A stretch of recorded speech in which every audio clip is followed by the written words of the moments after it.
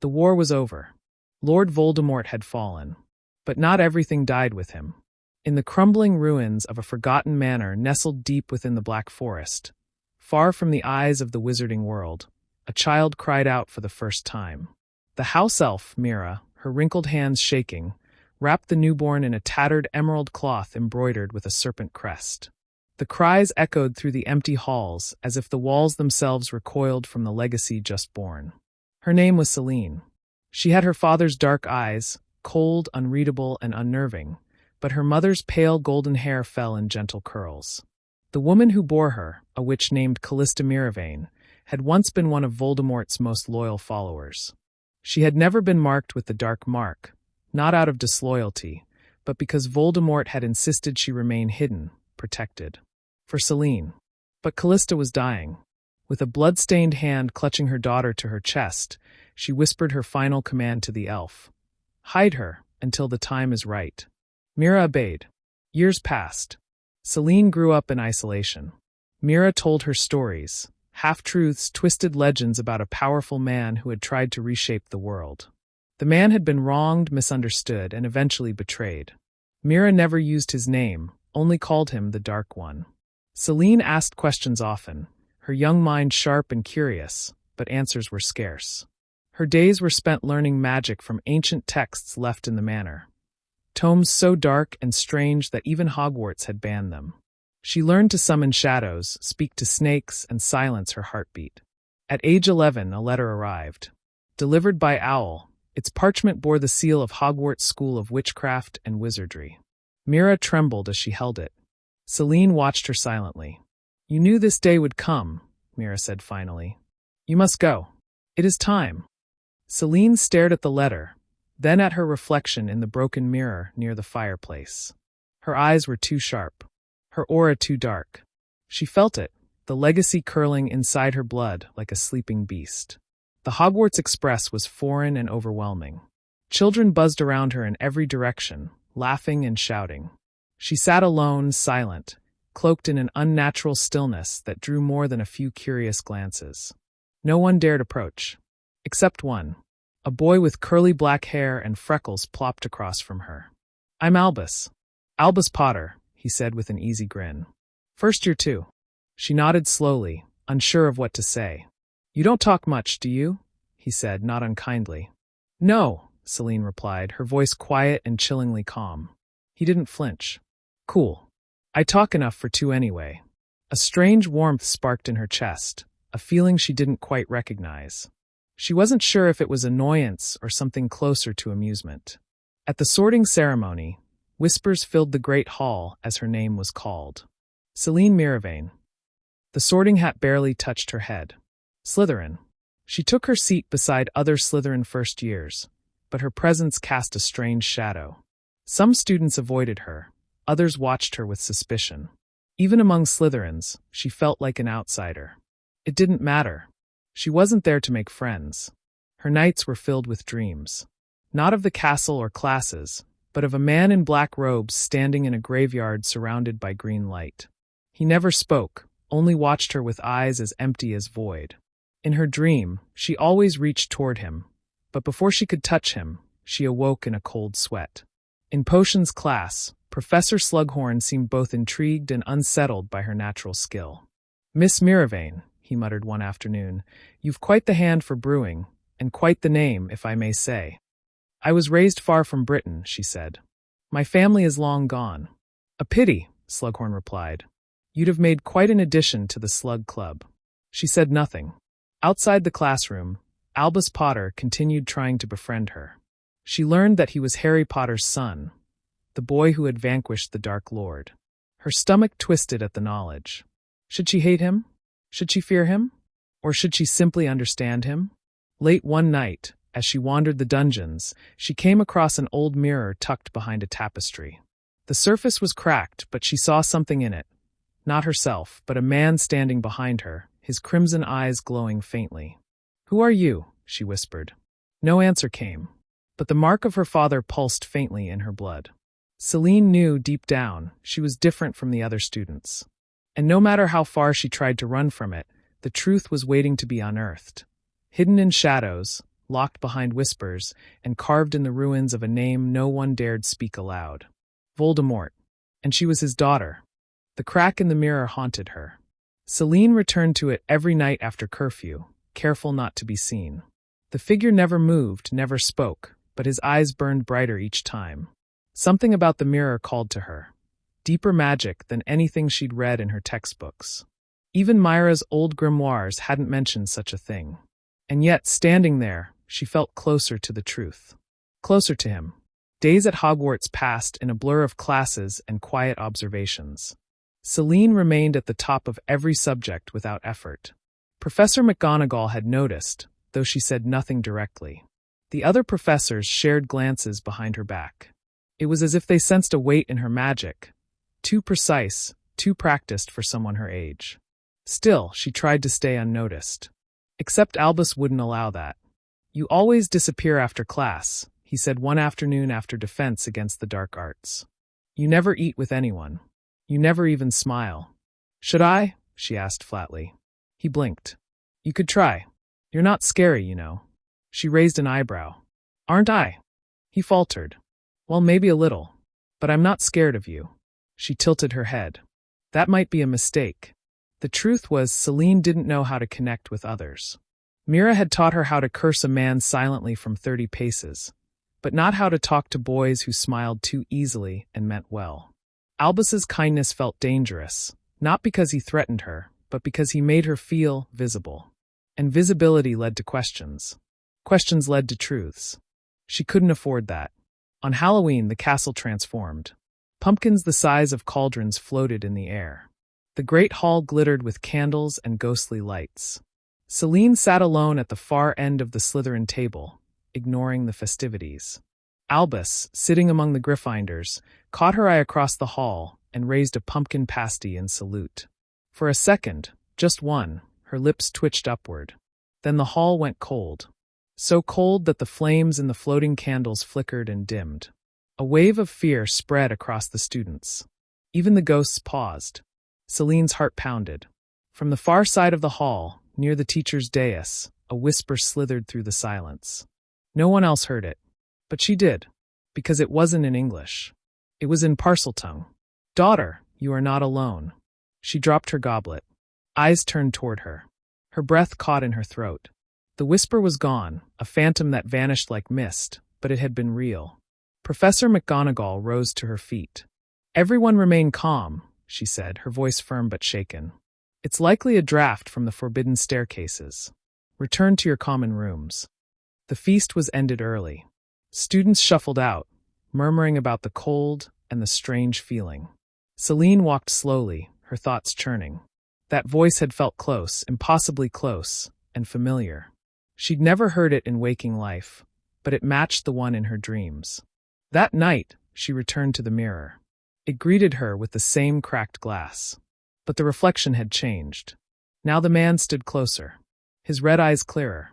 A smile stretched across his pale face, thin and terrible. "You're ready," he said at last, lips moving through the silence. Selene gasped and stumbled back. She turned, no one behind her. The dungeon corridor was empty. When she looked back, the mirror was dark. She barely slept. In the morning, she found an envelope on her bedside table. No owl. No handwriting. Just an ancient wax seal bearing a snake curled around a wand. A symbol she'd never seen but instinctively knew. She opened it with trembling fingers. The path has begun. The key lies beneath the library, where secrets rot and magic lingers in chains. Use your blood. The rest will open. No name. No signature. Just instructions. Selene stared at the parchment for a long time before hiding it in her robes. She didn't know who had sent it, or how, but she knew it wasn't a prank. The air around the letter had smelled faintly of ash and yew. The scent of her father.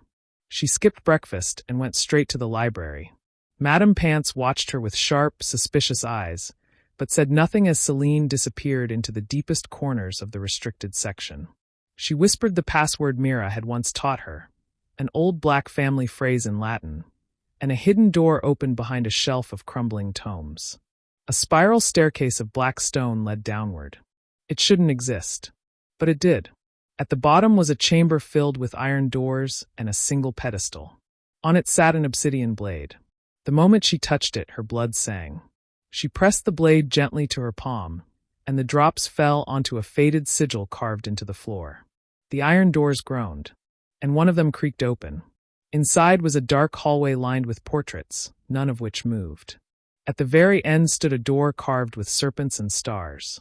Selene placed her palm against it, and it opened soundlessly. A single scroll hovered inside. She unrolled it. Her breath hitched. The horcrux ritual, legacy of the heir. The chamber sealed behind her. Selene's fingers trembled as she held the scroll, its parchment crackling softly like dry leaves in the windless chamber. The ink shimmered faintly in the dim magical glow, moving ever so slightly, as if the words themselves were alive. Her eyes scanned the title again, the horcrux ritual, legacy of the heir. The name alone was enough to make her chest tighten. She had heard the term horcrux only once, whispered in one of Myra's forbidden bedtime stories. A dark object, used to store fragments of a soul. It was a sin so great, even many dark wizards refused to speak of it. But Voldemort, her father, had made several. The scroll was different from a typical magical text. It wasn't instructional in the usual sense. It was written more like a confession. The handwriting was sharp, slanted, familiar, though she had never seen it before. Each word seemed etched with intent, as if burned into the parchment by will alone. To split the soul is to master death. But to pass it forward, to bind it into blood, is something else entirely. Selene read on, her heart pounding. According to the scroll, Voldemort had prepared something unnatural. Before the final battle, he had created not just horcruxes for himself, but had begun a new type of ritual, one that could carry the imprint of power through a bloodline. He had intended for his heir to carry a fragment of his magical essence. Not enough to possess or control, but enough to grant power, memory, and possibly resurrection. The blood must awaken. When the heir is ready, the soul will speak. Selene stepped back from the scroll, breath shallow. Was that what the dreams were? The mirror? The voice in the hall? Her father's essence, his magic, wasn't entirely gone. It lived in her. The chamber began to pulse faintly, the torches flaring blue. A hum filled the air, a low thrumming rhythm that resonated through her bones. The scroll curled itself and vanished into a compartment in the pedestal. A voice whispered through the chamber. Awakened but unshaped. She turned sharply, eyes wide. No one there. Only the cold, slithering silence. Selene didn't remember climbing back up the spiral staircase or slipping through the hidden library door. By the time she reached the Slytherin common room, the sun had risen. She curled up on the stone bench by the fireplace, exhaustion pulling at her like gravity. When she woke, Albus was standing over her. "You missed all of Transfiguration," he said, arms crossed. "And breakfast. And lunch. Are you okay?" She rubbed her eyes. "I'm fine. You don't look fine. You look like you've seen a Dementor." "I haven't," she said, voice sharper than intended. Then, more quietly, "I was in the library. For 14 hours? I lost track of time." He crouched beside her, dropping the sarcasm. "Selene, if something's wrong, you can talk to me. You know that, right?" She studied him. "No guile. No angle. Just worry." "You wouldn't understand," she whispered. "Try me." She hesitated, then stood. "I need air." They walked in silence along the black lake. The trees were dusted with early frost. Selene's mind churned with the weight of everything. The mirror, the scroll, the voice. Her fingers itched to hold her wand, but she resisted. "Albus," she said finally, "do you think evil is born or made?" He blinked. "That's a big question." "Answer it." He sighed. I think some people are born with darkness in them. But that doesn't mean they're evil. It's what they do with it. What they choose." She nodded slowly. "Even if their blood is cursed?" "No one's blood is cursed." She didn't believe him. But part of her wanted to. Later that evening, Professor McGonagall summoned her to the headmistress's office. The gargoyle moved silently aside as she approached. Inside, the walls were lined with portraits of former headmasters and headmistresses. Most were dozing. One, Dumbledore, opened his eyes as she stepped in. "Selene Miravain," McGonagall said from behind her desk. "Please sit." Selene obeyed. You are doing well in all of your subjects, the headmistress began. Exceptionally well. In fact, your professors are concerned. Concern? Seline echoed. McGonagall leaned forward slightly. You are powerful. Beyond what is expected for your age. You cast nonverbal spells with ease, brew advanced potions, and speak Parseltongue. Seline flinched. Yes, McGonagall said calmly. I was informed about the Halloween incident. The momentary chill in the hall. You responded oddly. I felt cold. That's all. Seline, the headmistress said, more softly now. Do you know who your father was? The question hit like a bludgeon to the chest. She met McGonagall's eyes. Yes. McGonagall's expression barely changed. I suspected as much. Your resemblance, the timing, certain magical signatures, it was only a matter of time. I'm not him, Seline said, voice low and hard. No, McGonagall agreed. You're not. But you are something the wizarding world is not ready for. Seline stood. Are you going to expel me? McGonagall shook her head. No, but I am going to assign you a guardian. Someone to help you navigate this legacy. A guardian? Not someone from the ministry. Someone who understands both darkness and redemption. Professor Snape left behind more than memories. Seline frowned. Snape is dead. Yes, McGonagall said. But his journals remain. And one of his apprentices, a quiet man named Elias Rowell, has agreed to assist you. I don't need help. Perhaps not now. But soon. Seline's heart was a storm of conflicting feelings. She didn't know what she needed, power, control, answers. But the thing growing inside her, the magic that whispered in her sleep, was waking faster than she could understand. As she left the office, she paused outside the door. Behind her, she could still feel Dumbledore's painted eyes following her every step. He knew. They all knew. And yet none of them could stop what was coming. Elias Rowell arrived at Hogwarts the next morning. He was nothing like Seline expected. She'd imagined someone pompous, ministry-approved, and blind with fear. But Elias was quiet, his presence like a dim shadow that moved without fanfare. He wore simple black robes and a silver ring etched with runes she didn't recognize. His eyes were tired, not from age, but from having seen too much. They met in an unused classroom near the astronomy tower. You're the Dark Lord's daughter, he said calmly, folding his arms. Seline tensed. You say that like it's a title. It is, he replied. To those who fear it.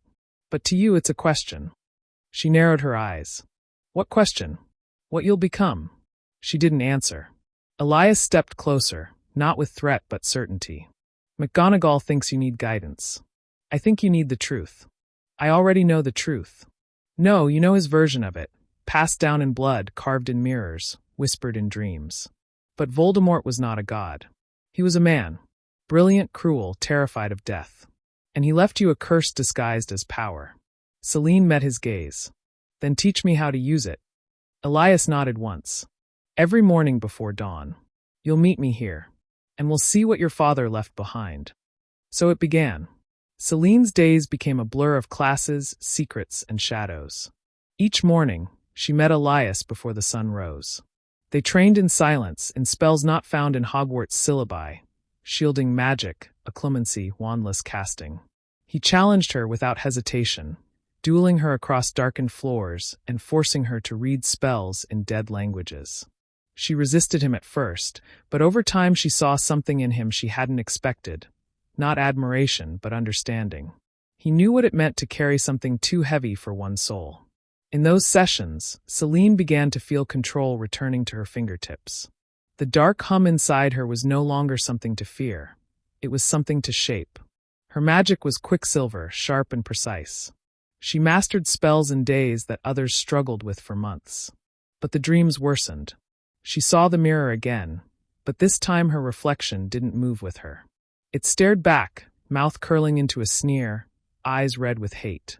You are mine, the reflection hissed. She woke up screaming.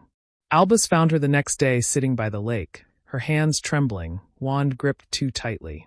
He didn't ask questions, just sat beside her. After a while, she broke the silence.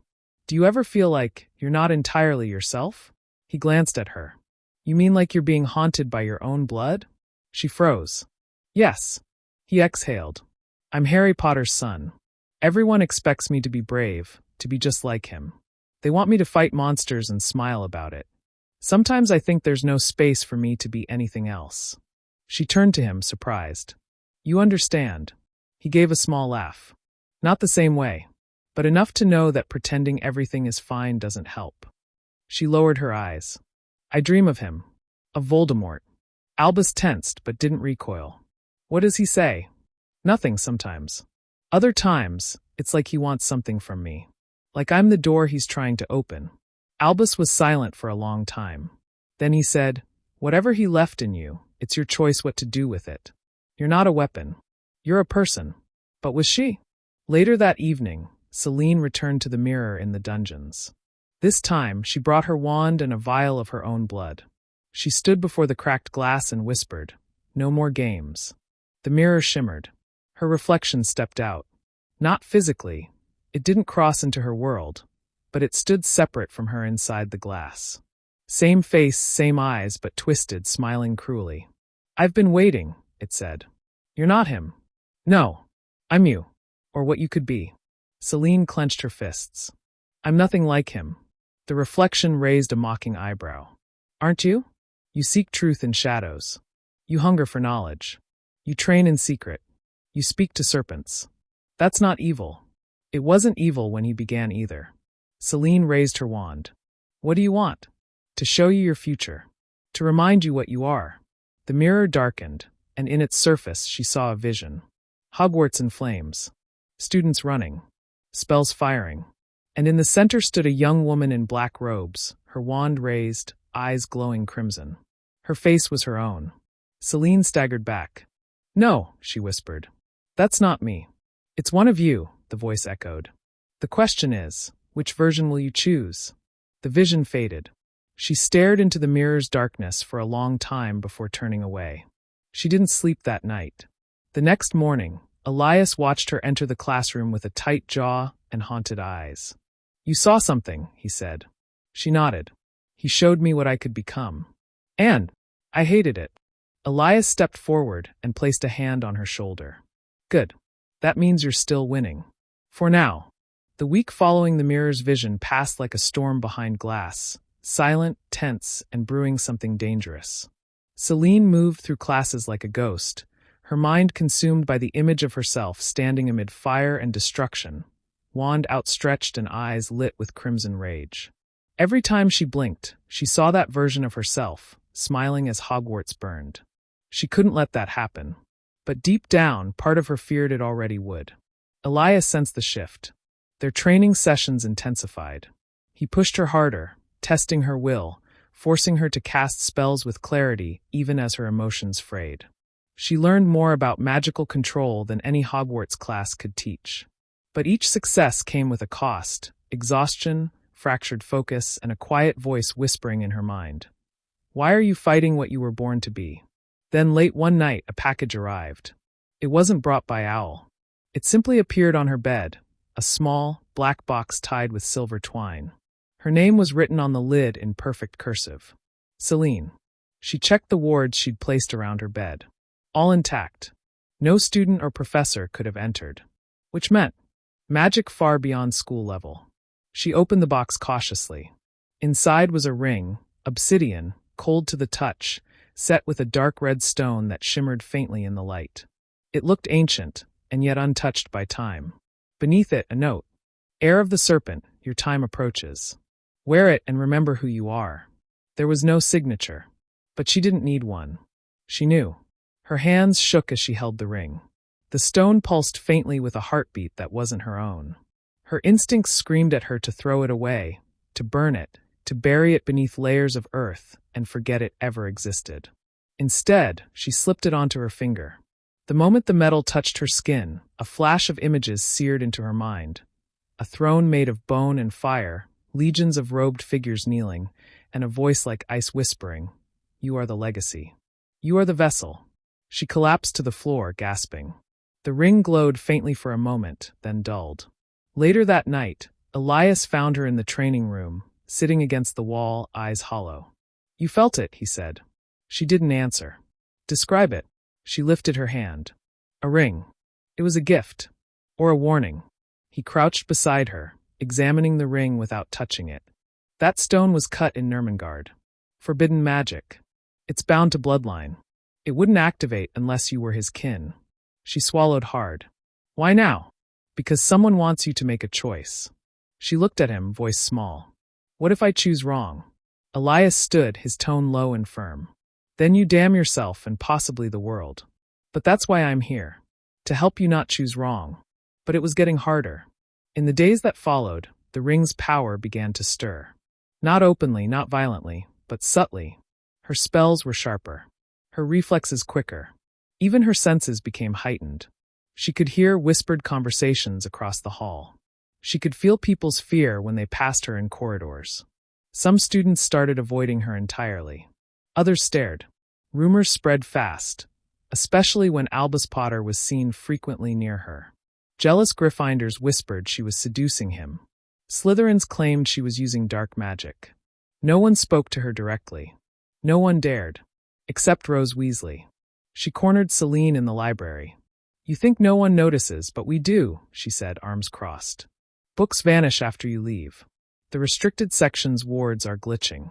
And I've seen that ring in ancient magical history scrolls. It belonged to the Gaunts. Selene turned a page, unbothered. Is this an interrogation or just Weasley paranoia? Rose's eyes narrowed. You're Voldemort's daughter, aren't you? Selene paused. Slowly, she shut the book and stood. If I am, she said coldly, what would you do about it? Rose flinched. I'd tell McGonagall. Go ahead. She already knows. For a moment, the two girls stared at each other, not as students, but as legacies. Gryffindor and Slytherin. Light and shadow. Both brilliant. Both dangerous. I'll be watching you, Rose said quietly before leaving. Selene didn't respond. But that night, the ring pulsed again. And this time it spoke. Not aloud, not with words, but with a voice in her mind. A whisper slithering through her thoughts. The path will soon split. The key lies in the chamber. You must return. She froze. The chamber. The chamber of secrets, long sealed, long forgotten. But she remembered the stories Mira had told her. Of a basilisk, of blood on the walls, of a monster that obeyed only the heir of Slytherin. And now it was calling to her. She waited until midnight.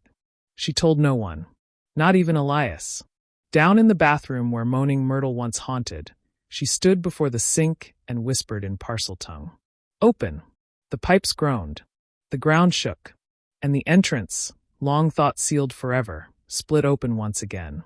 She descended alone, the ring glowing on her finger, the darkness curling around her like a promise. Because whatever lay beneath, whatever secret Voldemort had left there, was waiting for her.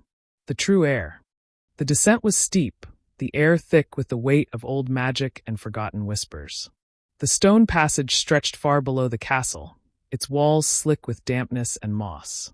Selene moved silently, wand lit but held low, heart thudding as the last echoes of her command faded into the shadows. She had never been here before, not in body, but something in her blood remembered the way. The ancient pipe tunnel gave way to a vast chamber, the kind spoken of only in legend. Columns lined the edges, carved with coiled serpents and weathered runes in Parseltongue.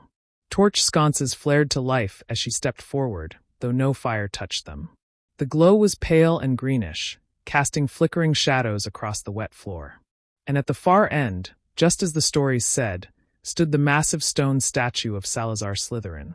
Its eyes glowed faintly as if aware of her presence. Selene approached slowly. The ring on her finger pulsed harder with each step, like a second heartbeat. When she reached the base of the statue, she paused. There was no movement. No sound. She swallowed her fear. Then in Parseltongue she whispered, I am your heir. Show me what was left for me. For a moment, nothing. Then stone ground against stone. Beneath the statue, a seam appeared in the floor. With a deep groan, a circular platform rose, revealing a smaller altar. On it lay a book bound in black leather, its cover marked with the same symbol that had been on the ring, a serpent encircling a wand. Selene reached out, hands shaking. The book was warm to the touch. As soon as her fingers brushed the cover, it opened on its own. The pages flipped rapidly, as if searching for the right place. Then it stopped. To the one born from shadow and serpent, the page read in thin, curling script. My final legacy lies not in immortality, but in rebirth. The pages pulsed once, and writing began to form as if being inked in real time. You are more than air. You are vessel. My strength lives within you, waiting to be claimed. But beware, magic born of death carries a price. Your soul, your will, your choices, these must be tested. If you pass, the path is yours to finish. If you fail, the ink bled into the page and new words formed. You will become nothing more than a husk. Selene shut the book abruptly, heart racing. She was being prepared for something. Molded. Not merely a child with dark blood, but a construct of intent. Voldemort had not just fathered her. He had forged her. But why? For what purpose? She turned toward the statue. Tell me what you want, she whispered aloud. Why me? And then she heard it, not from within the chamber, but from within herself. A voice. Because you are the only one who can finish what I began. It wasn't just a memory. It was conscious. Alive. Speaking. The fragment of Voldemort within her, subtle, buried deep, and now beginning to stir. She stumbled back from the statue, trembling. She wasn't ready. She didn't want this. Not this way. She ran from the chamber, the book clutched in her arms. By the time she reached her dormitory, her thoughts were spiraling. The book. The voice. The ring. The mirror. All pieces of something enormous. And she was right at its center. She barely noticed the knock at her door until it came a second time. Selene. Albus.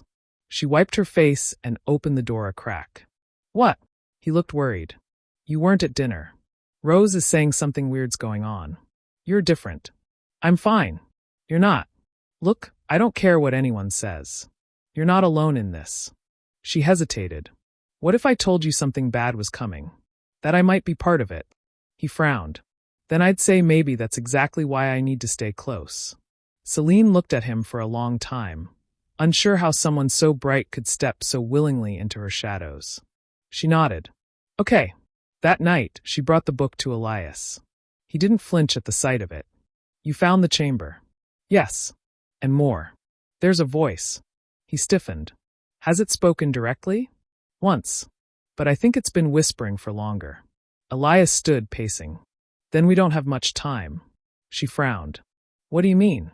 You're not just being watched. You're being tested. Whatever Voldemort embedded in you, it's active now. And if it sees weakness, it won't wait. Selene closed her eyes. What do I do?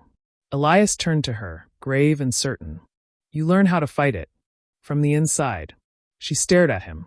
You want me to open a link. I want you to control the link before it controls you. That night, under his guidance, Selene attempted something few witches her age would dare. A form of magical meditation Elias called soul tethering. She sat in a circle of salt and flame, the ring pulsing, the book before her. She reached into herself. And the voice answered. So, you're ready to speak. Her vision blurred. And then, suddenly, she stood in a landscape of fog and ash. A memory, but not hers. Across from her stood a tall figure in dark robes. Not Voldemort as the world had known him, but younger, colder. The Tom Riddle of the chamber years. Regal. Calculated. Daughter, he said. Selene stared at him. You're not real. I am what remains. A shard. A gift. And you, his eyes gleamed. You are my greatest creation. I'm not your puppet, she said through gritted teeth. No, he said. You're my heir. And soon, the world will remember what that means. Selene stared at the figure before her, heart pounding in her chest. The place they stood wasn't real, not in the physical sense. It was a mindscape, a liminal plane constructed by her own consciousness, and the soul fragment buried within her. Tom Riddle smiled, cold and elegant, like the boy who once terrorized Hogwarts with the basilisk. This is just a dream, Selene whispered. No, he replied. This is your soul. And I've been here far longer than you realize. Selene felt her legs weaken, but she forced herself to stand tall. You don't belong here. I do, he said. I was placed here intentionally. Your mother agreed to the ritual. You were never born in the traditional sense. You were designed, a vessel with purpose. I am your inheritance. She trembled. And what exactly do you want? To survive. to finish what was begun. I failed, Selene, because I didn't understand the limits of mortality. But you, he stepped closer, his eyes flickering red. You can transcend that. You are flesh and magic, blood and mind, forged to be more than either of us. She backed away. I don't want your legacy. His smile faltered. You don't get to choose. You're part of me. No, she hissed. You're part of me, and I control what stays. Riddle's eyes narrowed, and for the first time, his expression cracked. You think strength lies in resistance? No, it lies in acceptance. You can push me down, Selene, but eventually you will crave what I offer: power, command, purpose. Selene clenched her fists, fury replacing fear. You don't know me. His voice dropped to a whisper. But I made you. She woke with a scream. The meditation circle scorched where her hands had touched the floor. Elias knelt beside her immediately. What did you see? He demanded. He spoke to me, she panted. Not just as a whisper. He took shape. As Tom Riddle. He knows who I am, what I am. Elias's expression tightened. Then the tether is stronger than I feared. He's not just lingering. He's active. Selene looked down at her palms, red with faint burn marks. I want him gone. Elias hesitated. You can't purge him yet. Not without destroying yourself in the process. He's too entwined. Then what do I do? Learn. Master his presence. Force him into a corner. Make your mind a fortress he can't control. She nodded, jaw clenched. From that moment, Selene's training shifted. Elias began teaching her a clemency, a discipline even advanced students struggled with. It was brutal, draining, and invasive, but Selene took to it with obsessive focus. She had no choice.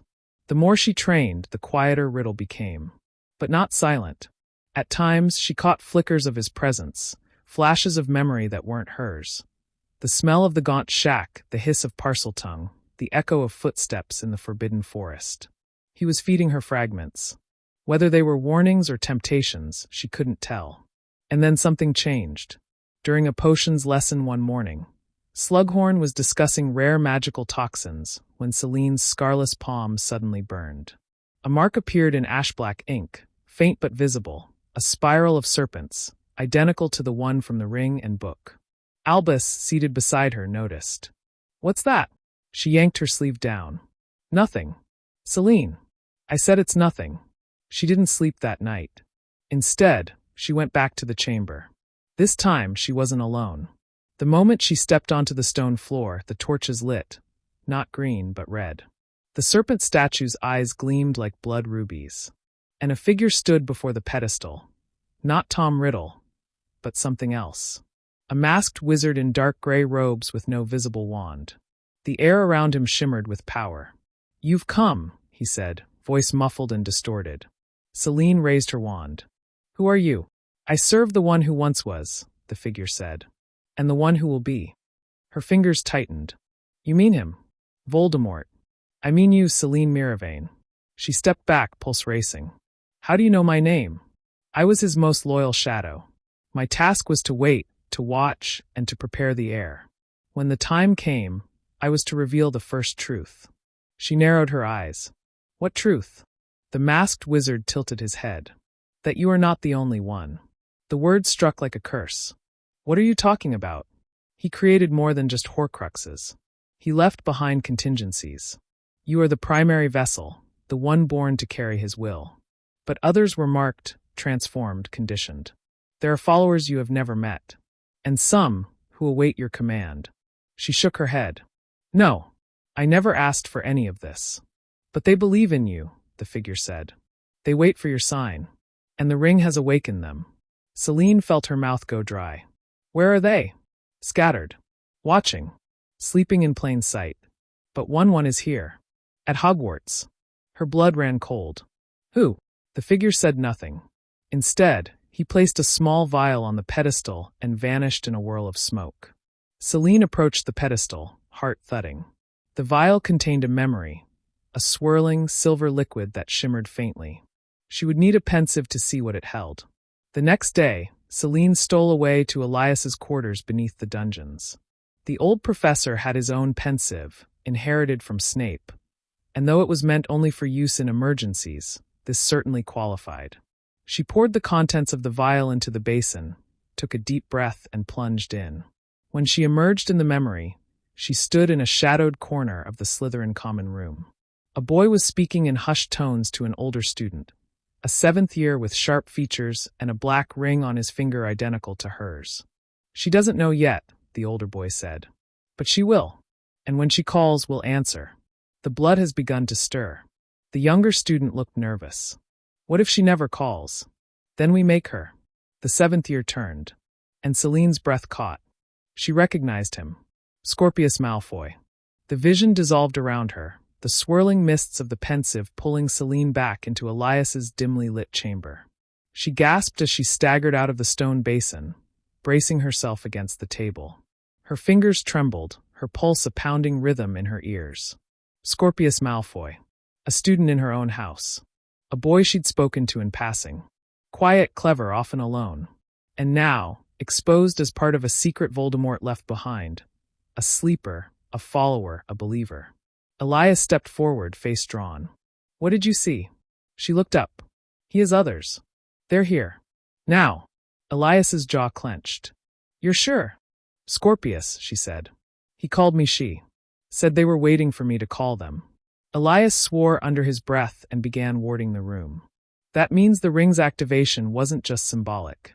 It triggered the signal they were conditioned for. "You've become the center of a web Voldemort spun before his death." Seline stood rigid. "I didn't ask for followers." "But they don't need you to," Elias replied. "They were made to believe in you. In the prophecy of his rebirth, through you." Seline ran her hand down her face. "What if they try to force my hand? What if they—" "They won't," Elias said sharply. "Because we'll find them first." But Seline wasn't sure. For the first time since arriving at Hogwarts, she felt surrounded, not by curious students or suspicious professors, but by eyes. Loyal eyes. Watching. Judging. Waiting. That night in the Slytherin common room, she sat in her usual corner, pretending to read while her eyes scanned the room. Scorpius was there. He lounged near the fire, scribbling notes into his potions book, expression unreadable. He didn't look like a fanatic. But fanatics often didn't. Seline rose slowly and approached. "Malfoy," she said, voice cool and measured. He looked up, smiling politely. "Miravane, walk with me." He blinked, surprised, but nodded. "Sure." They walked in silence through the lower corridors, torches casting flickering shadows on the stone walls. When they were out of earshot, she stopped. "I know." His eyes flicked to hers. "Know what?" "No more games," she said. "You were in that memory. The ring called to you. You're part of it." He studied her, and then, to her surprise, his mask dropped. "Yes," he said simply. She stepped closer. "Why?" Scorpius looked around, then leaned in. "Because I believe in what your father started." "You believe in mass murder? In supremacy? In the idea that magic justifies anything?" "No," he said softly. "I believe that our world is broken. That wizards are afraid to wield their power fully. Your father went too far, yes, but the foundation of his vision wasn't madness. It was clarity. Magic without restraint. Evolution." Seline's voice turned sharp. "You want to return to war. I want a future that isn't dictated by cowards." She grabbed the front of his robes, slamming him into the wall. Her wand pressed against his throat. "If you ever try to pull me into your delusions again, I will burn your soul out of your body. Do you understand me?" Scorpius didn't flinch. "I'm not your enemy, Seline. I'm your follower. Your father said we'd recognize you by your magic. And we do." She released him roughly. "You don't know me. But I will," he said, rubbing his throat. "Because sooner or later, you'll have to make a choice. And when you do, we'll be waiting." He left her there in the corridor, his footsteps echoing through the dungeon like a warning. The next morning, Seline told Elias everything. "He's a zealot," she said. "He doesn't care about Voldemort's crimes, only his ideology. And he's not alone." Elias nodded grimly. "There's always been an undercurrent of that thinking, even after the war. But Voldemort didn't just influence minds. He programmed loyalty into his followers. And those seeds have had years to grow. Then we dig them out," she said. Elias tilted his head. "Not yet." She stared at him. "You want me to wait?" "I want you to watch," he said. "They don't know you've seen the memory. Use that. Learn who they are. How many? What they want. Then, when the time is right, we strike. Selene didn't like it, but she understood, so she played her part. In the weeks that followed, she began drawing closer to those she suspected. Not too close, just enough. Scorpius. A quiet Ravenclaw named Damien Travers. A girl from Durmstrang on a 1-year exchange. They spoke in riddles. They treated her with reverence. One even referred to her as the key. Every time she smiled at them, a piece of her soul recoiled. But she learned. They called themselves the Hidden Flock. Voldemort's final seed, scattered across magical Europe, united by a shared belief that the Dark Lord's death was not the end, but the beginning of something greater. That a daughter would rise and finish what he started. They believed Selene was that daughter. And though she burned with the desire to reject it, she couldn't deny the power in their eyes when they looked at her, nor the stirrings of the dark essence inside her that seemed to throb with pride. And then one night, everything changed. Rose Weasley was attacked. She was found unconscious outside the library, a rune etched into her skin in blood. The same spiral of serpents that marked Selene's ring. When Selene arrived at the hospital wing, Albus was already there, pale and furious. "She's going to be okay," he said. "But whoever did this wanted you to see it." Selene stared at the mark on Rose's arm, her stomach turning. They had made their move. This wasn't worship. It was war. The scent of blood still lingered in the hospital wing, masked only faintly by the sharp tang of healing potions. Selene stood at Rose's bedside, staring down at the spiral rune carved into her skin, her mark. The same one that pulsed from her ring. The same one that appeared in the book, in the chamber, in the shadows of her dreams. A message. A declaration. The Hidden Flock had shown their loyalty by hurting someone who had dared to stand against her. Selene clenched her fists, her mind a storm of guilt and fury. She felt Albus watching her, not with suspicion, but with desperate need for answers. "She was attacked just after she left the library," he said quietly. "No one saw who did it. No alarms, no magic residue. Just gone. Then reappeared in the hallway. Marked." Selene's throat was tight. "The rune." He looked at her. "You've seen it before, haven't you?" She hesitated, then nodded. "It's connected to him. To Voldemort." Albus's eyes darkened. "And to you." Selene's voice was cold steel. "That doesn't mean I did this." "I know," he said quickly. "I know you didn't. But someone wants you to be blamed." They were trying to provoke her. Elias arrived moments later, his expression grim as he examined the mark. This wasn't just punishment. It was ritualistic. Symbolic. "They're testing your boundaries." Selene's jaw clenched. "Trying to see if I'll join them. Or stop them." Albus turned to them both. "Then we stop them. Expose them." "No," Elias said sharply. "We need to keep the illusion alive. Selene's influence is the only thing keeping them visible. The moment they think she's turned on them, they'll vanish." Albus stared at him in disbelief. "You want her to pretend this is acceptable?" "I want her to end it properly," Elias replied.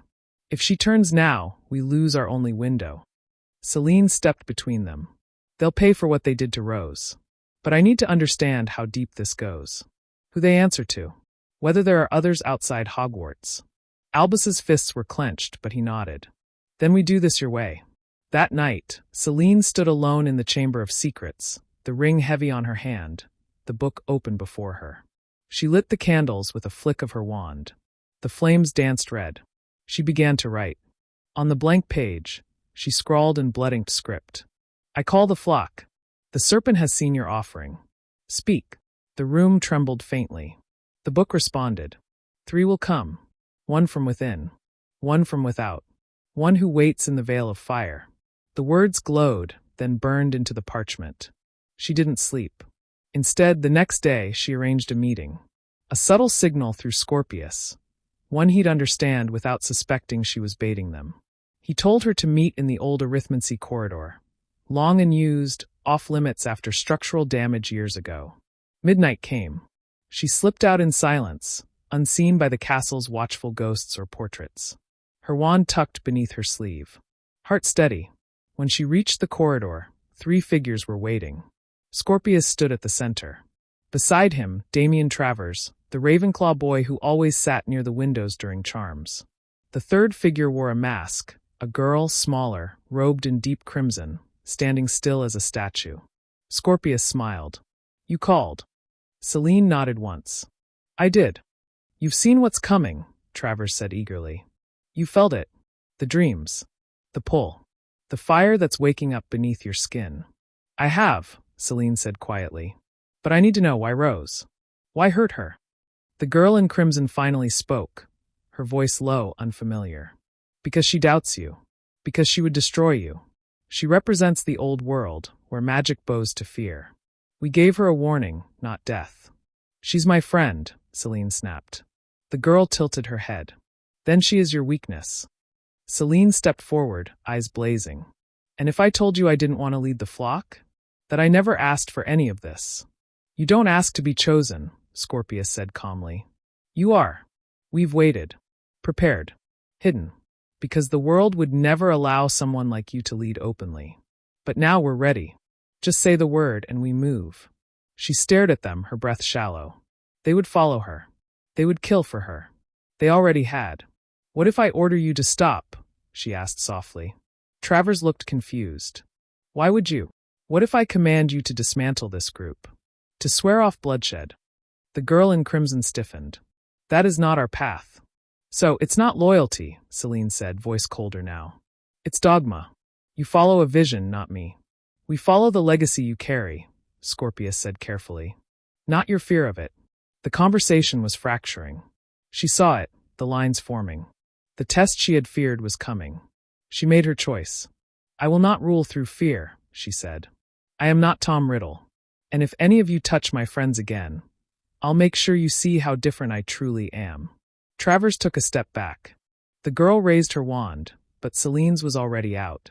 A blast of force knocked the girl back into the wall, the mask shattering, revealing a pale face marked by old burns. Selene advanced. Run. Tell the others. The serpent's heir has teeth. But she bites her own way. Scorpius met her eyes, and for the first time, she saw hesitation, respect, and fear. They vanished one by one. When the corridor fell silent, Selene dropped her wand arm, breathing heavily. She hadn't just drawn a line. She'd declared war. The news spread fast. Not officially. There were no punishments handed down, no public duels or detentions. But something had shifted in the air around Hogwarts. The Slytherin common room was quieter. Whispers followed Selene in every corridor. Eyes lowered when she passed, not in fear of Voldemort's legacy, but in fear of hers. She had severed herself from the flock.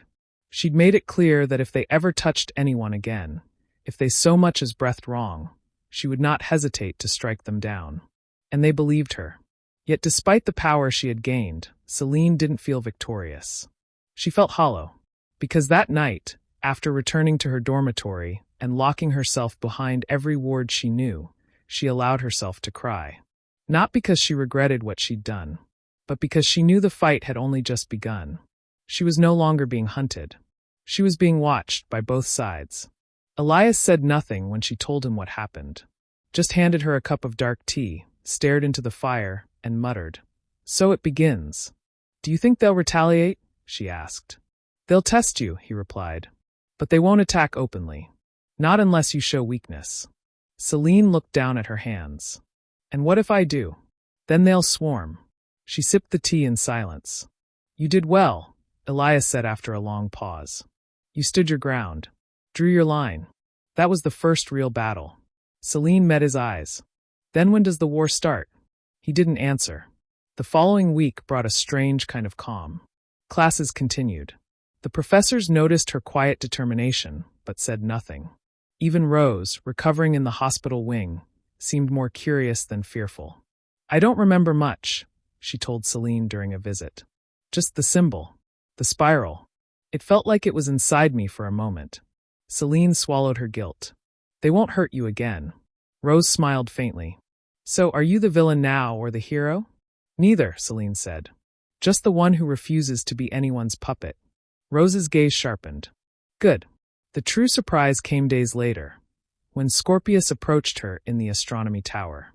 "I thought you'd be expelled by now," she said coolly. He leaned on the stone ledge. So did I. You're not here to apologize, are you? He gave a faint smile. No, but I am here to warn you. About what? Not everyone agreed with what we did to Weasley. But the girl in red, Lydia, she was just one of many who were activated early. Some of the others, he hesitated. They're not students. Selene frowned. What are they? Wanderers. Outcasts. Adults who've been hiding since the war. Waiting. Watching. When the ring activated, it signaled all of them. Selene's stomach turned. And what do they want? To bring him back, Scorpius said. Even if it means using you to do it. She felt the memory of Riddle's voice inside her stir again. His promise. His purpose. His design. And where are these others? She asked. He met her gaze. You'll see them soon enough. The veil of fire is opening. Her breath caught. What is that? It's not a place, he said. It's a moment. A breaking point. When magic stops obeying the rules. When something old wakes up. The flock was just a beginning. Selene narrowed her eyes. Then why are you warning me? Because I thought I believed in a prophecy, he said quietly. But I think you're rewriting it. And part of me wants to see how it ends. He turned and walked away. That night, Selene dreamed again. But it wasn't the mirror this time. It was a hallway, ancient and crumbling, lit with shifting red light. She walked barefoot over runes that glowed beneath her steps. And at the end of the hall stood a door of obsidian flame. From behind it, a heartbeat pulsed. Her heartbeat. She awoke at dawn, drenched in sweat, and found the ring burning against her skin. The spiral on her hand had changed. It was no longer a closed loop. It had split. A path had opened.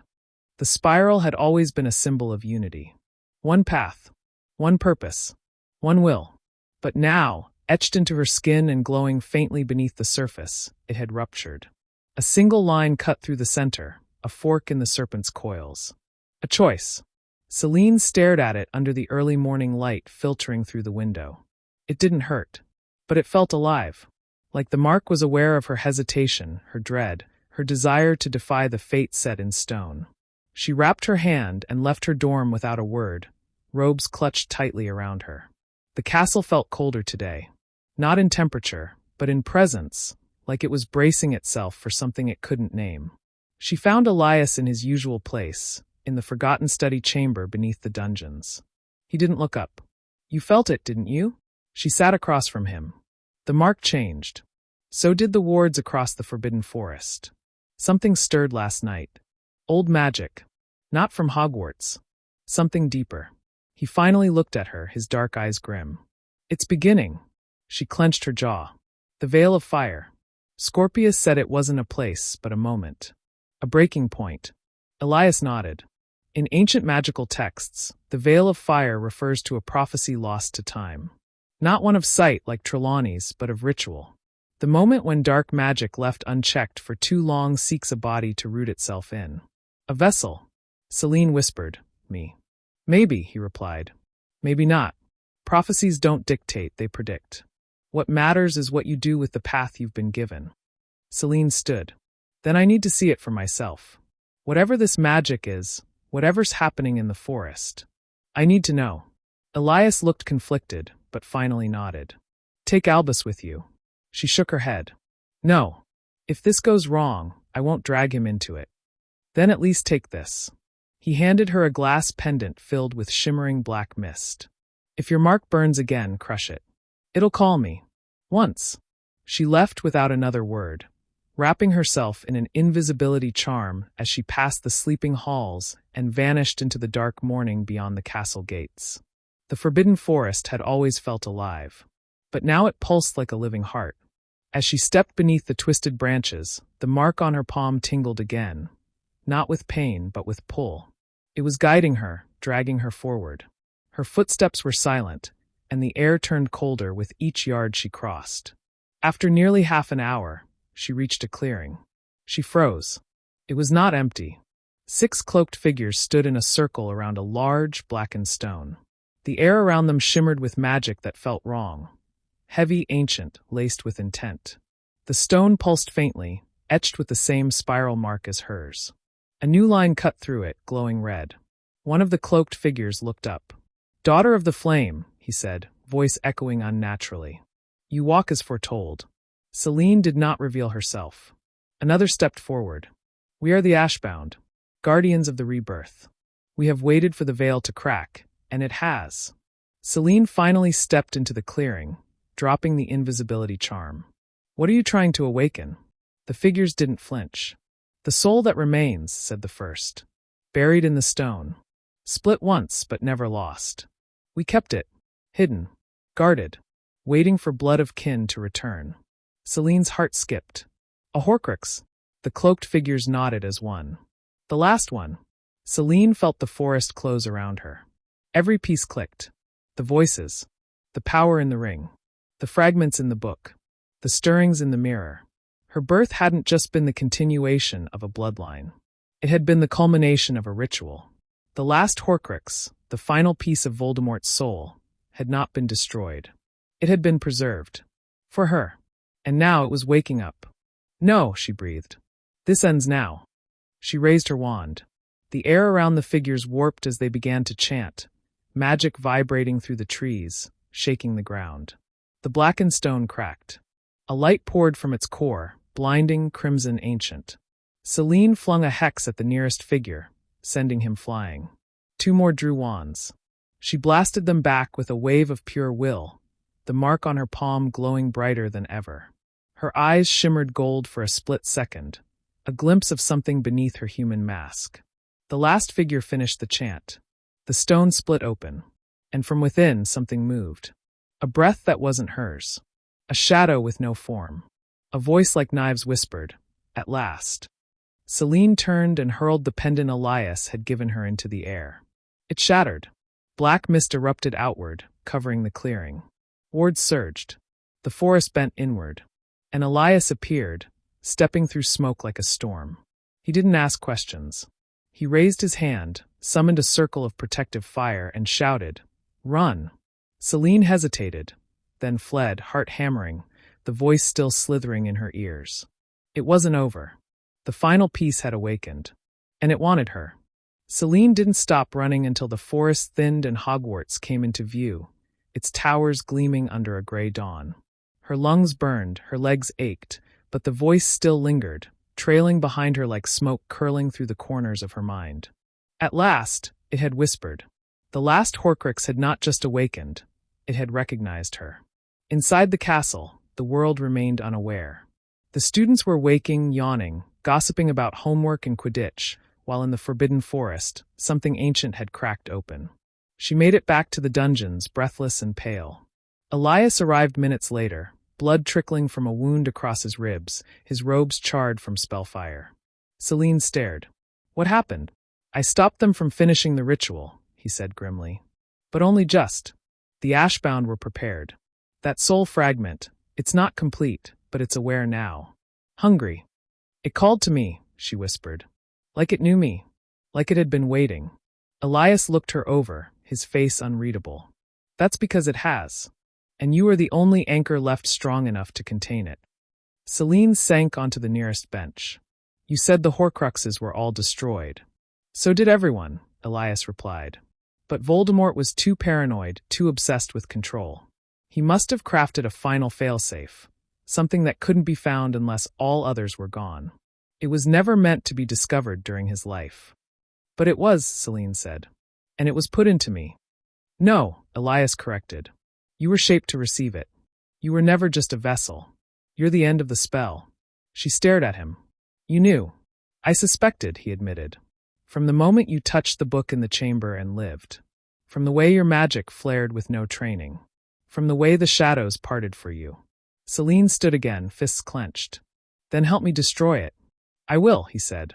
But first we have to contain it. She froze. What? You're not ready to purge a horcrux. Not this strong, not this sentient. If we try now, it'll fight, and it might win. If it latches onto you.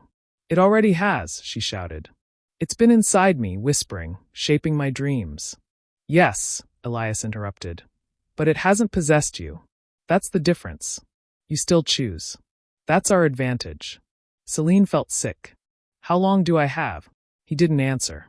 That night, she returned to the Slytherin dormitory, every step heavier than the last. Albus caught her in the corridor. "You look like death." "I almost was," she said, managing a faint smile. He stepped in front of her. "Seline, what's going on?" She met his eyes, the walls around her mind thin, fragile. She wanted to tell him everything, the ashbound, the horcrux, the voice calling itself her legacy. But she couldn't. "Not yet. I just need time," she whispered. He nodded, but not before his gaze flicked to the bandage around her hand. "Is the mark changing again?"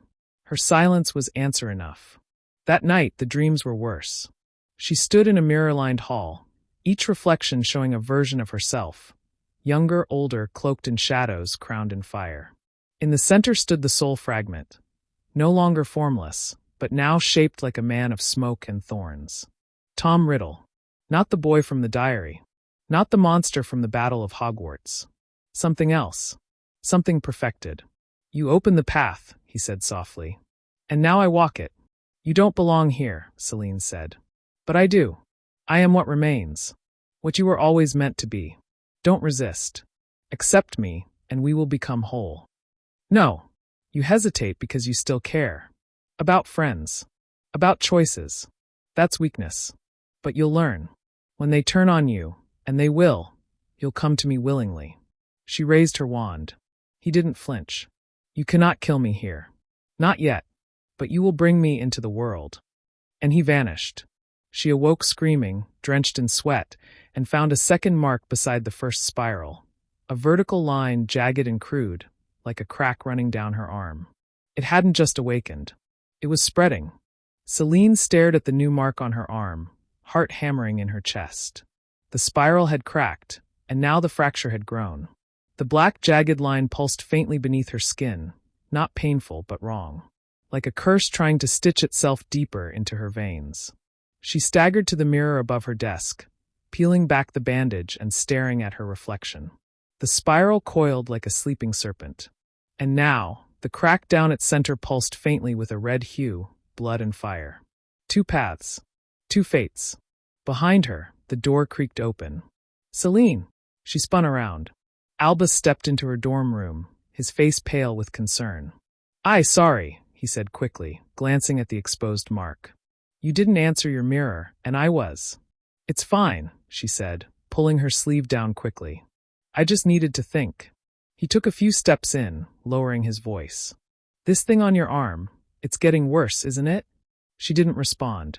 "Seline, I'm not blind. You've been slipping out at night, missing meals, dodging questions. You're not the same since Rose got hurt." Seline sat on the edge of the bed. "Because something isn't the same. Albus, there's something inside me. A piece of him." Albus's expression darkened. "Voldemort?" She nodded. "The last horcrux. They buried it in the Forbidden Forest, sealed it in stone. It's awake now. It speaks to me. It wants me to finish what he started." Albus sat beside her slowly, absorbing every word. "Why didn't you tell me?" "Because I didn't want you to look at me like I'm a weapon." "I don't." She turned to him. "You should." He shook his head. "Seline, you're not him. I don't care what magic lies inside you. I've seen who you are when everything's falling apart. You don't give in. You fight. That's more than most." Seline smiled faintly, but her fingers still twitched with anxiety. "The others, the ashbound, they're planning something. There are more out there. And they think I'm their salvation. What do they want? To bring him back. In spirit or flesh. Through me or around me. They don't care. And the more this mark grows, the more he whispers. And every time, I listen a little longer."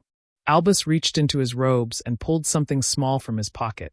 A smooth, dark stone the size of a coin. "A shield rune," he said. "Professor Sinistra gave it to me in third year when I couldn't sleep. It deflects psychic intrusion, dreams, voices, enchantments. Not strong, but it might buy you rest." She took it gently. "Thank you." As he stood to leave, he hesitated in the doorway. "If there's anything I can do, anything, you'll tell me, right?" "I will," she whispered. "Promise." But she didn't. Not everything. That night, she didn't sleep. Instead, she used the rune as a ward and began studying her mark in detail. She held her wand to it, whispering Revelar, and for the first time, a pattern shimmered over her skin. Not just the spiral. A web. Dozens of smaller runes nested inside the coils. Binding sigils. Anchors. Failsafes. It wasn't just a mark, it was a magical lock. She wasn't carrying the horcrux. She was containing it. She summoned every book Elias had given her and poured through dark magic theory until the sun began to rise. And then something inside her mind snapped. The horcrux wasn't trying to possess her. It was trying to merge with her. That's why she hadn't lost control. That's why she was still herself. It didn't want domination. It wanted union. A soul reforged by blood, magic, legacy, and Selene was the forge. Just as the realization struck her, the ring on her finger flared, and a memory that wasn't hers spilled into her vision. She saw a room lined with green fire. Voldemort, not twisted and noseless, but young, smooth-featured, standing over a child in a cradle. A baby girl. His voice, almost gentle, echoed in her head. When the world falls into ashes, you will rise, not as my shadow, but as my successor. A daughter not of blood, but of fate. I gift you the final piece of me. The baby glowed faintly. The soul fragment passed from wand tip to child. The memory ended. Seline fell to her knees, the air knocked from her lungs. She wasn't just shaped to receive the horcrux. She had always carried it. From birth. She had never been whole. All her life, every flicker of anger, every surge of instinct, every shadowy thought, it had always been there. Watching. Waiting. The crack in the spiral wasn't a mark of possession. It was a crack in her soul. And now the two halves were beginning to meet. Selene didn't move for a long time. The fire had died in the hearth, the early light of dawn casting pale beams across the chamber. Her fingers dug into the stone floor, her body trembling as the memory echoed in her skull like a prophecy etched in fire. I gift you the final piece of me. It wasn't a curse placed later. It wasn't a spell gone wrong. It was intentional. She had never stood a chance. Every flicker of rage that had felt too sharp, every moment she had heard whispers with no source, every time her magic lashed out with a mind of its own, it all made sense. Voldemort had crafted her before she had words. Shaped her as carefully as he had crafted each horcrux. A soul-locked heir. Not just his daughter. His legacy. She forced herself to her feet, pacing the room as the truth settled like lead in her bones. She could feel the horcrux now, clearer than ever before. It pulsed in tandem with her heartbeat, responding not as an invader, but as a twin bound by blood. She wasn't possessed. She was shared. And soon, the line between them would vanish entirely. A knock broke the silence. She stiffened, wand in hand, until Elias entered, his face grim. You felt it. Selene stared at him, her voice hollow. He put it in me when I was a baby. I saw it, the ritual. I was never me. Elias said nothing. I'm not human, am I? She whispered. Not completely. He walked to the desk and Saturday. You're more human than anyone I've met, Selene. Not because of what you were born with, but because of what you fight against. She turned on him. Don't make me feel better about this. I'm half a Dark Lord, Elias. Half a girl, half a weapon. How am I supposed to fight something that is me? You don't fight it, Elias said, voice quiet but firm. You command it. Her breath caught. The flock believes you're their savior. The ashbound believe you're their vessel. The horcrux believes you're its home. But the only one who gets to decide what you become is you. She turned away, gripping the edge of the desk, knuckles white. It's spreading. I know. He hesitated, then pulled a scroll from his robes and unrolled it. Ancient parchment. Faded ink. Diagrams and blood-rune circles. The ritual of unweaving, he said. Created by unspeakables during the early days of magical experimentation. It's designed to separate a soul from a host, without killing either. Selene stared. It's possible? In theory. No one's done it successfully in centuries. But if we can stabilize the horcrux, draw it into a binding vessel, and sever the tether, I'll be free. Yes. But it comes with a cost. She waited. You'll lose some of what was shared, Elias said. Memories. Power. Pieces of who you are now. The darker instincts. The unnatural strength. Maybe even some of your magic. What's his will go with him. Selene stepped forward. Then we do it. Elias met her eyes. Once we start, the soul will fight. It wants to merge. If it senses you trying to escape, It will unleash everything it has. I'm ready. He nodded slowly. Then we prepare. Over the next few days, Selene and Elias worked in secret. A ritual chamber was carved beneath the castle, hidden by forgotten wards and layered with protection. Elias brought in materials from the Department of Mysteries, ancient stones, soul-weaving threads, cursed silver ink. And Selene prepared herself. She wore the rune stone Albus had given her. She wrote letters she didn't send. She spent hours in the library with Rose and Albus, laughing too hard at bad jokes, watching the light catch on stained glass, memorizing the way life felt. She didn't tell them what she planned. Not yet. On the 7th night, the mark changed again. The spiral burned. The crack widened. Selene collapsed to her knees in the dormitory, the horcrux's voice louder than ever. You betray yourself, it whispered. You are me. We are one. No, she growled, pressing her wand to her heart. I am Selene Miravane. I am not you. The mirror across the room cracked, its surface rippling like water. And then, from the reflection, he stepped out. Not an illusion.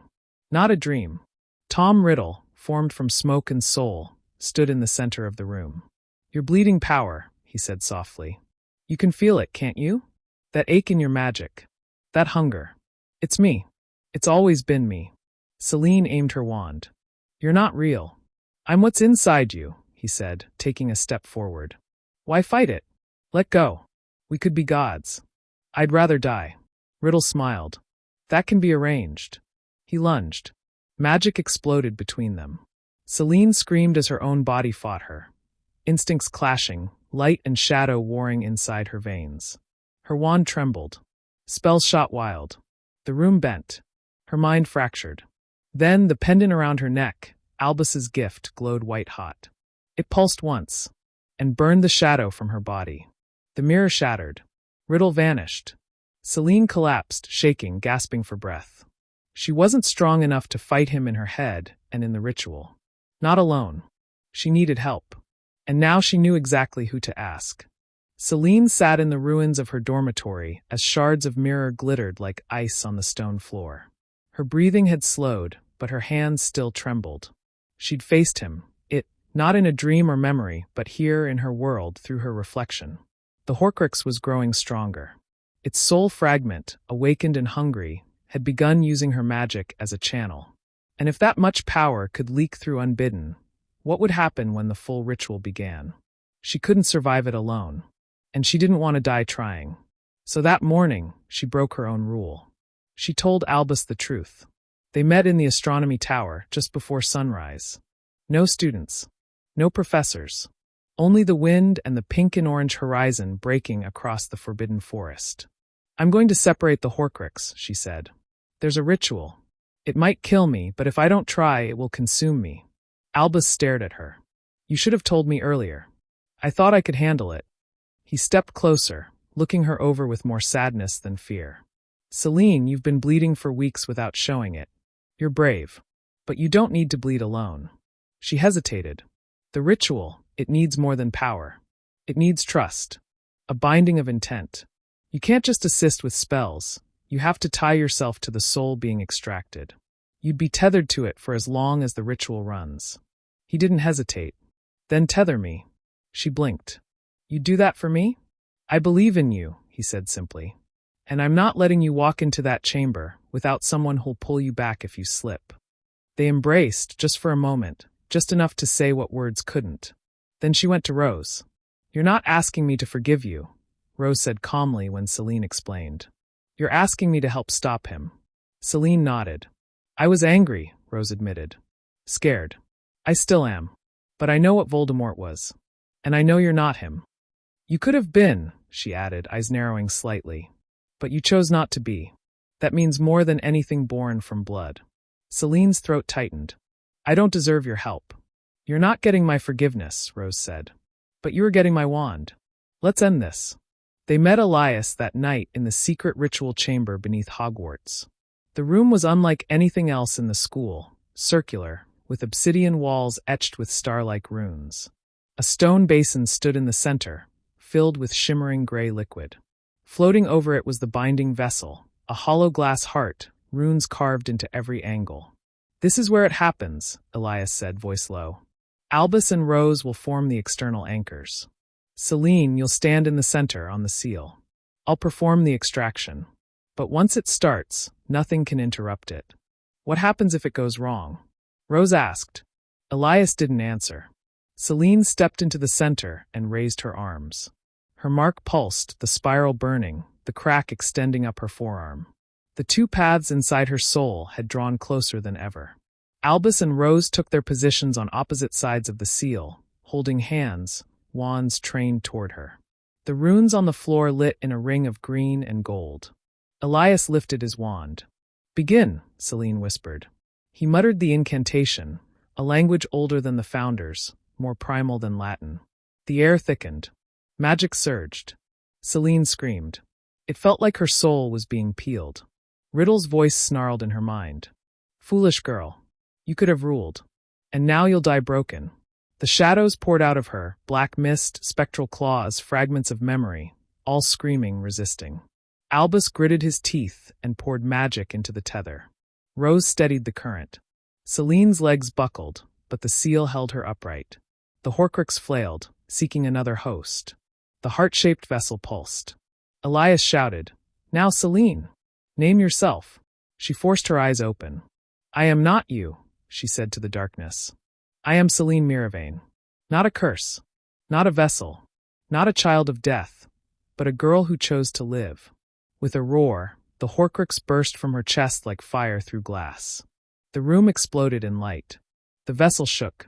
The soul fragment shrieked as it was sealed inside. Then, silence. The runes dimmed. The air cleared. Selene collapsed to her knees, panting, her arms shaking. The mark on her hand was gone. The crack had faded. The spiral had unraveled. She was whole. Albus rushed to her side. You did it. You won. Elias sealed the glass heart with a final incantation, locking the fragment inside. It's done, he said. For now. Selene looked up at him. What do you mean? He nodded toward the vessel. The horcrux is contained, but not destroyed. Destroying it, that's a different battle entirely. Selene stood, her strength returning with every heartbeat. Then she looked to the others. I'm ready. To destroy it? Rose asked. To finish this, Selene said. Once and for all. The ritual chamber lay still. The glass heart hovered above the stone basin, glowing faintly. Inside, the horcrux pulsed, dimmer now, caged in etched runes, its voice silenced but not gone. Selene could still feel it, like a ghost of pain behind her eyes. But it wasn't inside her anymore. It was separate. For the first time in her life, she could hear only her own thoughts. And the silence was beautiful. Now what? Albus asked, glancing uneasily at the vessel. Elias crossed the room, robes dragging along the floor, exhaustion evident in his every step. Now we destroy it. Rose folded her arms. We've read the books. A horcrux can only be destroyed by something that damages beyond magical repair. Fiendfire, basilisk venom, the killing curse. Selene's voice cut in, steady. I choose fire. They turned to her. I was born in it, she said. Molded in his flame. Let it end in fire. Elias hesitated. Fiendfire is volatile. It doesn't obey commands. Even Voldemort feared it. I'm not afraid, Selene replied. Not anymore. She approached the vessel slowly, hand outstretched, feeling the heat rising from the core of the captured soul. The air around it trembled, as though the horcrux could still sense her, recognize her heartbeat. Albus stepped closer. If we do this wrong. Selene nodded. It takes everything.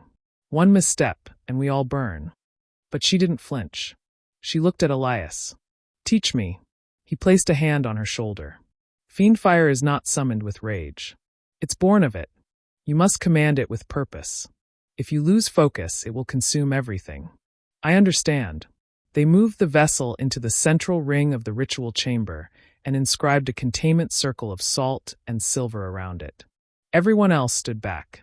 Selene took a breath and raised her wand. She reached inside herself, not for light, not for hope, but for the fury she'd carried all her life. The anger of being made into something she never chose. The pain of being used. The rage of being haunted by someone else's darkness. She found it, and she fed it to the flame. Ignis Inferni. Ape right! A roar tore through the chamber. A wall of serpentine fire erupted from her wand, orange and white at the core, devouring the circle. The heat was immense, the sound deafening, a living inferno, rising like a dragon made of wrath and vengeance. The fiend fire recognized the horcrux. The vessel began to shake. Cracks formed. And the soul screamed. Not in words. In pure thought. We could have ruled. You were meant for greatness. Selene didn't waver. The fiend fire twisted around the glass heart, and with a final, shattering scream, the vessel burst, fragments flying outward, instantly consumed by flame. The horcrux died. The soul was gone. Utterly. Completely. Gone. The fiend fire raged another few seconds, and Selene, heart thundering, turned her wand and whispered the final command. Finum. The fire hissed, roared, and collapsed into smoke. Silence fell once more. Elias exhaled, stunned. You controlled it. Selene nodded, though her arms were trembling. It's over. Rose stepped forward, awe in her voice. You did what no one else could. You unmade him. Selene stared at the blackened floor where the horcrux had been. Not just him. She turned away. I unmade me. The version of me that he built. The three of them walked out of the chamber together, none speaking, the weight of what had happened settling into their bones. They returned to Hogwarts just before sunrise. The castle stood unchanged, peaceful, almost unaware that below its roots, the last fragment of its darkest legacy had just been extinguished forever. Later that day, Selene stood alone on the astronomy tower, the wind catching her hair, her fingers still curled as if holding flame. Albus found her there. No more marks, he asked. She opened her hand. Smooth skin. Whole. No more voices? She smiled faintly. Just mine. They stood together in silence. I don't know what comes next, she admitted. For so long, I've lived with a shadow inside me. Now that it's gone, it feels like the world's gone quiet. Then fill it, Albus said. With your own voice. Your own story. Selene turned toward the horizon. The sun was rising, spilling gold across the sky. She nodded slowly. I will. But deep below the castle, buried beyond the reach of fire or light, something ancient still stirred. Because the Ashbound weren't finished. And the daughter of the Dark Lord had only begun to write her legacy. Weeks passed. Without the horcrux inside her, Selene found her magic changing. It felt cleaner, lighter, no longer tinged with a sharp, sinister edge. Spells obeyed her without the surge of unintended power that once leaked from Voldemort's fragment. For the first time in her life, magic felt like hers, not borrowed. But peace did not last. Elias warned her that something was coming. Even before the last fragment was destroyed, he had spoken of the Ashbound, of how they would not stop with one vessel, one soul. Voldemort had scattered more than fragments of himself. He had scattered promises. And someone had kept them. Selene sat in the room of requirement, which had now reshaped itself into a quiet sanctuary. A circular chamber lit by floating lanterns and filled with shelves of dark tomes Elias had brought from the Department of Mysteries. She studied a map he had drawn for her, a sprawling sketch of England layered with magical lines. Ley paths, historical dark magic spikes, and the remaining strongholds of Voldemort's influence. In the north, a line pulsed faintly. The ink shimmered unnaturally. The Circle of Thorns, Elias said, stepping beside her. One of the Ashbound's oldest enclaves. Sealed centuries ago. But something has changed. A flare in magic, too precise to be natural. Selene traced it with her finger. They're trying to resurrect him, aren't they? Even without the horcrux. They don't need him whole, Elias murmured. They just need his doctrine. His bloodline. His myth. You were meant to be the symbol of that. The daughter of the Dark Lord, born to conquer. Then I'll be their undoing, Selene said. Albus and Rose entered, both alert. I've checked with my aunt at the ministry, Rose reported. Magical surveillance picked up unusual activity in northern Yorkshire. Disappearances. A spike in forbidden curses. All unreported, swept under by someone high up. Ministry infiltration? Albus asked. Elias nodded grimly. The Ashbound were never fanatics. They were planners. They've been burrowing into every magical institution for years. Quiet. Careful. But now they're emboldened. Because their symbol broke her chains. And that wasn't part of the plan. Seline folded the map. Then let's break the rest of it. They traveled in secret the next night, using an old portkey hidden beneath the school's foundations, a broken Slytherin medallion once used by Death Eaters. The four of them were whisked away to the moors of Yorkshire. The sky above was ink-black, pierced by stars. The land stretched out empty around them, until a hill rose sharply to the east, topped with a ring of standing stones. Selene's mark might have faded, but her magic still knew. This was where they were gathering, the Circle of Thorns. As they approached, a ripple passed through the air. Wards. Powerful ones. Selene extended her wand. I'll go first. Follow at a distance. We don't know what they're expecting. They crept through the grass, the stones growing larger, and as they passed the outer ring, the ground shimmered. A hidden staircase appeared, spiraling downward into the earth. The group exchanged looks, then descended.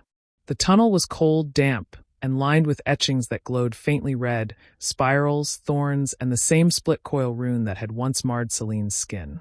The scent of old smoke clung to the air. At the bottom, a wide chamber opened up, and the sight stopped them cold. A dozen figures in hooded robes stood in a circle, chanting low. In the center floated a body. Not Voldemort. Someone new. A girl. She was pale, with silver blonde hair, and a crown of thorn-shaped metal etched with glowing runes. Her eyes were closed, but her presence in the chamber pressed like gravity against Selene's chest. Who is that? Albus whispered. Elias's eyes widened. She's not from this world. Selene frowned. What do you mean? She's a construct. A vessel. Not human, not entirely. Made from remnants. Magic, bone, blood, and prophecy. The lead cultist stepped forward, pulling back their hood. It was Scorpius. You came, he said, smiling coldly. Good. You should see what perfection looks like. Selene's wand rose. What have you done? He gestured to the girl. We failed with you, Selene. You resisted the gift. You destroyed the fragment. So we made another. Not from blood, but from intent. A daughter of Voldemort by design. The girl stirred. Her eyes opened. Black scara. Red irises. She stared directly at Selene. And smiled. Selene's blood ran cold. Scorpius continued. We call her Vesper. The evening star. Where you were fire tempered by love, she is fire unbound. Selene stepped forward. You made a monster. No, Scorpius said softly. We made your replacement. Vesper hovered above the ground now, her body slowly rotating as she took in her surroundings. Power shimmered around her like a cloak. And when she raised her hand, the stones themselves shook. Rose whispered, Can we even fight that? Selene didn't look away. We don't have a choice. Vesper tilted her head, curious. So you're the first, she said, voice echoing unnaturally. The broken promise. The failed heir. Selene raised her wand. Let's see, Vesper whispered. If you die better than you lived. The chamber erupted into flame. The circle of thorns erupted into chaos. Selene dove aside as Vesper's conjured firestorm surged across the chamber like a wave of molten glass, melting stone and vaporizing sigils carved into the walls. Albus countered with a wide shield spell, but it cracked under the intensity. Rose retaliated with an icy chain that struck one of the cultists, flinging him into the wall with a sickening crunch. Elias was already moving, muttering incantations in a tongue older than the Founders, weaving protective wards with dizzying speed. But even he looked shaken. She's not just powerful, he muttered as he grabbed Selene's arm and yanked her behind a crumbling column. She's accelerating. Her magic is evolving in real time. Selene peeked around the edge, heart thundering. Vesper hovered just above the chamber floor, runes swirling around her like orbiting moons. Every time someone attacked, she didn't just block, she learned. Spells that had forced her to dodge seconds ago were now shrugged off with effortless countercharms. She's copying us, Selene realized. Every spell we cast, she remembers. And adapts. Then stop using spells she can see, Elias replied darkly. You'll have to fight like yourself, not like Hogwarts taught you. Selene gritted her teeth. No rules, then. With a surge of raw intent, she leapt out from cover and unleashed a nonverbal, bloodline-specific curse she'd read in one of Voldemort's recovered journals. Something unrecorded, passed through instinct more than study. The jet of red lightning didn't aim for Vesper's body. It aimed for her magic. The spell struck the swirling runes and broke them, one by one, sending a shockwave through the air. Vesper screamed, more in frustration than pain, and retaliated by slamming her fist down. The stone floor cracked like glass, and thorned vines of black fire erupted upward, hunting them down. Albus was there in an instant, grabbing Seline and disapparating them a few feet away, just narrowly avoiding being engulfed. "I thought she was your sister," he said breathlessly. "She's not my anything," Selene spat. "She's a construct. A shadow trying to replace the real thing." Across the chamber, Scorpius watched calmly, wand lowered. He didn't flinch as one of the cultists was incinerated by Vesper's flailing magic. "She's not ready," he called out, voice echoing. "But she will be. You forced her to awaken early. Every strike you land will make her stronger." "Then I'll stop holding back," Seline growled. She stepped into the open again, the coil of her magic burning along her spine. Not Voldemort's fire, hers. Refined through pain, loss, and triumph. Shaped by friends, by defiance, by choice. She looked to Elias. "Get them out. Get Rose and Albus back to Hogwarts." "I'm not leaving you here," Albus shouted. "You have to," she said. "She's attuned to me. You'll be collateral if you stay." Rose began to object, but Elias didn't wait. He muttered a binding spell and yanked them both into a forced portkey, the silver medallion vanishing with a snap of displaced air. Now it was just Seline and Vesper. Two daughters of darkness. One real, one forged. Vesper smiled again, stepping toward her. "They're afraid of me. But you're jealous. You see yourself in me." "I see what I escaped," Seline snapped, launching a bolt of twisting fire laced with serpentine charmwork. It coiled around Vesper like a python, dragging her to the floor and pinning her with raw pressure. Vesper's eyes blazed, and with an effort of pure magical will, she broke the binding. Seline whispered, "You're strong. But you're a copy. You're playing at war with someone who already survived it. You think you've won because you removed him?" Vesper hissed. "He's not gone. He's in the stones. In the bloodlines. In the idea. You just killed his echo. I am his resonance."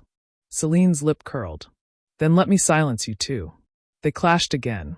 This time Seline didn't cast structured spells. She willed magic into existence.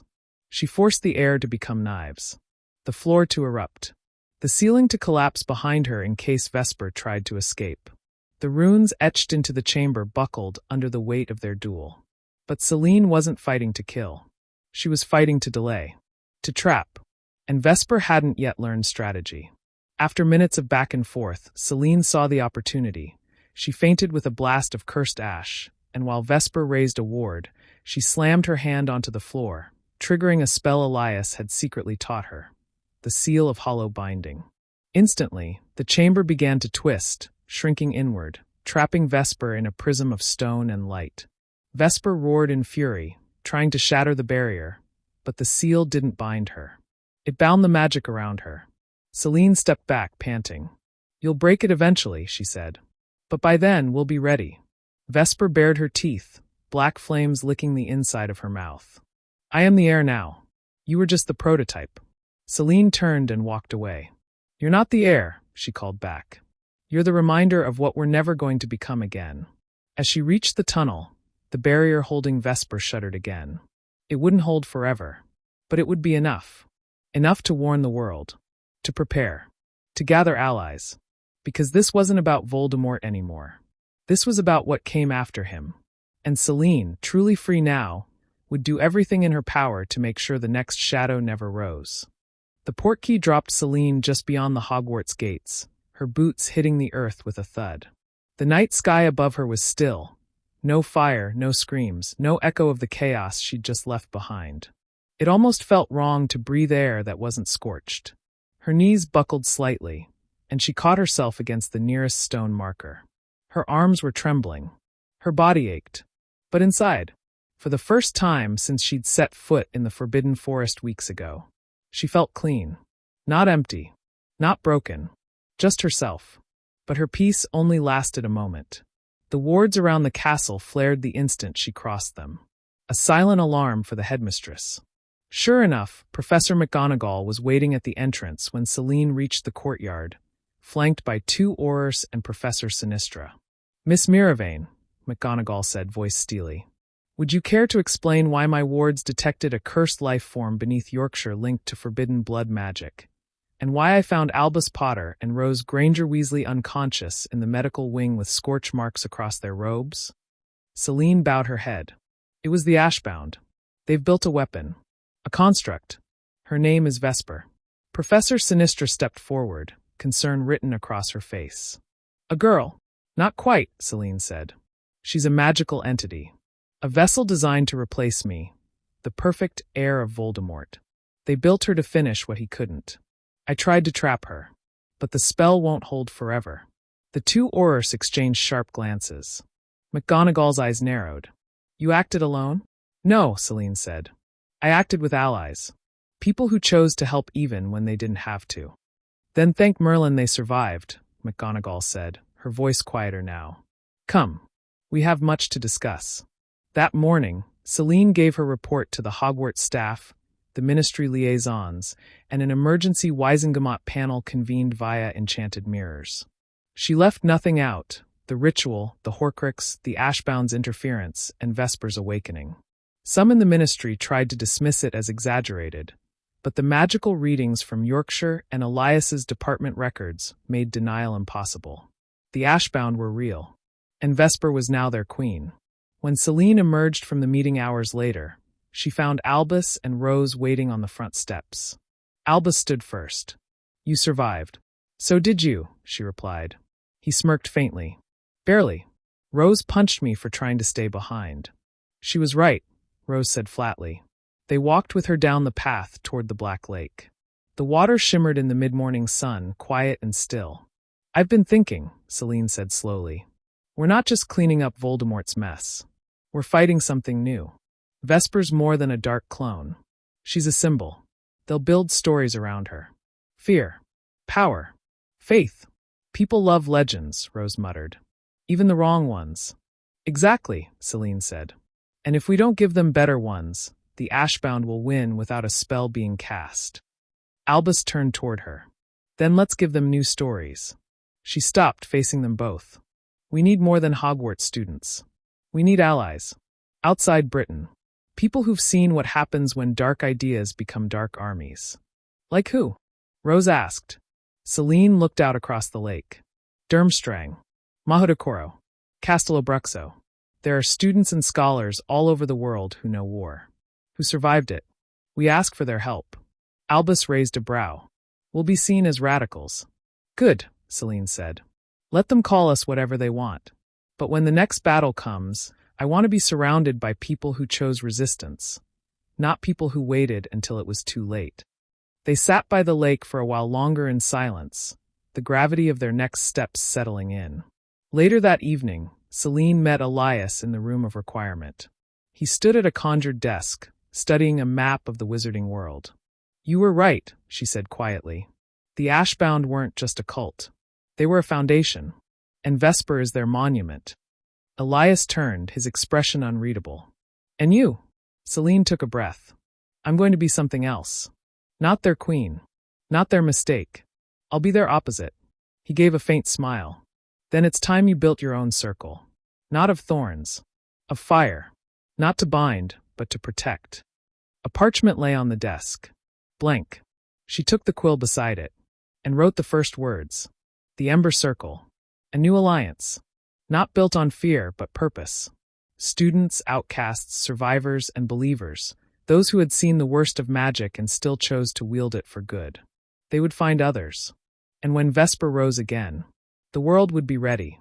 The parchment glowed faintly under the light of the room of requirement, the name etched in Selene's careful hand burning with golden embers. The Ember Circle. The words held weight. Power. Purpose. Elias watched in silence as she stared at them, a small fire of determination flickering behind her eyes. Then she dipped her quill again and began to write names. Not just names of friends. Names of people who'd stood up when it was hard. Who'd questioned the old ways. Who'd chosen resistance over silence. Rose Granger Weasley. Albus Potter. Elias Thorne. Neville Longbottom, she would ask him. Professor Sinistra. Even Scorpius Malfoy. Elias raised a brow. Malfoy. He didn't summon Vesper, Selene said quietly. He believed in her. That's different. And belief can be broken. If he lives long enough, Elias muttered. And if she doesn't break him first. Selene nodded. We'll see. The next day, she summoned Rose and Albus back to the room. The parchment had grown, enchanted now with protective charms and magical consent runes. Anyone who signed would bind themselves to a promise, to protect, to resist, and to fight when the time came. Rose looked impressed. Feels like the DA all over again. Albus smiled. This time with better branding. Selene handed them each a quill. If we're going to fight Vesper, we need more than bravery. We need unity. The old institutions, Hogwarts, the Ministry, they won't move until it's too late. We build our own. Rose signed without hesitation. Albus followed, nodding once. The parchment pulsed. 3 embers glowed on the page. The ember circle had begun. Within days, word spread quietly through the castle. Not through grand speeches, but hushed conversations, late-night meetings, and the weight of truth shared among those who'd seen the shadows creeping in. The circle grew. Luna Lovegood, now a magical naturalist and diplomat, agreed to return to Hogwarts as an advisor, bringing with her the support of several magical communities from Scandinavia and Northern Europe. From Beaux-Batons, a half-Vila named Camille Dupuis sent word that she and 3 others would lend their talents in charmcraft and ancient glamour defenses. From Castelabruxo, a shapeshifter named Tiago offered protection spells passed through his tribe for generations. Even Ilvermorny responded, an owl bearing a letter from Headmistress Professor Graves. We see the storm brewing. We won't wait for it to reach our shores before acting. Within 2 weeks, the Ember Circle had over 30 names from 6 continents. Selene stood in the room of requirement, now transformed into a war chamber. Maps floating mid-air, glowing runes marking magical signatures, correspondents orbiting around like lazy fireflies. But for all their progress, she knew time was short, because Vesper hadn't remained trapped. At midnight, Elias burst into the room, face grim. She's broken the seal. Selene turned. How long ago? 5 hours. I felt the magic rupture all the way from the department. She's loose. Selene closed her eyes. Of course she was. She'll be regrouping, Rose said. Gathering the ashbound. Planning a move. She doesn't need to plan, Elias replied. She just needs to appear. One show of force. One village burned. One ministry raid. And people will flock to her like they did to him. Then we need to move first, Selene said. A counter symbol. Something public. Albus tilted his head. Like what? Selene stepped forward. We unmask her. Elias blinked. What? She was made in secret. Raised in shadows. They want her to be a myth. But if we show the world what she really is, a construct, an unstable weapon, a spell given flesh, we fracture their image of her. We expose the truth. No masks. No fear. Rose nodded slowly. Information warfare. Albus smirked. I always said we needed a better PR department. Elias didn't smile. And how do you propose we do that? Walk into the Weisengamot and hand them Vesper's spellcraft blueprints. No, Selene said. We go to the one person who helped build her. Albus's face darkened. Scorpius. Selene looked down at the Ember Circle parchment. 33 names. We don't need him to switch sides, she said. We just need him to talk. Rose frowned. And what makes you think he will? Selene's eyes gleamed with something hard. Because Vesper will betray him. She has no use for loyalty. Only obedience. And Scorpius had never been obedient. Not to his father. Not to the ministry. Not to her. The war was beginning again, but this time, it wasn't just about wand work and duels. It was a battle of symbols. Vesper might be a goddess to the Ashbound. But Selene would be something else. Not a weapon. Not a myth. A flame that refused to die. An ember rising. The corridors of the Slytherin dormitories were unusually quiet when Selene slipped past the main entrance, her hood low, steps light. She hadn't been down here in weeks, not since before the horcrux had been removed, but every stone still remembered her. Whispers echoed faintly in the arches, like ghosts murmuring her name. She wasn't here as a student tonight. She was here to confront a traitor. Scorpius Malfoy sat in the far corner of the common room, legs crossed, a book open on his lap. Not reading. Watching the fire burn with a thoughtful expression, untouched by guilt. 2 first years whispered to each other near the stairs, but left when they saw Selene. He looked up without surprise. They said you might come. Selene dropped her hood. You gave her life, Scorpius. What did you think she'd do with it? He closed the book and set it gently on the table. I thought she'd save us. From what? She hissed. From fear? From choice? From free will? He stood slow and calm, hands behind his back. You were a mistake. Voldemort's legacy, corrupted by sentiment. You had the power but not the resolve. Vesper doesn't hesitate. She doesn't question. No, Selene said coldly. She doesn't think. Scorpius stepped forward. And yet here you are, asking me for help. What do you want, Selene? An apology? Or permission to do what you've always feared? Selene didn't blink. I want the spellbook you used to build her. That finally broke his calm. His jaw tightened. That book is older than the Ashbound. It's not meant to be seen by anyone who might stop her, she cut in. I know you still have it. And if Vesper gets her way, she won't need your blood or your blessing. She'll just need your corpse. Scorpius's face went pale, just slightly. Selene stepped closer, voice lowering. You've been loyal to an idea, Scorpius. Not to her. You thought you were building a better world, but she's going to burn it down. And she won't care if you're standing in it. He didn't respond immediately, but his eyes flicked to the stone serpent carved into the wall behind her, as though weighing something. Then he said softly, She's not finished. Selene froze. What? There's a second phase, he whispered. A spell built into her binding array, something the Ashbound call the Veil Pulse. She's going to split the veil between life and death. Not for Voldemort, for herself. Selene's stomach turned. You're saying she's trying to make herself eternal. Scorpius nodded once. If it works, she'll be neither dead nor living. She'll exist in both, like the Hallows combined. And then she won't need soldiers. She'll be a force. Unstoppable. Where's the book? Selene asked. He hesitated. You built her, she reminded him. You owe the world a chance to fight her.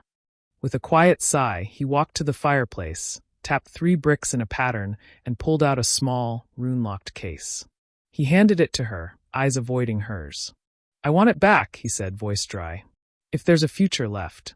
Selene took it and left without another word. Back in the room of requirement, the Ember Circle was already gathered. Albus, Rose, Elias, Camille from Beaux Batons, and 2 Castelobruxo scouts watched as she opened the case and lifted the book. It was bound in gray leather, stitched with threads of iron. The spine shimmered faintly, as if alive. On the front, etched in fine script. The Null Codex. Elias stared in awe. I thought this was lost in the Great Schism. It's the blueprint for soul-binding constructs. Selene laid it open, revealing complex diagrams, runes that shifted as you read them, and formulas written in blood ink. This is how they built her, Selene said. Every array. Every spell. And if we're lucky, it'll tell us how to unmake her. Camille leaned over the pages. She is not immortal yet, but if she reaches the threshold required to activate the Veil Pulse, she'll become untouchable, Elias finished. Not just physically, magically. She could rewrite the laws of death itself. Selene looked at the others. Then we hit her before that happens. We find the location of the ritual site. We destroy the Veil core before she completes it. And we do it together. The Ember Circle stood taller at her words. Albus placed a hand on the codex. You're not alone, Selene. Not anymore. Rose nodded. We fight with you. To the end. One by one, the others stepped forward, pledging themselves. The circle of embers now glowed bright. Selene closed the book. We end this before it begins. And far away, in a cold chamber lined with bone and silver flame, Vesper opened her eyes. Her ritual was nearing completion. She saw Selene in a flicker of mirror fire. And she smiled. Let the flames come, she whispered. I'll consume them all. The Ember Circle's war chamber was alive with movement. Scrolls floated midair. Maps rearranged themselves with every new piece of intelligence. Names were whispered across nations. Those to trust, those to watch, and those already lost to Vesper's growing influence. Selene stood at the center of it all, her gaze locked on the projection above the central table, a pulsing, red-glowing glyph hovering over northern Albania. The Veil core is being built here, Elias confirmed, deep inside the ruins of an old wizarding fortress called Carvalan Keep. Long forgotten, Voldemort himself visited it once, briefly, but he never understood its potential. Vesper does, Camille muttered. She's using it as a locus, a bridge to bind herself between realms. Seline tightened her grip on the edge of the table. We break it before she completes the ritual. She wants to become myth. We drag her back to mortal. She has the Ashbound with her, Albus added. The Circle of Thorns has been gathering there in secret for weeks. We'll be outnumbered. Rose leaned forward. Not if we strike fast. Hit hard. Infiltrate, sabotage, and collapse the Veil core before they realize we're not just rumors anymore. Selene looked around at them all. Every face in the chamber carried signs of wear. Sleepless nights, wounds both visible and buried. But none of them wavered. This wasn't a rebellion. It was a movement. The Ember Circle wasn't just trying to survive. They were trying to reshape the future. We'll go in teams, Selene said, voice clear and commanding. 4 groups, each with a task. She pointed to the floating diagram of the fortress. Team 1 infiltrates the northern watchtower, disable alarms and portkey traps. Camille, Tiago, and 2 of the Beauxbatons fighters will lead it. Team 2 disables the Ashbound's ritualists on the eastern ramparts, Rose, Albus, and one of the Ilvermorny scouts. Team 3 handles the internal core. Elias and I will breach the chamber and collapse the Veil anchor directly. Team 4 stays hidden outside with brooms and escape routes, ready to grab anyone wounded. They only move in when signaled. What's the signal? Rose asked. Selene's eyes glinted. A phoenix-shaped flare, bright enough to blind. Everyone nodded. No one questioned her leadership. Later that night, Selene stood alone in the Olary, letting the cold wind cut through her robes as she stared at the horizon. The sky was moonless. Silent. Elias approached slowly. I've seen 100 prophecies, he said quietly. Most of them wrong. Some dangerously right. But never have I seen someone defy the lines they were written into like you. Selene didn't look at him. That's the problem with prophecy, isn't it? It assumes you'll follow the script. He stepped beside her. You're not the same girl I pulled from the department vaults. The mark's gone. But so is the fear. I'm still afraid, she said. Just not of her anymore. Elias nodded. Good. Because this may be the end. Selene finally turned. No. This is the beginning. We win, Elias. Not just by surviving, by changing what follows. At dawn, the Ember Circle departed Hogwarts for the last time. They wore no uniforms. No banners. Only their wands, their resolve, and a single charm pinned to each cloak. A tiny ember rune that shimmered orange gold when touched by light. Carvalan Keep awaited. And Vesper did too. The fortress rose from the mountains like the bones of a long-dead god. Towers cracked. Stone bleached white by wind and war. Around it swirled unnatural fog, cloaking the army gathering inside. Selene could feel the pull of the ritual even before they breached the outer path. A hum in her blood, like static against her soul. They moved fast. Team 1 breached the northern tower within 10 minutes, thanks to Camille's precision spells and Tiago's silent shape-shifting. He tore through the ashbound guards like smoke in the wind. Portkey fields dropped, the alarm runes went cold. Team 2 fought harder. The eastern ramparts were heavily guarded. Albus was hit by a stunning hex, but Rose dropped the caster with a curse laced in lightning. They reached the upper balcony just as Vesper's magic began to rise, a ring of ghost light blooming over the central courtyard. Team 3, Selene and Elias, descended into the core. The Veil anchor was not a stone or staff. It was a mirror. Tall, arched, framed in dragon bone and filled not with reflection, but with possibility. Hundreds of overlapping futures dancing across its surface like silk on water. Vesper stood before it, her back to them, arms outstretched. She was changing. Her body crackled with unstable magic. Her form shifting in and out of phase, no longer bound fully to the physical world. Her eyes were twin voids. She turned slowly. You followed. I led, Seline said, stepping forward. And I'm ending this. You're too late, Vesper whispered. The veil hears me now. I will not die. I will become. Elias moved to the left, wand glowing, whispering a collapsing spell under his breath. Vesper raised her hand. The room howled. Seline didn't wait. She threw every bit of her magic at the mirror. Not at Vesper, the anchor. The ritual couldn't continue without it. The mirror cracked. Vesper screamed. And across the battlefield, Rose saw the sky flare with a burst of orange gold. A phoenix. The signal. Now, she shouted. The ember circle launched their final assault. Outside, Camille's group lit the skies with flame. Inside, Seline raised her wand for one final spell. Vesper lunged at her. Incendera cor. Seline cried. The mirror shattered. Vesper collapsed. The veil pulsed once, and vanished. Silence fell over the keep. Seline stood alone in the echo of power, chest heaving, ash clinging to her skin. The war wasn't over. But the tide had turned. Vesper was defeated. And the world would remember. Not the darkness that tried to rise again, but the circle of fire that refused to let it. Smoke still clung to the air like old breath, swirling between broken stone and shattered runes. Carvalan Keep had fallen into silence, a silence not of peace, but of aftermath. Seline stood in the center of what had once been the veil chamber, her boots crunching over fragments of the shattered mirror. Vesper's body lay motionless nearby, flickering faintly at the edges as if the magic trying to hold her together couldn't decide whether she should still be. Albus and Rose entered cautiously behind her, both battered, their faces smeared with soot and blood. Is she dead? Rose asked. Seline didn't answer at first. Her wand was still raised, pointed toward Vesper's chest. She's breaking, Seline said. She was never alive in the normal sense. No heart, no soul, just design and fire and prophecy strung together like puppeteer's thread.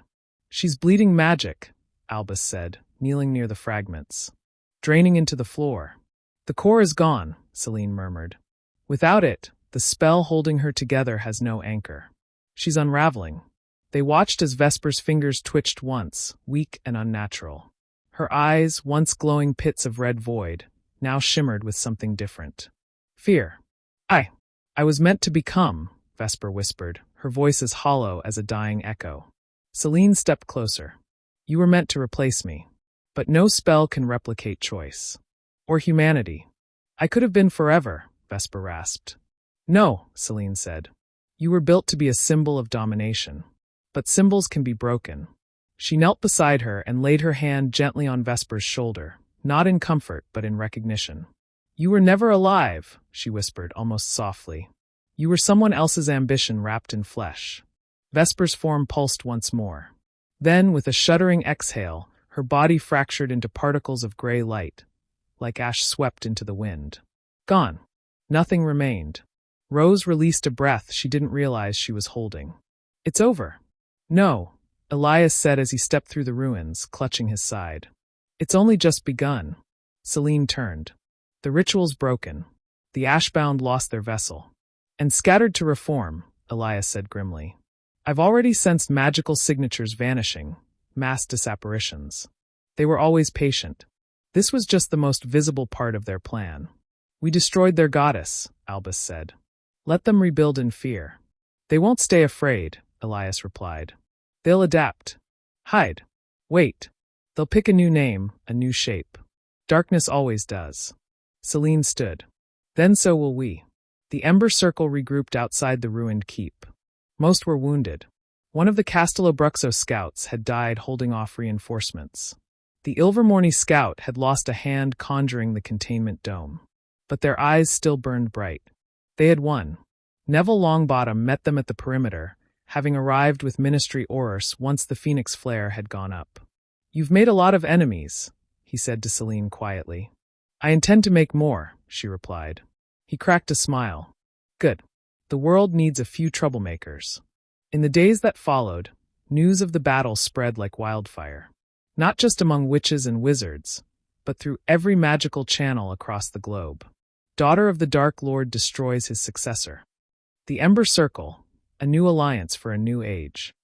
Vesper defeated in Albania, magical construct disintegrates in arcane collapse.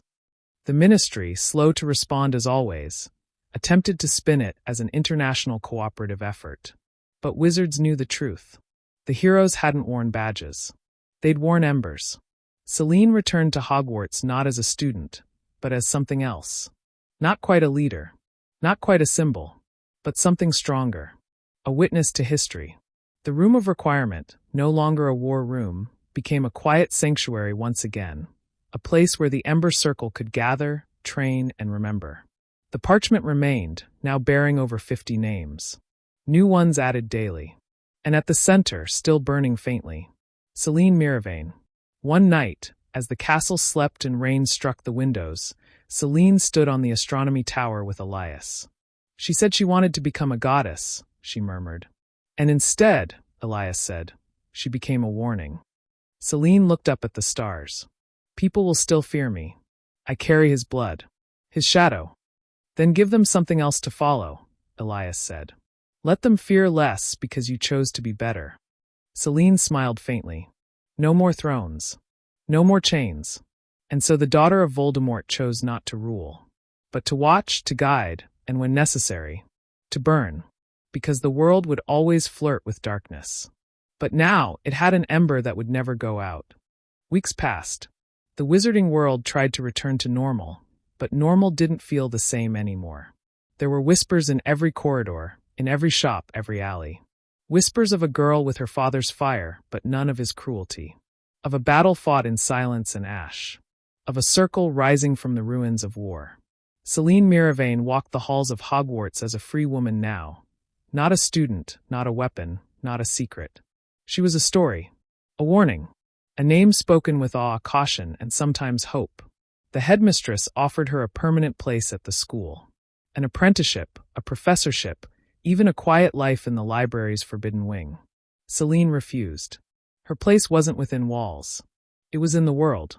Among the ashes still smoldering. Among the sparks still waiting to catch fire. The Ember Circle did not dissolve. It grew. With every letter received from Bosbatons, Ilvermorny, Wagadu, Castelobruxo, Cold of Storitz, and Mahudakoro, more names were added to the enchanted parchment. People young and old who remembered what happened when they stood by and did nothing. Some weren't fighters.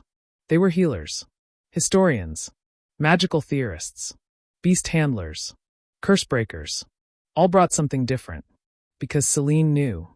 The next war wouldn't just be fought with wands. It would be fought with ideas. The Ashbound, though fractured, weren't finished. Reports trickled in. Strange symbols reappearing on cave walls in Bulgaria. Whispers of dark sermons in back alleys of Madrid. A resurgence of ancient rites in the corners of the magical world long thought abandoned. They were regrouping. Selene stood in front of a small campfire in a forest clearing in Wales, surrounded by new recruits. 10 witches and wizards between the ages of 13 and 50, watching her with quiet reverence. She didn't give speeches. She gave truth. Evil doesn't vanish when you burn its crown, she told them. It waits. It adapts.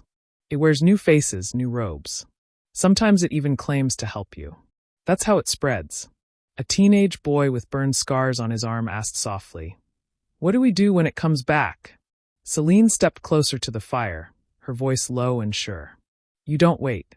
You watch. You listen. You act when others hesitate. That's what an ember does. You don't always have to win. You just have to make sure the fire never dies. The boy nodded, eyes wide. Later that night, she sat by the fire alone, journal open on her lap. The same one Elias had given her months ago, before everything changed. She wrote slowly, carefully. The circle lives. And so do I. Vesper's gone, but her kind will rise again. I know that now. But I'm no longer afraid. I am what they fear. Not the air. Not the dark. Just a girl with fire in her blood. And the will to use it. She closed the book. At the edge of the camp, Elias emerged from the trees with Rose and Albus behind him. They were older now in ways that didn't show on skin but etched deep into their hearts. Like her, they weren't students anymore. They were witnesses. New reports from Cairo, Rose said, handing her a scroll. Something about resurrection magic resurfacing in the deep tombs. Same symbols as the Ashbound, Albus added. Modified, but the intent is the same. Selene accepted it, glancing at the markings with a frown. They're already trying again. Elias sat beside her, arms crossed. Let them try. We're ready now. Selene smiled faintly. Then it's time for our next move. They began organizing a new team the next morning. Not for battle, but for infiltration. Research. Prevention. The Ember Circle would expand again. This time, into cells across the magical world, quietly watching the cracks form before darkness could spill through them. They would be many, but they would be one, each connected by a single charm, a pendant in the shape of a flame, enchanted to glow whenever another ember was in danger. No orders, no hierarchy, just trust. Selene sent the first pendants herself. To Camille in France, to Tiago in Brazil, to Luna Lovegood, who had returned to the Scandinavian forests, even to Scorpius Malfoy.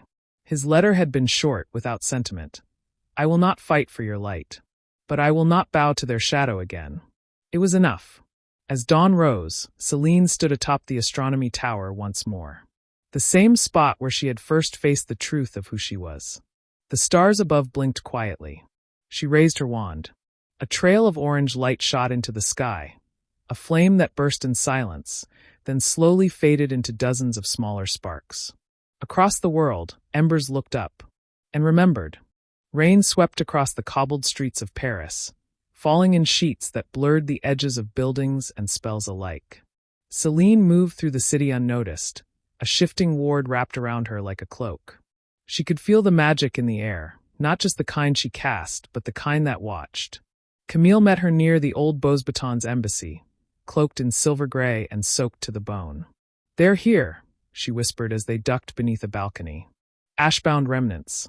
3 days ago they tried to sway a conclave of elemental mages near Strasbourg. Claimed Vesper had ascended and would return as a goddess of balance. Balance, Selene scoffed. She nearly ripped the veil open and made herself immortal. Camille nodded. Truth doesn't matter to those looking for something to worship. They crossed the square, descending into a forgotten tunnel beneath the city. Once an arcane passage between magical markets, now a meeting point for the Ember Circle's newest cell. Inside the low-lit cavern, a dozen embers were waiting. Different accents, skin tones, and robes. All with flame pendants glowing faintly. A girl from Wagadu with inked runes along her jaw. A seer from Greece whose eyes flickered with second sight. A half-goblin mage from the Albanian ranges, scarred but unshaken. Selene stood before them and spoke with the calm authority that came only from someone who had walked through fire and survived. You've heard the rumors, she began. You've seen the signs, Vesper's name carved into stone, her symbol left behind at crime scenes, whispers of resurrection. She's dead, someone said. We all saw it.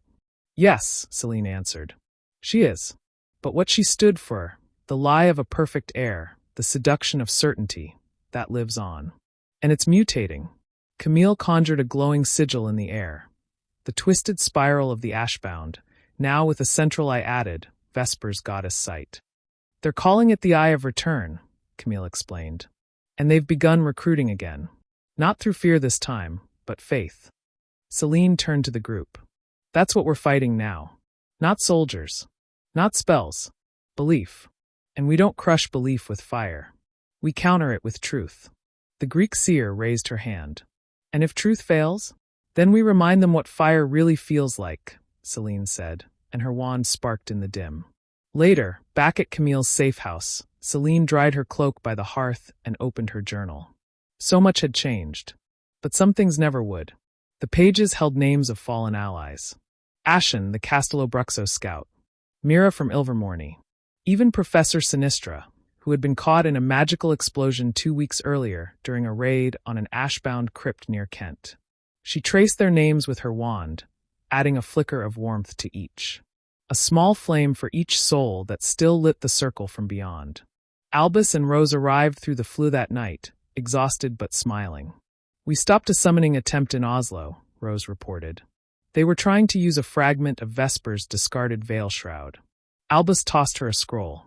Also, Scorpius sent you another letter. Just 2 words this time. You're right. Selene raised a brow. He'll never admit it out loud. But he's watching, Rose said. He's thinking. Good, Seline replied. We need thinkers. As they ate around the small table, planning their next move, a magical quill scratched across the enchanted ember circle parchment in the other room. New names writing themselves in glowing ink. Yara Windstrider, Wagadu. Silas Thorne, Australia. Lucian Graves, Ilvermorny. The circle was alive. And it wasn't waiting for the ministry anymore. It was leading. Hours later, Selene stood on the rooftop, staring at the Paris skyline. Lightning flashed in the distance, magic, not weather. A storm was coming, but she was no longer bracing for it. She was the storm, and behind her, hundreds of sparks waited to ignite. Snow fell across the broken stones of Carvalan Keep, covering the battlefield in white silence. Where once blood had spilled and magic screamed through the air, now only the wind moved. The Ashbound had not returned. Not yet, but someone had. Selene stood alone amid the ruins, cloaked in winter gray, wand at her side. She hadn't come for battle or strategy. She came to listen. The shattered remnants of the veil mirror still lay beneath layers of snow, faintly humming with residual energy. No longer enough to bind a goddess, but enough to whisper, sometimes, when the world went still. Elias stepped out of the snow behind her, his boots crunching lightly. You shouldn't be here alone. I'm not, Seline murmured. They're still here. The Ashbound. Vesper. The veil. It all lingers. Elias studied her face. You think something remains? I know something remains, she said, pointing to the far wall, a fresh symbol carved into the stone, etched with frozen blood. A perfect spiral with the eye of return in its center. They were here yesterday, Selene said. Testing the magic. Measuring what was lost. They'll try to rebuild it, Elias replied grimly. Somehow. Somewhere. But they'll never recreate her, Selene said. She was a convergence. An accident of timing, blood, prophecy, and fear. There won't be another Vesper. No, Elias said. But they might not need one. What if they're learning from her fall? Selene turned toward him. Then we learn faster.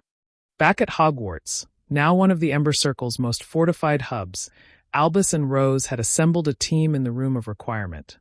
Maps floated midair, runes pulsed faintly, and magical markers flashed across regions of high Ashbound activity. We've confirmed sightings in 3 places, Rose reported as Selene and Elias arrived. Ireland, Egypt, and the Philippines. They're activating ancient sites. Testing rituals. They're not just hiding anymore, Albus added. They're searching, looking for something that can replace the veil mirror. They don't want resurrection, Elias said. They want ascension. And if they find another anchor. Selene crossed her arms. We stop them before they find it. From behind the map, Camille stepped forward with a scroll bearing a familiar seal. One used only by the inner Ember leadership. It's not just them anymore, she said. We've received intelligence that a new faction is forming. One that's not interested in Vesper or Voldemort, but in what they call the Purity Spark. Selene's eyes narrowed. Another cult? Not quite, Camille replied. They're recruiting those disillusioned with both the Ministry and the Ember Circle. Former radicals. Disenfranchised purebloods. Even a few rogue Embers. They're trying to hijack the symbol, Elias muttered. Twist it into something else. Selene approached the map and tapped her wand against a glowing dot near the Scottish Highlands. This ends now, before more lives are pulled into it. Rose nodded. Then we move fast. The team split once again, dispatching cells to the 3 regions while Selene and Camille prepared to confront the group gathering in the Highlands, known only by a whispered name. The Emberborn. Unlike the Ember Circle, the Emberborn were not bound by oaths. They were anarchic, chaotic, claiming to carry the fire of revolution, but burning everything in their path. Selene and Camille arrived by nightfall, disapparating to the edges of a ruined chapel built into the cliffside. Magical flares lit the dark sky above, pulsing red and gold. Inside, voices chanted spells woven from both light and shadow. Selene pushed open the heavy door. Inside stood nearly 24 witches and wizards, all clad in black and gold, fire emblems stitched into their robes, but twisted, cracked, and jagged. At their center was a tall woman with ink-black eyes and a voice like oil on fire. You are late, child of ashes. Selene didn't flinch. You're using my symbol. You don't know what it means. The woman raised her hands. We know more than you think. Vesper was a blueprint. You are a spark. But we are the wildfire. We are what comes after you. You stand for destruction, Selene said. No, the woman replied. We stand for freedom. For ending every tower, every ministry, every chain. Burn it all, and let magic rule itself. You don't want freedom, Selene said coldly. You want anarchy. You don't build, you consume. She stepped forward, wand glowing. This is your first and only warning, she said. The circle protects. You threaten lives, you twist symbols, you poison our purpose, and we will stop you. The woman smiled. You think you still control the fire? No, Selene whispered. I am the fire. A blast of pure golden magic erupted from her wand, striking the altar at the woman's feet. Runes shattered. Chants cut off mid-breath. Half the Emberborn scattered in shock, the rest drew wands. But Camille was already casting shields, deflecting every spell thrown at them. In minutes, the chapel burned, and Selene left with only 2 words scorched into the stone behind her. Embers protect. In the ancient library beneath Cold of Storets, a part of the school not even most professors dared to explore, Selene stood between shelves older than the ministry itself, fingers brushing over tomes bound in bark, bone, and whispered curses. The light above her flickered like it feared what lay in the dark. Beside her, a 7th-year girl with silver-rimmed spectacles and frost-dusted robes watched in reverent silence. Her name was Ivana Morozov, a cryptomancer and one of the newest recruits to the Ember Circle. This, Ivana whispered, holding out a rolled parchment sealed with runes from the age of Koshii the Deathless, is what they're after. The Emberborn, the Ashbound, all of them. It's not a mirror this time. It's a route. Selene unrolled it gently. It was a map, but not of places. Of paths. Magical ley lines, drawn like veins across the world, converging in a single place. Sierra del Silencio, deep within the Andes. Elias, reading over her shoulder, murmured, That's the site of the original Pact Flame, where the first magic users gathered after the cataclysm. A place of balance. Exactly, Ivana said. A place where life, death, and time once aligned. If they corrupt it, Selene finished for her. They won't need a Vesper. They'll become Vesper. As a collective. A hive mind ascension. Not one god, many. All linked through belief in magic. A wildfire. They'll use the ley lines to channel emotion, desperation, pain. Everything that fueled the original rise of Voldemort, and then Vesper. But this time, spread like a network, Ivana said. Like a magical infection. We need to get there before they begin, Selene said. We sever the lines. Collapse the root node. And if they've already started? Elias asked. Selene looked up, her eyes glowing faintly gold in the candlelight. Then we burn them out from the inside. Back in the Ember Circle's Icelandic command post. One of the coldest, most isolated, and best-guarded sanctums. Rose and Albus waited with a global roster of operatives now spanning 27 countries. The Emberborn are ahead of us, Rose reported, pointing to a pulsing sigil over South America. They have 4 convergence points active. We've only confirmed 2. They're using stolen Ember charms to sneak through wards, Albus added grimly. The symbols become a passport. Selene slammed her palm on the table. We give them no safe haven. No legitimacy. Anyone using the emblem without binding vows is a target. No exceptions. Camille appeared beside her with a report. We've tracked a sub-leader, they call him Pyrrhic, traveling between Chile and Bolivia with a battalion. He was once part of the Romanian Order of Shadows. Extremely dangerous. Selene read the report. Pyrrhic believed in transmutational purity, that those who survived magical flame could be reborn better, stronger, and that all who feared fire were weak. He's heading to Sierra del Silencio, she said. We intercept. The mission formed quickly. Selene would lead the team. Elias, Camille, Ivana, and 2 new Ember agents from Wagadu and Mahudakoro. Their goal, breach the convergence site, sever the ley lines using anti-ritual sigils from the Null Codex, and confront Pyrrhic before the ritual could ignite. They arrived by night, operating deep into the jungle under a moonless sky. The air was thick with humidity and magic. Heavy, volatile, like the world itself was holding its breath.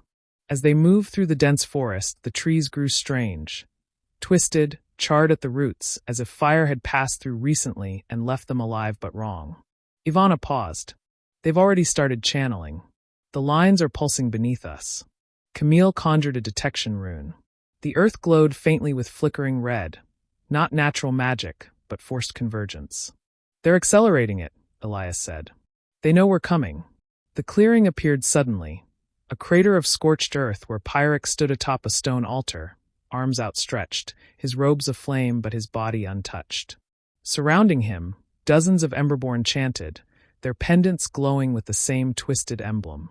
I smell betrayal, Pyrrhic called out, eyes locking onto Seline across the flames.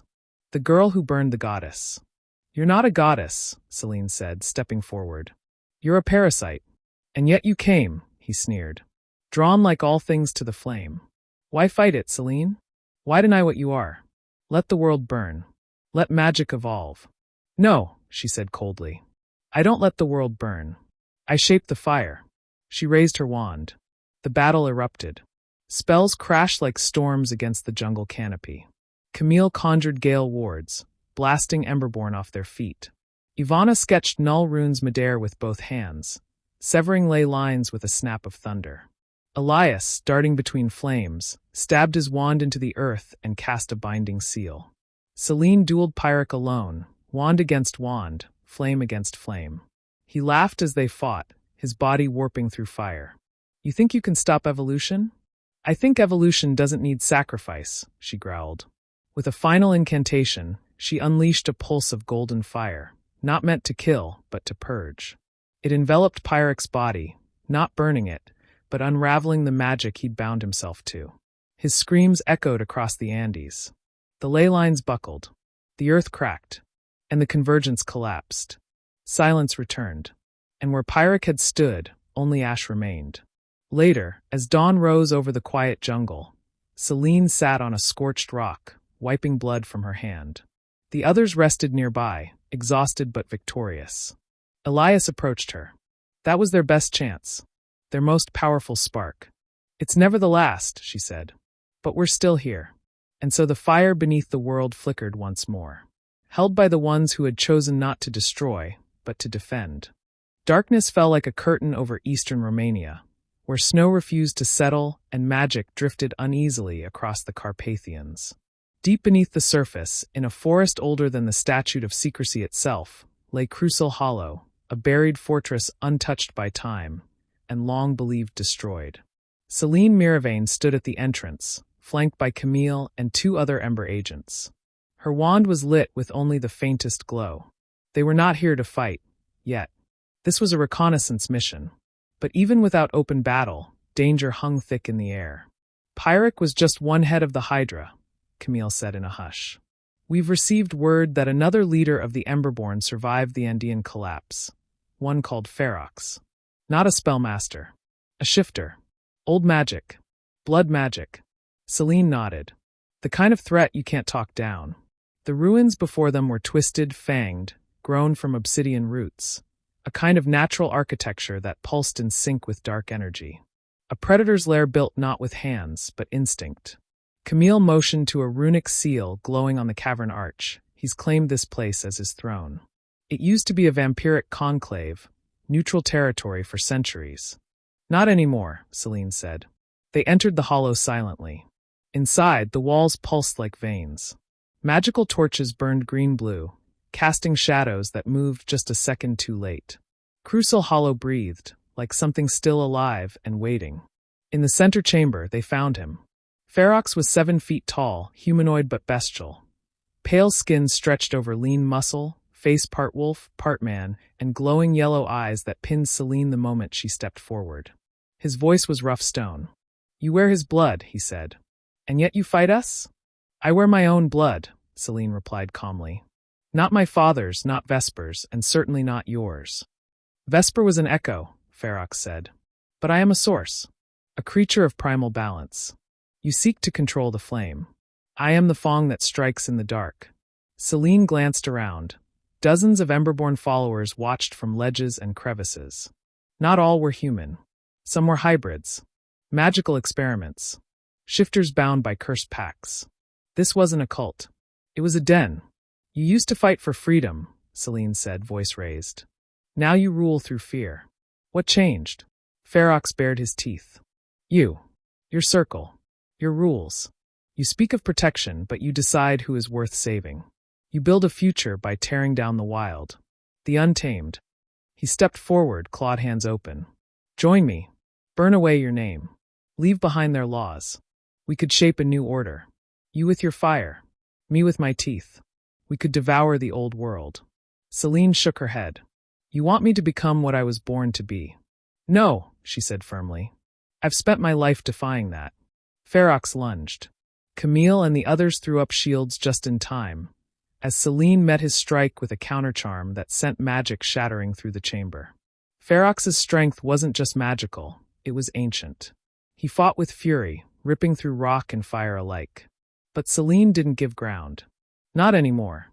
She used the very techniques the Ashbound feared, the firewalking defense style the Ember Circle had invented after Vesper's fall. Each of her spells bent around Ferox's brute strength, dancing between his claws, striking where his rage left him open. She wasn't fighting to kill him. She was fighting to prove him wrong. You think chaos is power? She growled mid-duel. Then why are you afraid of control? He snarled. I fear nothing. Then why do you hide in the dark? With a cry, she unleashed a flame spiral, not hot enough to burn flesh, but strong enough to disorient. As Ferox staggered back, Camille and the others cast convergence chains, locking his limbs in magical light. The den trembled. The Emberborn growled. But none moved. Selene stepped over Ferox as he knelt, bound and furious. You don't rule here anymore, she said. She turned to the Watchers. The Ember Circle does not claim the world. We protect it. But if you threaten the balance, if you hide behind blood and shadow, we will find you. One by one, the lesser Emberborn melted into the rock, slinking away. And Crucial Hollow fell still. By dawn, Ferox had been locked beneath ministry-level containment wards, transferred to a magical fortress far north of Durmstrang. The hollow itself was sealed by the Ember Circle, its magic warded, its entrances erased from every known map. In the Ember network, word spread fast. Another head of the Hydra cut. Another lie exposed. That evening, in a quiet garden atop a Hogwarts tower, Selene sat beside Rose and Albus. The stars above twinkled faintly, the fire in the brazier crackling gently. They're going to keep coming, Rose said.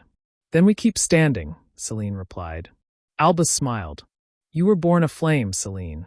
And I chose not to burn alone, she answered. From the shadows, new names etched themselves onto the ember parchment. Arena Duskfong, Romania. Udasora, Japan. Weni Kalum, Kenya. The fire was still growing, and Selene was still its keeper. High in the windswept peaks of northern Mongolia, where magic whispered through the mountains and the sky seemed closer than the ground, a cave lay hidden beneath layers of enchantment and ice. Few knew of it. Fewer dared to enter. But the Ashbound had once sought it, and now the Ember Circle had found it first. They called it the Bone Oracle, a sentient relic said to predate the founders, buried deep within a chasm of cursed stone. It did not speak with words. It spoke with memory, etched into bone and marrow, replayed in visions. Selene stood at the mouth of the cave, wrapped in frost-charmed robes, flanked by Elias, Camille, and Ivana. A swirling storm brewed above them, summoned by the protections layered over the oracle. Defenses not just against intruders, but against truth. Are we sure it's still here? Camille asked, eyeing the lightning flashing overhead. Elias nodded. Ashbound scripts refer to it as a convergence relic, older than any ley line. They believed it held the original memory of magic. Not just knowledge. Emotion. And they tried to control it, Selene said, her voice calm but heavy. Just like Vesper tried to control me. They moved inside. The cave was narrow at first, then widened into a cathedral of bone and quartz. Massive rib-like structures curved over them, glowing faintly blue. Wind didn't pass through this place, only magic. Thick, ancient, untouched. At the heart of the chamber was the oracle. It resembled a throne, but one made from fused remains, femurs, skulls, vertebrae, all bound with enchantments humming like breath. It radiated no evil, no darkness, only memory. Selene stepped forward first. The others remained at the perimeter. As she placed her hand on the oracle's spine, the cave lit up. And she was pulled. Not physically, but through time. She stood now in an ethereal realm, floating between shifting visions. She saw Vesper, newly created, stitched together with arcane threads and Voldemort's lingering essence, screaming not in anger, but in confusion. She saw Voldemort, not as a monster, but as a boy, Tom Riddle, holding a snake gently, whispering to it in a lonely orphanage garden. She saw herself as a child, eyes glowing faintly in the dark, looking in a mirror and not recognizing the face staring back. And then she saw something else. Something coming. A figure cloaked not in black, but in white. Blank, featureless. It moved across battlefields long after the fighting ended, collecting magic. Not killing. Harvesting. Selene recoiled. The oracle was not warning her about the past. It was warning her about the future. Back in the cave, her body shuddered. Elias caught her before she collapsed. "What did you see?" he asked. Selene opened her eyes slowly. Something worse than Vesper. Worse than the Ashbound. A force that doesn't care about power or purity or chaos. It just gathers. Camille frowned. Gathers what? Magic itself, Selene said. And it's coming. Ivana stepped forward. That shouldn't be possible. Magic is bound to life, to intention. You can't just collect it like potion ingredients. Unless something has found a way, Selene replied. The oracle showed me echoes, magic being drained from spells, from wands, from people. Left behind like husks. They stood in silence for a long moment. Does the Ashbound know about this? Elias asked. Selene shook her head. No. They were too obsessed with gods and glory. But this thing, whatever it is, it's been moving in their shadow, letting them make noise while it prepares. Camille glanced at the oracle. Do we have a name for it? Selene looked out across the bones, then up at the cave ceiling, where an ancient symbol now glowed faintly. 3 interlocking circles surrounded by a blank oval. No, she said. But I know its face. And I know its path leads through the ember circle. They returned to Hogwarts that night, the fire in the room of requirement burning brighter than usual. Selene briefed Rose, Albus, and the entire inner circle. This was no longer about cults or corrupted bloodlines. It was about something older. Something other. We've spent the last year reacting, Selene said. Stopping plans, preventing rituals, tearing down new thrones. But we can't wait anymore. This thing doesn't care about rebellion. It's already begun. We take the fight to it. Albus asked. No, Selene said, her voice firmer than ever. We understand it. We learn its name, its shape, its rules. We don't just protect magic. We defend its right to exist. Outside, the wind howled against the castle walls. But inside, the fire burned steady. The ember circle had faced shadows, blood, and gods. Now they would face something deeper. Not a villain. Not a rival. But a force. And Selene Miravane would not let it consume her world. Not without burning brighter than ever before. Lightning struck the North Sea, casting fractured light across the waves as a ministry ship rocked violently in the storm. Below deck, 3 oarers stood in shock around a crate, its runic locks shattered, its contents missing. All that remained was a single marking scorched into the wood. 3 interlocking circles within a blank oval. By the time the ministry issued a level 5 magical emergency, the Ember Circle already knew.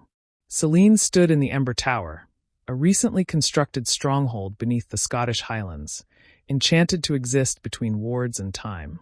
She stared at the floating image of the mark, projected in gold light above their war table. That's it, she whispered. The same symbol the oracle showed me. Rose paced the room, hands clenched. It wasn't just any artifact. That crate held the runestone of origin. Neutral magic. Pre-wand era. It shouldn't have been possible to remove it without triggering the deadlock curses. And yet, said Camille grimly, it's gone. No magical residue, no trace. It wasn't stolen by hand. It was extracted. Elias leaned forward. Which means the collector isn't just harvesting people. It's harvesting artifacts. Anchors of magic. Selene's voice lowered. If it's collecting enough sources, it might be trying to recreate magic from the ground up. Rewrite the rules. Albus arrived with new intelligence. The Talic array in Turkey went dark. The floating observatory in Bhutan, same. and Ilvermorny reported a distortion in one of their older elemental convergence vaults. Every one of those sites holds primordial or unshaped magic, Rose said. It's like this thing is following a thread. Seline nodded. A ley pattern. One that we don't see, but that it does. Camille handed her a scroll. There's one unvisited site remaining, Tir na Saig. The Hollow Realm in Western Ireland. It's unstable. Exists partially in Fey Dimension, partially in ours. No one set foot in it for over a century. Seline rolled the map across the table. Then we go there. Now. Within hours, the Ember Circle's elite response team operat to a fog-wrapped moor. The air shimmered unnaturally, like something was constantly pulling the world sideways. Seline conjured a visibility ward as they crossed the boundary. The sky cracked, the trees shifted. And then they stepped into Tir na Saig. It was beautiful. And terrifying. A place where time moved in loops, where stars blinked below your feet, and where gravity bent like music. Floating stones whispered in ancient tongues. Pools shimmered with memories instead of water. And something was wrong. The magic here feels thin, Camille said, pressing her hand to the air. Elias frowned. Like it's being bled. Then they saw it. Hovering at the center of the realm, a figure in white. It had no face. No hands. Just smooth, featureless robes of flowing energy. Its presence pulled at their bones, not violently, but inevitably, like a current beneath the ocean. Seline stepped forward, wand drawn. You're the collector. The figure turned slowly. No voice emerged. But the ground pulsed. And inside their minds, a thought pressed in. Magic is fragmented. I am unity. Seline's grip tightened. You're not unifying anything. You're stealing. Ripping ancient magic from its roots. I remove weakness. Emotion. Variance. I harvest potential. You're trying to make it predictable, Elias said. Controllable. Rose's voice was ice. You want to end choice. The collector raised a single hand. And the realm screamed. Magic rippled from its form like a black hole of raw energy. Trees bent sideways. Water boiled backward. Camille was thrown to the ground as runes shattered across her robes.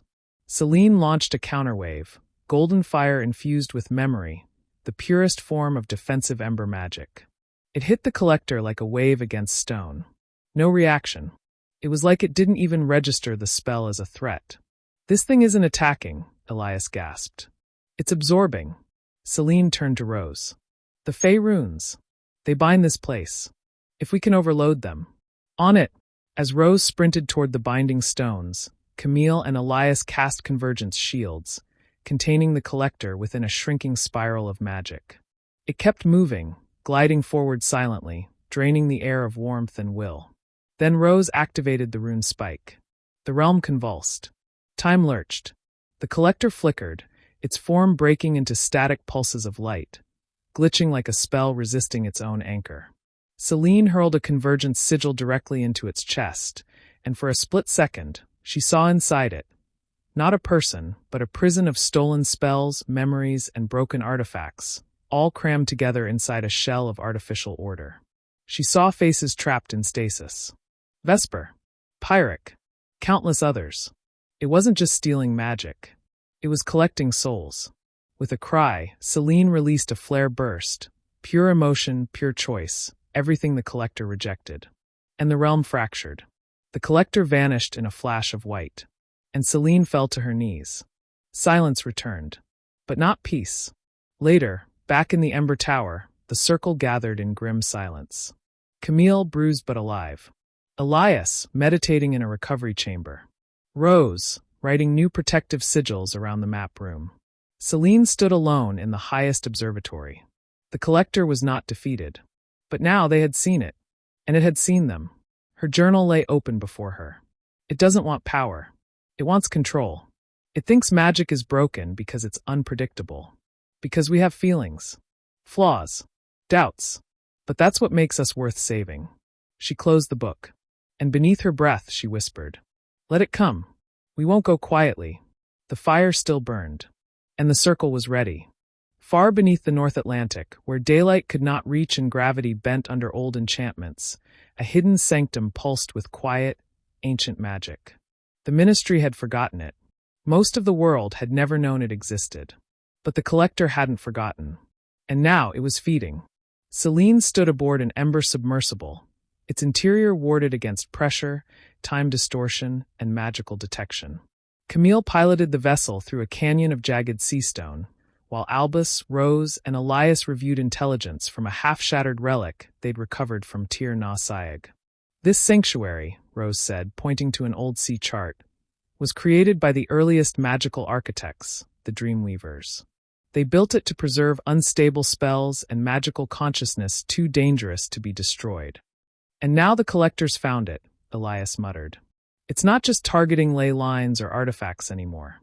It's afterthought, memory, sentience. Then it's escalating, Seline said. The more diverse its collection, the closer it gets to its goal, pure, ordered magic. Stripped of emotion, identity, life. Camille slowed the sub as glowing glyphs appeared outside, symbols carved into stone that only revealed themselves to those with awakened magic. They had arrived at the deep echo vault. It was a dome of interlocking spells anchored to a platform of crystal and shadow. Inside, minds slumbered, magical echoes of the past, including wandless legends, failed magical experiments, and lost magical languages, all bound to memory crystals. And standing at the core of it all was the collector. Once again, it floated in silence, faceless, white, humming with a presence that disturbed the balance of the sea around it. Memory crystals fractured in slow motion, their contents drawn into the collector's open palms and erased. Not stored. Erased. Selene and the team operat inside, sealed behind reinforced barriers as they entered the vault.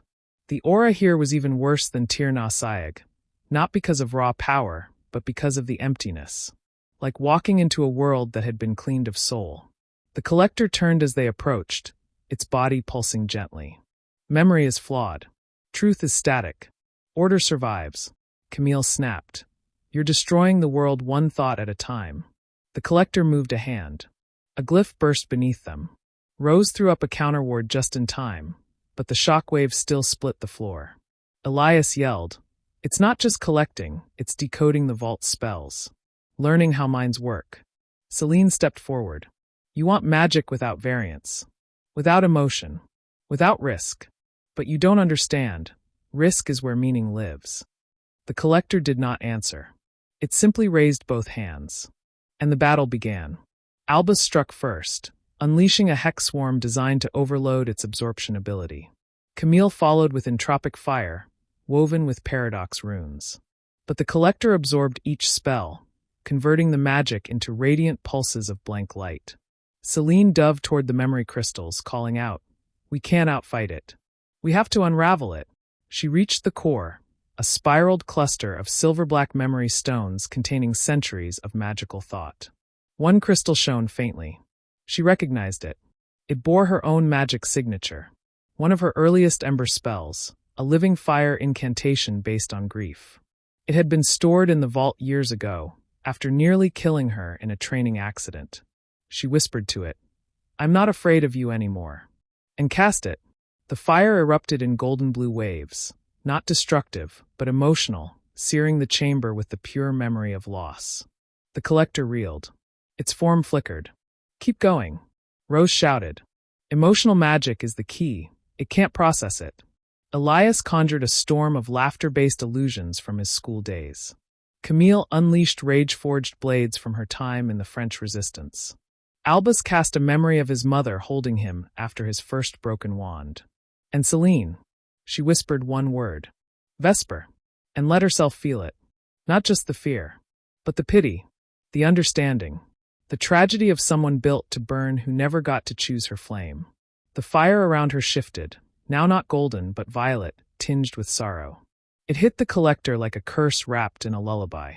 The vault trembled. The collector froze. And then, crack, a fracture split through its shell. It screeched, not aloud, but in their minds, a dissonant scream of failing calculation. Fragments of the memories it had devoured suddenly spilled out, returning to the vault. The faceless mask split into light, and the collector vanished. Not shattered, not destroyed, but dispersed. Gone for now. Silence fell over the vault. The crystals pulsed softly again, repaired by the return of what had been stolen. Selene fell to her knees, heart hammering. Camille sat beside her, breathing hard. "We heard it. We showed it something it couldn't classify," Rose said. "A kind of magic it couldn't tame." Elias smiled faintly. "We showed it what it means to be human." Back at the Ember Tower, word spread quickly. The Collector had been wounded. It was still out there, but now they had a weapon. Emotion. Memory. Choice. Selene stood before the Ember Circle's Global Council days later, the shattered sigil of the Collector floating above her like a war trophy. "It will return," she said. "But next time, it won't find us afraid." The fire burned higher, and across the magical world, embers rose. Somewhere deep in the obsidian cliffs of the Azores, a structure blinked into existence for the first time in centuries. It wasn't made of stone or wood. It was composed entirely of language. Spells strung together like architecture, shaped by syllables and emotion. A living monument of code magic, long forgotten. Selene stood at the edge of the hovering isle, reading a spell that wasn't written in ink, but felt in the marrow. Her breath caught in her throat. This wasn't a ruin. It was a message. "A warning," she murmured. Camille hovered behind her on a levitation platform. "From who?" "Not who," said Elias, scanning the enchanted sky with a translation lens. "When?" "These aren't just spell structures. They're time-anchored memories. Someone preserved thoughts as enchantments and released them only now. And it's broadcasting to a specific magical frequency," Rose added. "We tuned into it only because of the Collector's interference in the vault. Otherwise, we'd never have heard it." The team walked cautiously into the central chamber of the code structure. The walls shimmered with constantly changing runes, flickering between known dialects and forgotten magical tongues. Suddenly, the code aligned. A voice rang out, neither male nor female, neither mechanical nor human. It pulsed through them as vibration and heat. "If you're hearing this, then magic is being erased. And the Collector has breached the ratio." Selene froze. "The ratio?" Camille answered, pale. "A theoretical limit. The threshold between magic's natural flow and magical dominance. If crossed, it destabilizes reality. Time, thought, and will begin to lose separation." The voice continued. "We tried to contain it. Tried to build a refuge in language. But the Collector does not forget. It learns. It evolves. It is no longer a thing you can destroy. But you can remind it. Give it a contradiction. Like we did in the vault," Elias whispered. "It recoils from emotional paradox." Rose stepped forward. "But it's learning faster.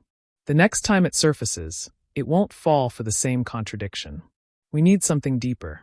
Something it can't categorize even with adaptation." Selene pointed at the spellglyph at the room's heart. "It's not just telling us, it's offering us the tools."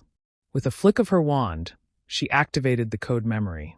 A wave of light washed over them, and suddenly they weren't in the Azores anymore. They were in a memory dream, standing in a city of spell towers and chanting stars. Wizards without wands shaped magic with grief and laughter. The ground shimmered with emotion. The air itself bent when someone cried. "This is the first language of magic," Camille said in awe. "The Dreamweavers, the originators of spellcraft. Magic that wasn't based on wand movements or Latin words, but on memory, instinct, and intention." One of the figures in the memory, tall, wrapped in a cloak of shifting emotion, turned to Selene. Their face was ever-changing. Young, old, male, female, dark, pale, a kaleidoscope of identities. And they spoke not aloud, but directly into Selene's heart. "When the final erasure begins, you must remind magic of why it was born. Not to control, not to conquer, but to connect." Selene stepped forward. "How?" "It's no longer one being. It's a system. It absorbs contradiction and builds rules around it." The figure extended a hand. "Then give it something ruleless. Something it cannot replicate." And then Selene saw it. A spell, but not a spell. A story. It burned in her mind like golden fire on paper. A narrative spell. One woven from heartbreak, love, guilt, joy. Every contradiction that made wizards human. And it was hers to finish. They returned to the real world with the knowledge implanted in them, fragile, raw, untested. Albus met them at the edge of the landing platform. The Collector's sigil just lit up in Brazil. A ley rift has opened in Manaus. Reports say memories are going missing from entire communities. People are waking up with no knowledge of who they are. Selene turned to the others. It's happening again. Then we go, Camille said. We show it what it missed. And if it evolves again? Elias asked. Selene's voice was quiet but sure. Then we evolve faster. As the ember circle prepared for deployment, Selene sat alone for a moment in her study. Parchment before her, quill in hand, flame burning softly nearby. She began to write the narrative spell. It started like a story, but it would end like a weapon. Let me tell you about a girl who was born from darkness and chose light anyway. The sky over Manaus, Brazil, shimmered with an eerie orange hue. Not from fire, but from memory decay. Where the collector passed, time unraveled like torn pages. Buildings stood intact, yet their foundations had forgotten they'd ever been built. People wandered the streets with blank expressions, names stolen from their tongues. Selene landed with the Ember Circle's strike team in the ruins of an abandoned ministry outpost, half sunk into the jungle. Wards flickered overhead like sputtering candles. The collector had already been here. It wasn't hiding. It was waiting. Status report, she said, eyes already scanning the horizon. Camille adjusted her earpiece rune. 47 civilians affected. For magical families entirely memory wiped. Emotional anchors missing. No resistance spells functioning. Any attempt to cast memory-based charms ends in nullification. It's reversing them, Elias muttered. Breaking spells at the source, not countering, editing. Like rewriting a book by erasing the ink while the quill still moves. Rose dropped down beside them with a map conjured from observational wards. Collector is deep in the rainforest. It's not just collecting here, it's building a source fold. A metaphysical forge. It's trying to manufacture pure magic using harvested identity. Selene's hands curled into fists. Then we end it before it begins. They moved swiftly into the jungle, following pulses of destabilized time. Trees shifted in and out of decades. One moment saplings, the next rotted stumps. The laws of cause and effect were dissolving, and the deeper they went, the more wrong everything felt. A half-submerged Aztec ruin floated midair, wrapped in shifting glyphs. Animals walked in slow motion. Rain fell upward. Magic here didn't follow the rules anymore, because the collector had written its own. In the clearing at the rainforest's heart, it stood. The collector. But different. Its shape now resembled Selene's. Tall. Cloaked in flame thread. Hair braided like hers. Maskless but faceless still. It had learned from her. Adapted. Crafted a shell in her image. Camille froze. It's using you as its framework. Of course, Selene said, stepping forward. It's trying to collect what it can't understand. Me. The collector raised its hand. And the rainforest stopped. Time froze. Accept them. Emotion is inefficient, it said in her voice. Identity is noise.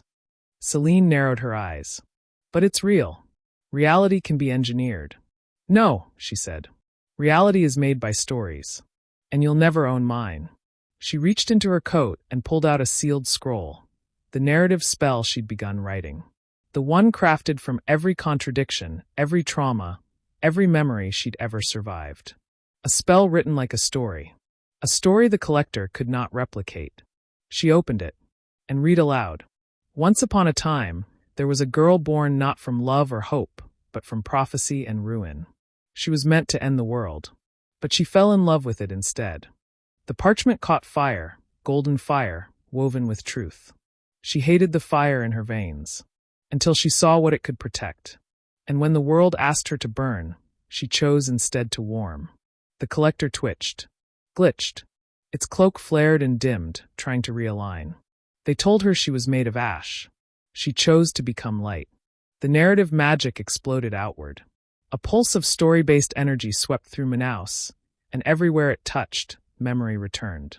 Names. Loves. Childhoods. Grief. Laughter. Choice. The collector reeled backward, body flickering between forms. A child, a soldier, a beast, a flame, a machine. It couldn't hold any shape anymore. She wasn't perfect. But she was herself. And that was enough to make the world fight back. The collector screamed, a wordless, fragmented howl that echoed through every mind like static and thunder. Then it collapsed inward, not shattered but rewritten. Not destroyed but changed. The body disintegrated into light. The air stilled, and the world remembered itself again. Selene dropped the last of the parchment as it burned to ash. The story had ended, but it had saved everything. Camille reached her, shaking. Did we win?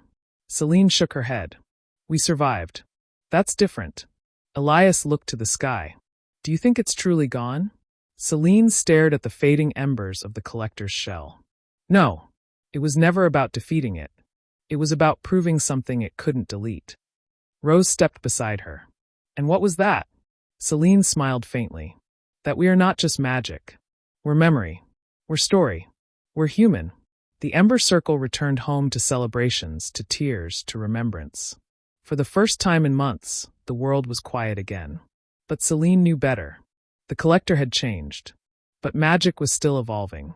And somewhere, deep in the cracks between spells and silence, another fire was already beginning. Weeks passed. The world exhaled. Manaus had begun to heal, and the Ember Circle's work was being recognized across magical communities. Restoration teams from Beauxbatons, Castelobruxo, and even Durmstrang had volunteered to help rebuild affected areas. A new respect for emotional magic, for memory, for stories, had begun to spread. But Selene Miravane had not rested. Not truly, because deep in her soul something still itched, a quiet tension behind her ribs like unfinished words. The collector was gone, yes, but not erased. Its presence lingered like the echo of a powerful spell. Tonight, she walked alone through the under hallways of the Ember Tower, a place only she and the founders of the Circle could enter. Here, the walls were raw stone. Here, fire moved like water, and old magic stirred. And tonight, someone was waiting. Thought you'd come here eventually, said a voice. Selene stopped cold. From the shadows, a woman emerged, familiar, yet wrong. Long dark hair. Amber eyes. Not the collector, but Vesper. And not in memory. Alive, or something very close to it. Selene's wand was in her hand in an instant. No, you're gone. I saw your flame break. You saw what you wanted to see, Vesper replied. Her voice wasn't cruel, it was tired. You and the others destroyed my body. Not my essence. The collector preserved it. Repurposed it. Selene's heart pounded. You were inside it? I was part of it, Vesper nodded. Until your spell fractured its core. That paradox, your humanity, unraveled its control. And in the chaos, I pulled myself out. Her eyes glinted in the dim light. But I wasn't alone. Selene took a step back, shielding herself with a protective flame. What do you mean? Vesper extended her hand, not to attack, but to reveal. A silvery projection floated above her palm. A second flame. Not red, not gold, but gray, flickering like it couldn't decide what it was. A piece of the collector survived. Vesper's tone turned grave. Not conscious, not whole, but fragmented. Seeking. Selene lowered her wand an inch. What does it want? I don't think it knows yet, Vesper said. But I feel it inside me. It doesn't want destruction. Not anymore. It wants rebirth. That sounds no less dangerous. Maybe, Vesper agreed. But maybe it's also a chance. Selene studied her. The woman who had once tried to control the world through fire and fear. Now barely holding together. Now warning her of something that might already be too late. What do you want from me? Selene asked quietly. Vesper looked up, her expression unreadable. I want to help. The silence between them burned hotter than any spell. You expect me to trust you? I expect you to watch me, Vesper said. Let me prove I'm not the same. Before Selene could respond, alarms flared across the Ember Tower, sharp golden pulses flashing through the walls. A new threat. No warning. Only one word appeared on the command crystal. Egypt. Selene flicked her wand to life again. You're coming with me. But I don't take my eyes off you. Vesper nodded. Fair. Together, they apparat to the Nile. The desert shimmered with heat, and something far more ancient. Magic. Heavy layered. Selene landed beside Camille, who already had a perimeter up with Albus and Elias. What is it this time? Selene asked. Camille pointed toward a distant ruin. A sunken temple being rewritten in real time. Stone rearranging. Symbols reordering. The past itself shifting. History is changing, Camille said. The collector's pieces, they're not collecting anymore. They're infecting, embedding themselves into magic's oldest roots. Albus added, we detected a memory thread rewriting one of the first wandcraft spells. In the new version, emotion is absent. Seline turned to Vesper. Is this your doing? No, she said softly, but with certainty. It's the remnants. Pieces left behind, orphaned by your contradiction spell. They don't know who they are. Elias shuddered. They're rewriting reality to make sense of themselves. The realization hit Seline like a curse to the chest. They're becoming stories of their own. Camille looked pale. How many fragments? Too many, Vesper replied. And they're looking for an anchor. Someone to shape them. Seline turned her gaze toward the ruins. If we don't act fast, they'll reshape magic to fit their narrative. And not all of those stories will end kindly. From her coat, she pulled a second scroll. Another narrative spell. This one unwritten. She handed it to Rose, who had just arrived. We're going to need to write faster than they do. Write what? Rose asked. Seline answered without hesitation. The truth. As the ruins writhed and the world held its breath, the Ember Circle began a new chapter. This time, not just defending magic from what sought to destroy it, but from what it might become. Nightfall blanketed the shifting sands of the Nile, but the ruins pulsed with unnatural life. Not just alive, conscious.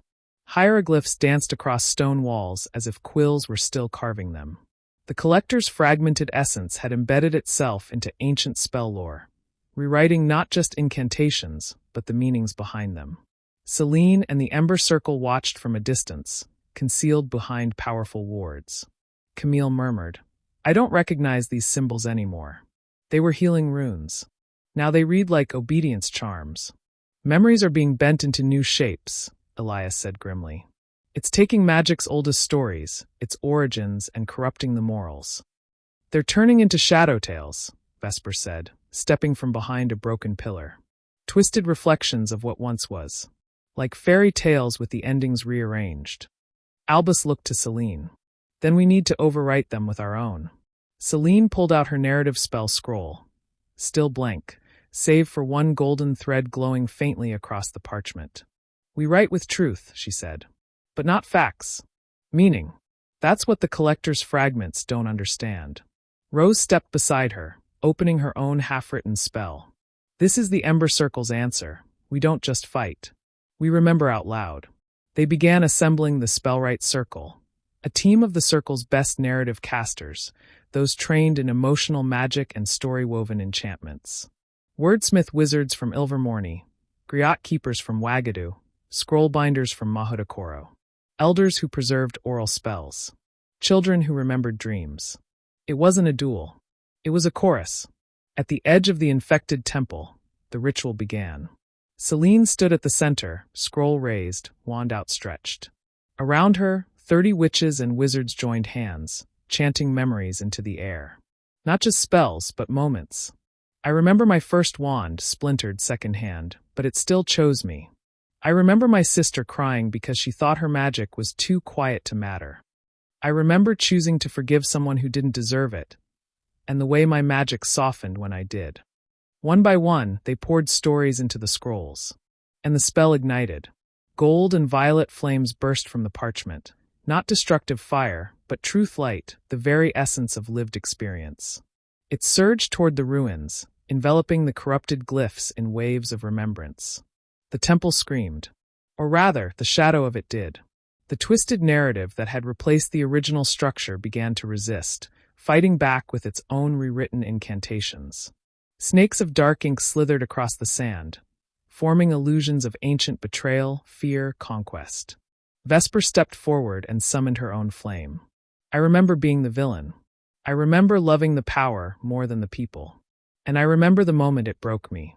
Her flame merged with Selene's, a fusion of guilt and growth. A contradiction. And the temple began to heal. The corrupted glyphs reverted, piece by piece, to their origin states. Not identical to before, but truer. Clearer. The story now bore scars, but it was whole. Suddenly, a shard of the collector's essence, a concentrated core of anti-narrative energy, burst from the temple's heart. It screamed, formless, seething with static. It hovered before Selene like a question unspoken. This was not one of the collector's tools. It was a choice. "I can trap it," Rose said quickly, conjuring a containment cube of mirror spellglass. "No," Selene whispered. "Let me try something." She stepped forward and extended her hand. Not to attack. To listen. The shard pulsed. The circle tensed. Vesper's eyes widened. Selene closed her eyes. "You weren't born to erase. You were created to organize. To bring balance to the chaos. But you lost your story. Let me give you one." From her other hand, she conjured a line of narrative flame, a simple image. A mother holding a child. A wand shared between rivals. A fire built in the cold by friends who once hated each other. The shard shivered. And then, to everyone's shock, merged with her flame. No explosion. No corruption. It simply chose to be a part of her spell. The magic shifted. Selene opened her eyes, blinking hard. Rose exhaled. "You reclaimed it." Elias stared. "You gave it identity. A name. A place. That fragment, it didn't want destruction anymore. It wanted purpose." Camille stepped forward. "Then maybe they all can be reclaimed." Selene turned to the others, her voice calm but alive with determination. "We've been treating the collector's remains like threats. But maybe they're orphans. Pieces of a failed idea that still want to matter." Vesper nodded slowly. "Then we teach them how."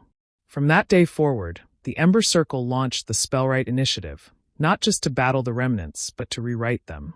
To meet corrupted fragments with memory, contradiction, and compassion. Not every piece would yield. But some would become allies. Stories. Spells. Souls. And for the first time in history, magic itself became a conversation. Not between wizards and the world, but between the world and its own past. The Spellwrite Initiative spread faster than anyone anticipated. Wizards, witches, and magical beings from every corner of the world began sending in memories, scrolls, incantations, and even enchanted dreams. Pieces of their lives, their stories. It became not just a defense, but a movement. Magic was no longer treated as a tool alone, but as a living record, a tapestry that belonged to everyone. And so, the Ember Circle needed a place to house it all. Not a vault. Not a tower. A library between worlds. Nestled within a fold of space near the Tibetan highlands. A dimensional slip first accessed by Wagada's oldest spellwalkers and later forgotten. A location was chosen where time was slow, truth was loud, and intention had weight. A place where written magic could breathe.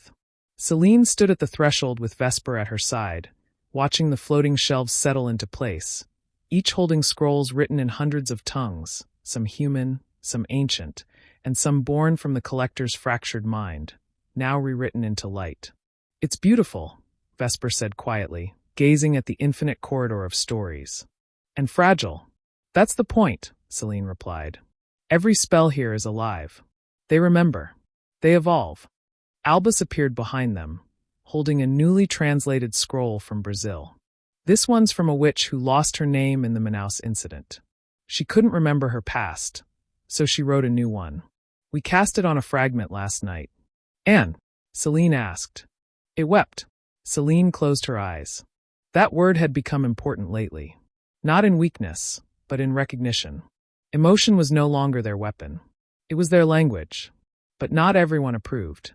From deep within the restored halls of the International Confederation, murmurs had begun to rise.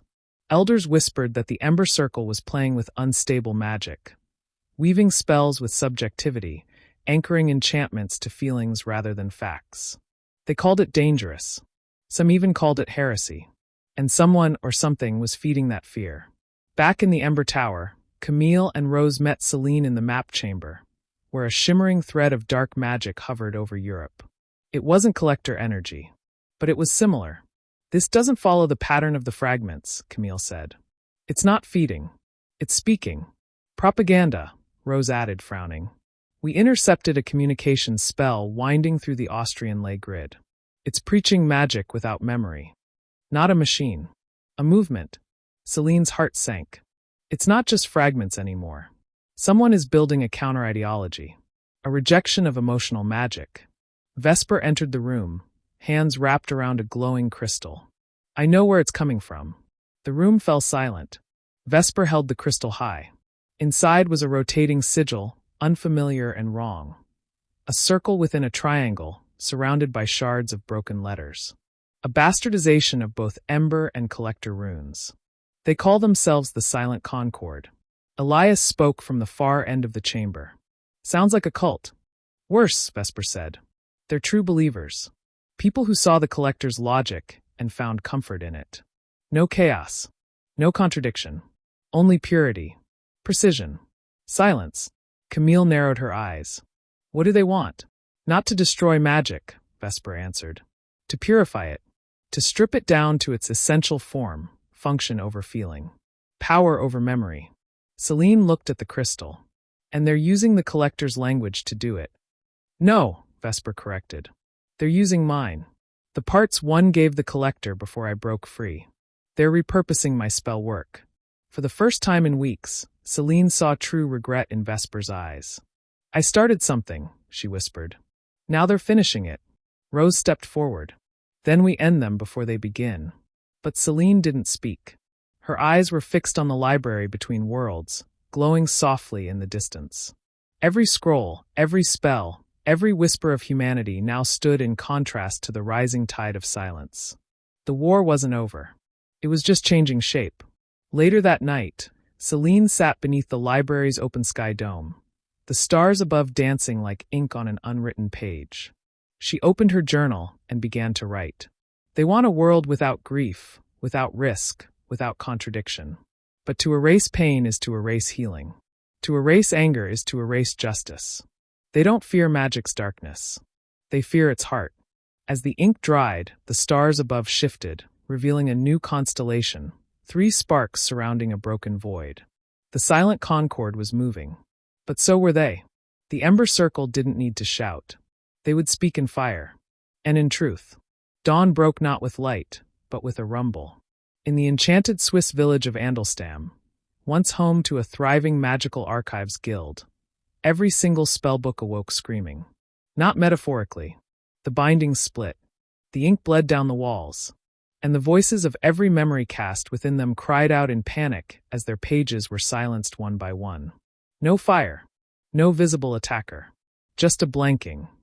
A magical erasure that left nothing behind but empty covers and a strange scent of cold metal and dust. By the time the Ember Circle arrived, it was too late. Every single spell in this archive, Camille said, holding up a translucent page, has been wiped. Not forgotten, scrubbed clean. Seline moved through the echoing shelves slowly, one hand trailing the wooden rails where knowledge had once hummed. This wasn't a fragment, she said softly. This was organized. Rose stepped out from a side chamber with a charred sigil clasped in one hand. Silent Concord, she said, voice flat. Left their mark carved into the librarian's desk.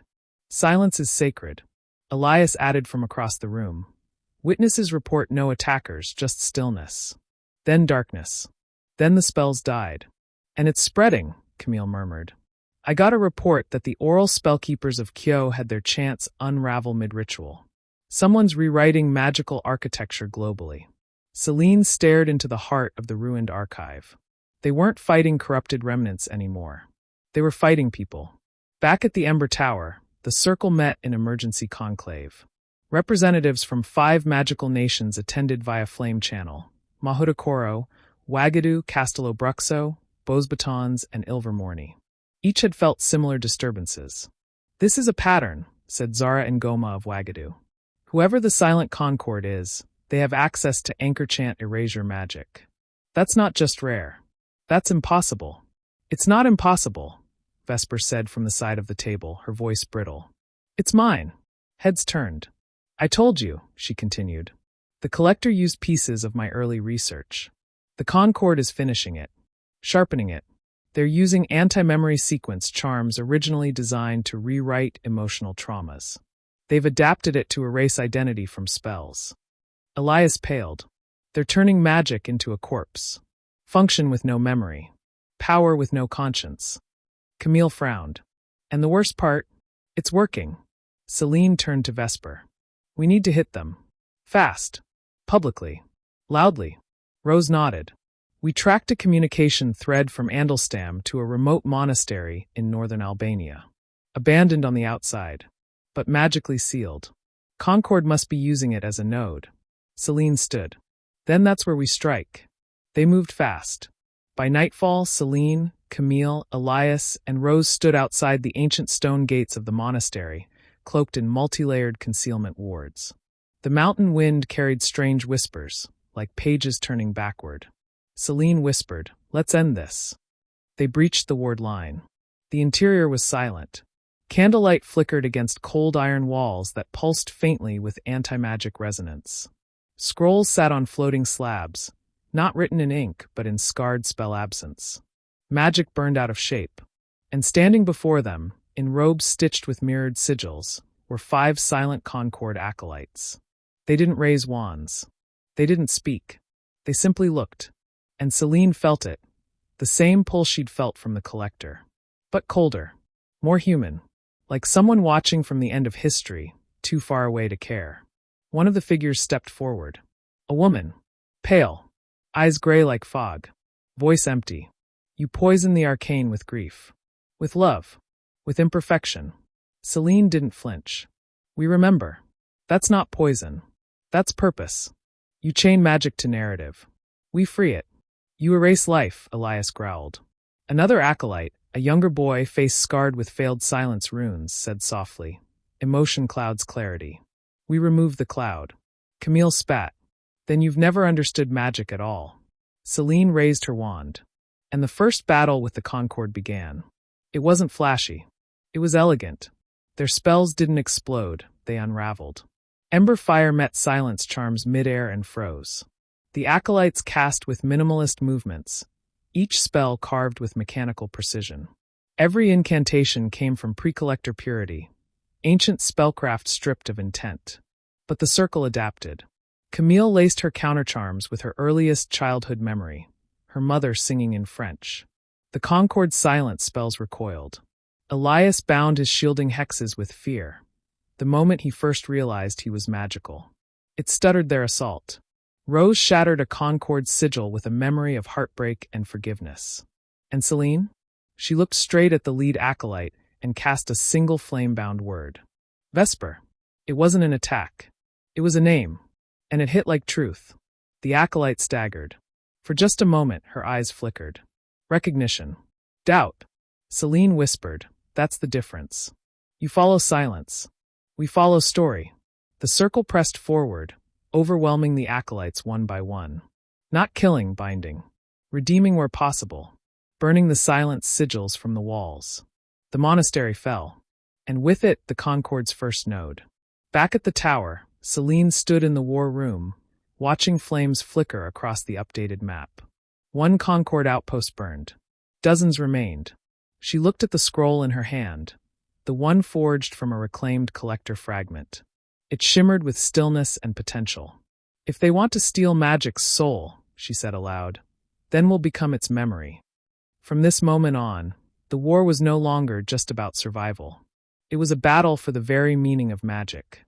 The silent Concord had been wounded, but it did not bleed. It shifted.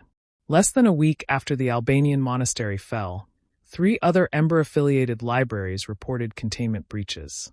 Not explosive. Not loud. Just gone. Scrolls missing. Memory spells inverted. Guardians left asleep and dreaming false lives. The Concord wasn't retreating, it was refining. Selene stared at the broken containment crystal on her desk, a sliver of anti-narrative magic they'd retrieved from the last strike. Even now, it throbbed against the protective wards, whispering to her thoughts like static. "They're evolving," she murmured. Vesper stood nearby, arms crossed, tension rippling beneath her skin. Not just their tactics. Their structure. This was never just a collection of zealots. Someone is orchestrating it. Elias walked in, holding a mirror scroll lined with golden runes. "We found a lead." He laid it out on the table. The scroll shimmered, then revealed a moving image, grainy, unstable, but unmistakable.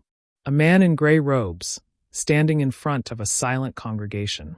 His features shifted slightly with every blink, not with magic, but with intention. He was masking himself with story inversion runes. His voice echoed without sound, then rewound and repeated in crisp, chilling clarity. Emotion fractures unity. Silence is not absence, it is perfection. Magic must be still. Magic must obey. Camille leaned in. Do we have a name? Albus entered behind her. We do now.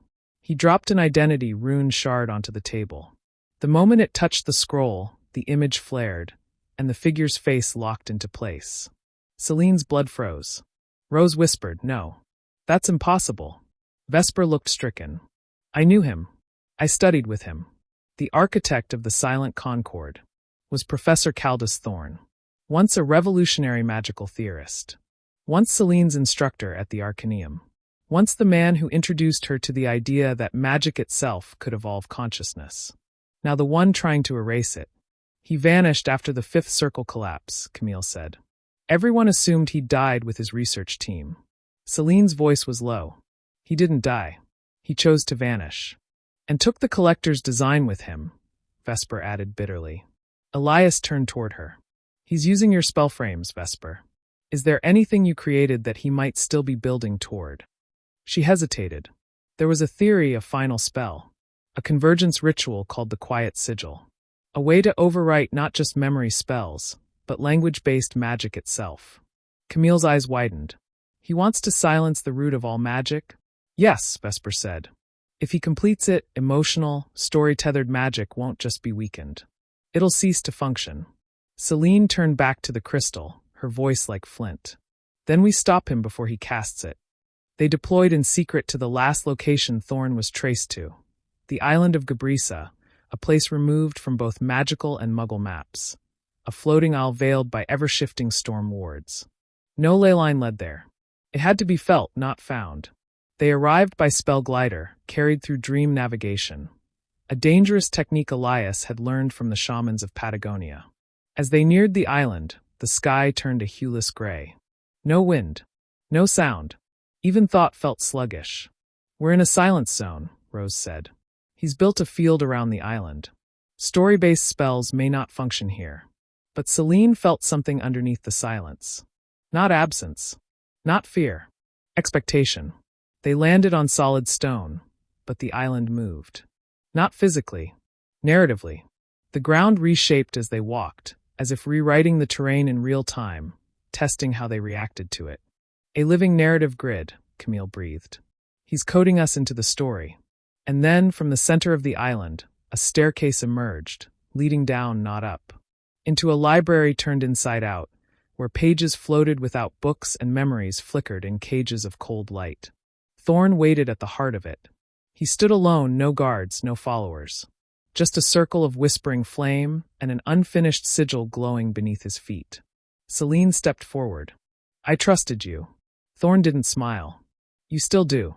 Or you wouldn't have come. You tried to kill everything magic means, she snapped. I tried to clarify it, Thorn said. What you call memory, I call noise. Emotion weakens power. Magic was meant to be pure. And you've shackled it with story. With weakness. Vesper's voice was colder than the room. Then why do you still talk in riddles? If emotion means nothing, why speak with flair? Thorn's expression didn't change. Because you listen. Even now. A part of you wonders if I'm right. Selene raised her wand. That part of me died with the collector. Thorn raised his hands, not in surrender, but in invocation. The quiet sigil began to spin. And every spell they knew began to shrink. Selene couldn't feel her magic anymore. Camille tried to summon flame, nothing. Rose tried to anchor memory, it collapsed. Elias fell to one knee, clutching his head. Thorn's voice echoed like distant thunder. Without emotion, you are nothing. And so, magic returns to truth. Selene reached into her coat and gripped the first spell ever taught to her, a scroll handwritten by her mother. Useless in this place. Unpowered, but it held something the sigil couldn't erase. Her name. She shouted it. Selene. And that broke something. The quiet sigil flickered. Thorn blinked just once. Camille roared her name. Then Rose. Then Elias. They weren't casting spells. They were naming themselves. And the sigil cracked. Magic surged back, not in force but in identity. Selene flung her mother's scroll into the center of the sigil. "I am not your story." And the sigil shattered. The explosion was soundless, but felt. Thorn was flung back, unconscious. The library collapsed inward, folding like a closed book. They escaped through a memory gate conjured by Vesper, the last working page of her old research. Back at the Ember Tower, they sealed Thorn in a prison of paradox, a cage built of choices, each loop reminding him of the humanity he tried to erase.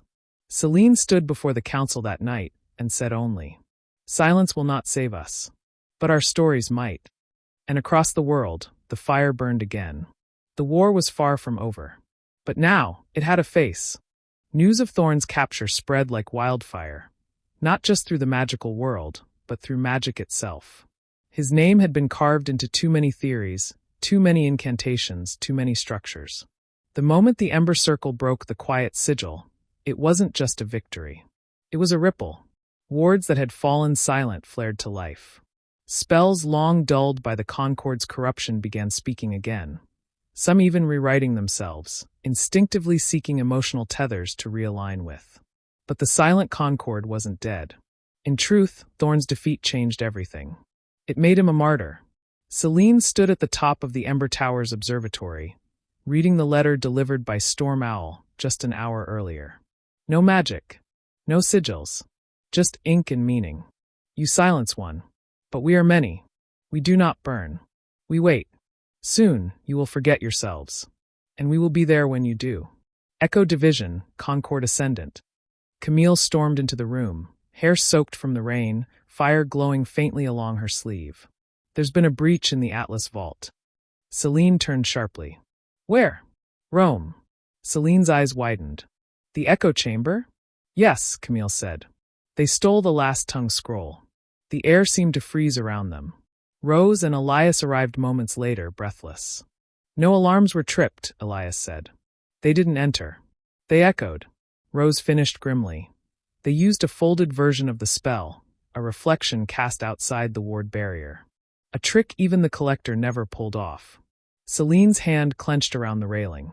The last tongue scroll was dangerous, not because of power but origin. It was the first known spell written by a magical being, predating Hogwarts, even Merlin. Written in no language now spoken, only felt. The root of all spoken incantations. And now, it was in the hands of the silent Concord. "If they unravel that spell," Camille said, "they'll find a way to rewrite the foundation of all vocal magic." Elias spoke what they were all thinking. "They won't silence us. They'll teach magic to refuse being spoken at all." Rose asked the real question. "Where are they taking it?" For once, Vesper didn't have an answer. But Selene did. "Into the deep bind." The others stared at her. "No one uses the deep bind anymore," Camille said. "It's barely a myth, a layered pocket of warped space where language magic becomes unstable. It was sealed centuries ago." "Thorn knew about it," Selene replied. "He once called it the library magic tried to forget. If the Concord wants to hide the last tongue scroll, or worse, change it, they'll go there." "How do we find it?" Rose asked. "We don't," Selene said. "We remember it. Because that's how the deep bind works, it can't be found on maps. It exists only in memory." Elias groaned. "That's going to be tricky. Most of the recorded memories of the deep bind were scrubbed after the arcane fracture." Camille looked up. "What if we unfracture them?" Selene blinked. "Go on." "We dive into residual memory streams," Camille said. "Dreams, fragments, hauntings, subconscious echoes. Trace magic through emotion trails. Memory isn't linear, it's relational." Vesper raised an eyebrow. "You're suggesting we follow feelings like coordinates?" "Yes," Camille said. "Because that's what the Concord can't control. Memory is flexible. It flows. That's our advantage." Selene nodded. "Then we'll need a memory cartographer." Elias grinned. "I know just the which." They traveled to the wandering markets of Marrakesh, where beneath a tent of gold and twilight blue, lived Sibira Alru, the last known practitioner of emo-tethered navigation. Her magic was strange. Her wand was a quill, and her maps were painted with laughter, tears, dreams, and fears. When she saw Selene, she simply said, "I felt you coming." Sibira traced her fingers across a strip of dream-laced parchment and summoned an old, whispering map. not of places, but of losses. It showed forgotten spells, broken bonds, places where names once echoed and then fell silent. And at its center, a void, outlined in aching blue. The debind. It exists in 7 layers of memory, Sabira said. One must pass through each layer by offering something they still grieve. Only those who remember with pain can enter. Selene stared at the map. We'll go. And so the mission was set. 7 layers. 7 griefs. Each Ember Circle member had to confront something unhealed. Camille's lair. The last night she saw her sister, lost in an aura strike. Elias's. The moment his father told him his emotions made him weak. Rose's. The betrayal of a childhood friend she had accidentally cursed in fear. Vesper's. Her greatest spell, used by Thorn to begin the collector. And Seline? She entered last. Her grief wasn't death. It was doubt. The fear that no matter how many victories they won, she would become what she fought. The deepbind accepted her. Layer after layer, they fell inward, past echoes, past shame, past old magic that smelled like tears and fire and bedtime stories never finished. Until they stood before a circular chamber lined with whispering books. And at its center, the last tongue scroll, guarded by 3 concord ascendants, cloaked in inverse flame and speaking in voices that burned backward. Seline stepped forward. This ends here. And the scroll opened. The spell, the first spell, began to speak itself. And the battle to preserve magic's very right to be felt had begun. The last tongue scroll unfurled like breath across the void. Symbols shimmered and shifted. Not ink, not runes, but sound made visible. They moved with a rhythm that throbbed in Selene's chest, like a heartbeat she didn't know she'd forgotten. No wand could channel this kind of magic. It was older than casting, older than words. It was the origin of intention. And now the silent concord was trying to erase it. 3 ascendants stood in silence at the edges of the chamber, robes inked with mirror script. Their eyes burned not with fire, but absence. They raised no wands. They didn't need to. The scroll was speaking them into reality. Seline raised a ward, but her voice came out warped, syllables slowing into static. They've inverted the spell's syntax. Rose shouted. They're rewriting the last tongue to erase identity. Elias gritted his teeth, pulling back from an attempted hex. We can't fight this. Our magic's being forced into silence mid-cast. Camille gripped her wand tighter. Then we don't fight it. We answer it. She stepped forward and placed her palm flat on the floor. And sang. Just a single note. A lullaby. Wordless and raw. A song her mother used to hum when nightmares clawed at her dreams. The note drifted through the chamber and rippled across the air, not countering the last tongue, but harmonizing with it. The scroll pulsed. The ascendant staggered. Seline understood at once. We're not here to defeat the last tongue, she whispered. We're here to join it. The last tongue wasn't an attack. It was a question. Who are you? And the Ember Circle had an answer. Vesper stepped into the chamber's center and whispered her truest regret. I gave birth to monsters, but I still remember the spell that made me feel alive. She touched her chest and cast a spell without words. From her memories, the one day she chose to save instead of control. The first flame responded.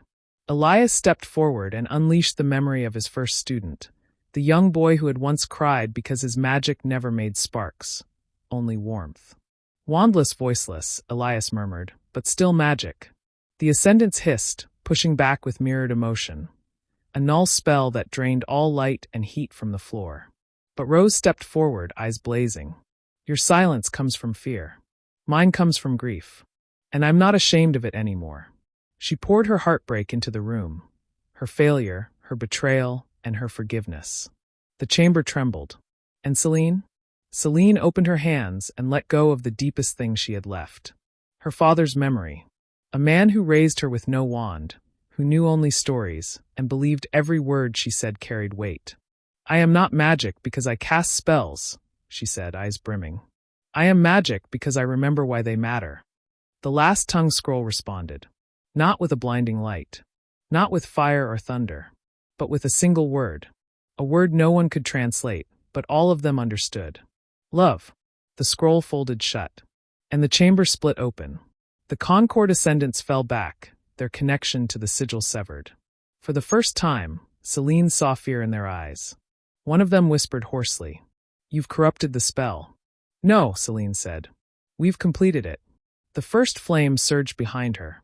No longer just a record of language, but a living song of grief, hope, love, and loss. The original spell was never meant to erase. It was meant to remember. Camille and Elias moved quickly, binding the ascendants with paradox wards. Rose closed the scroll and sealed it in a container woven with self-memory. Vesper knelt where the spell had hovered. "I thought I had to invent the future," she whispered. "But maybe we only had to remember it." They emerged from the deep bind hours later, exhausted, but intact. The concord hadn't been destroyed, but their greatest weapon, the reversion of language magic, had been undone. And in its place, the ember circle lit beacons in every continent. Not just warnings, reminders. Messages carved in fire, song, and light. Magic is not silence. Magic is story. And we are its voice. Children in wandless villages began casting instinctively with songs. Elders wrote lullabies that sparked floating sigils above hillsides. The Ember Circle established new memory archives not to store spells, but to let them grow. And beneath the tower, Seline created a small chamber, one only she could enter. There, she placed the last tongue scroll, not in a vault, but in a cradle of flame. It pulsed gently like a sleeping heart. And outside, the world began to dream again. The world was shifting. Where once the silent concord moved like shadows, subtle and invisible, they now roared with purpose. Their defeat in the debind had changed them. They no longer sought silence through stillness. Now they sought it through force. Within days of the last tongue scroll's restoration, 3 major magical cities came under coordinated assault. In Sao Paulo, spellweavers were turned against their own memories. In Kathmandu, monks who preserved oral traditions found their chants unraveling mid-prayer. And in Prague, the concord manifested meaning breakers. Constructs made of unspoken spells and forgotten names, tearing through reality like questions with no answers. Selene stood in the Ember Tower's war chamber, the red-marked world map glowing ominously. "They're accelerating," Elias said, exhausted. "They've abandoned subtlety." "They're desperate," Camille muttered. "They failed to claim the origin of language magic. Now they want to destroy as many branches as possible." "They've declared war on meaning itself," Rose said quietly. "They're not trying to win minds. They're trying to unmake them." Selene stared at the map. "Then we give them what they hate most, understanding." She opened the scroll from the deep bind and set it in the chamber's center. Its quiet hum rippled outward, illuminating more than just geography. It revealed a network of emotional ley lines, the invisible current that bound spell to caster, wand to will. "These," Selene said, tracing the golden strands, "are the living veins of magic. Feelings we've cast into memory. The concord can't sever all of them." Elias squinted at one line. "What's this?" "A tether," she replied. "One I buried." The line led to a forgotten outpost in northern Russia, a place long scrubbed from both Muggle and magical records. A research facility built on unstable emotional ley lines. It had collapsed during the Arcane Reconciliation War, and it was where Selene's first spell ever failed. "They're going after me," she realized. "Not personally, narratively. They're trying to rewrite my origin." Camille narrowed her eyes. "If they corrupt that memory node, it could fracture all spells that branch from your theory of emotional spellcasting, which now forms the foundation of over 60% of the Ember Circle's casting protocols," Rose added. "They want to undo you," Vesper said softly. "Like you were a line in a story that never should have been written." Selene's gaze hardened. "Then we go rewrite the rewrite." They traveled at twilight. The site was frozen, not in temperature, but in narrative. Time loops folded back on themselves. Memories fluttered like broken snowflakes. The air felt incorrect, like an unfinished sentence. "This place doesn't remember what it is anymore," Elias muttered. As they reached the shattered core of the old outpost, they found them. 6 Concord heralds. Faces masked. Hands inked in silence glyphs. And at the center, a crystalline monolith pulsing with something terrible. A fractured piece of Selene's own spell work. Twisted. Mirrored. Used to power a reversal verse. "They're trying to erase your first memory," Camille whispered. Selene felt the world falter around her. She remembered that day, young, frightened, standing in a circle of fire, holding a wand she barely knew how to use. She had cried. And she had cast. A single light. A beacon. Now that moment was under siege. One of the heralds turned. It wasn't a stranger. It was Professor Thorn. But different. Younger. Or perhaps a version of him from the past, stitched into this moment. A shadow echo, Vesper said. He left fragments of himself inside your narrative. You're not just fighting the concord now. You're fighting a counter-story. Selene stepped forward. The reversal verse pulsed. And time collapsed. Suddenly, she stood alone. No Camille. No Rose. No Elias. No Vesper. Just herself, and the fire from her childhood memory. The world around her had become the past, her past. And standing at the edge was Thorn. You were never meant to be the voice, he said softly. You were meant to be the silence between ideas. Selene didn't argue. She cast. Not a spell of power, but of reminder. She reached into her memory and pulled out the fear from that day, and the choice to cast anyway. The fire didn't burn the concord's spell. It rewrote it. Around her, the false past shattered. The present snapped back.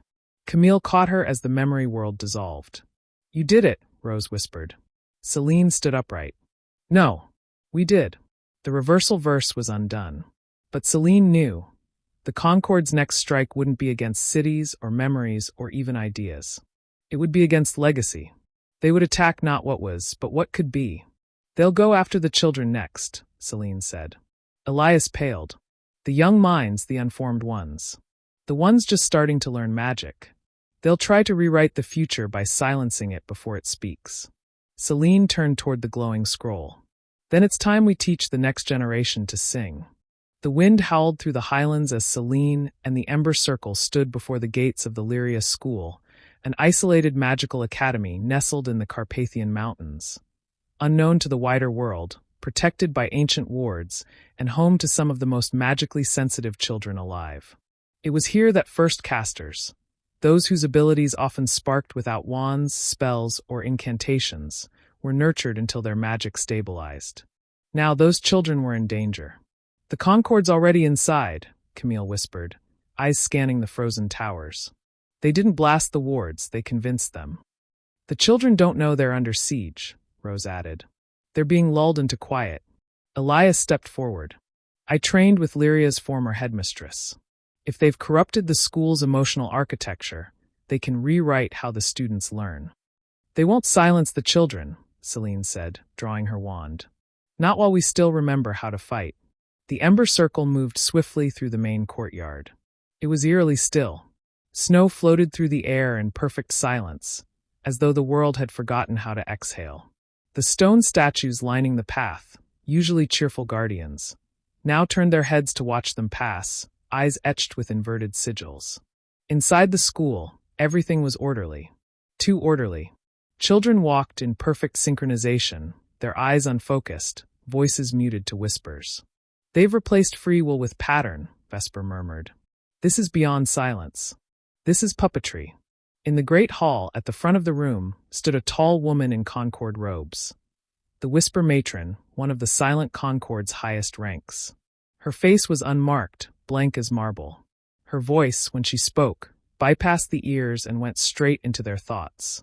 You arrived too late. They have accepted the stillness. A small girl rose from her desk, voice faint and mechanical. Silence is peace. Emotion is danger. No, Selene said, stepping forward. Emotion is choice. And you've stolen it. The Whisper Matron extended her hand.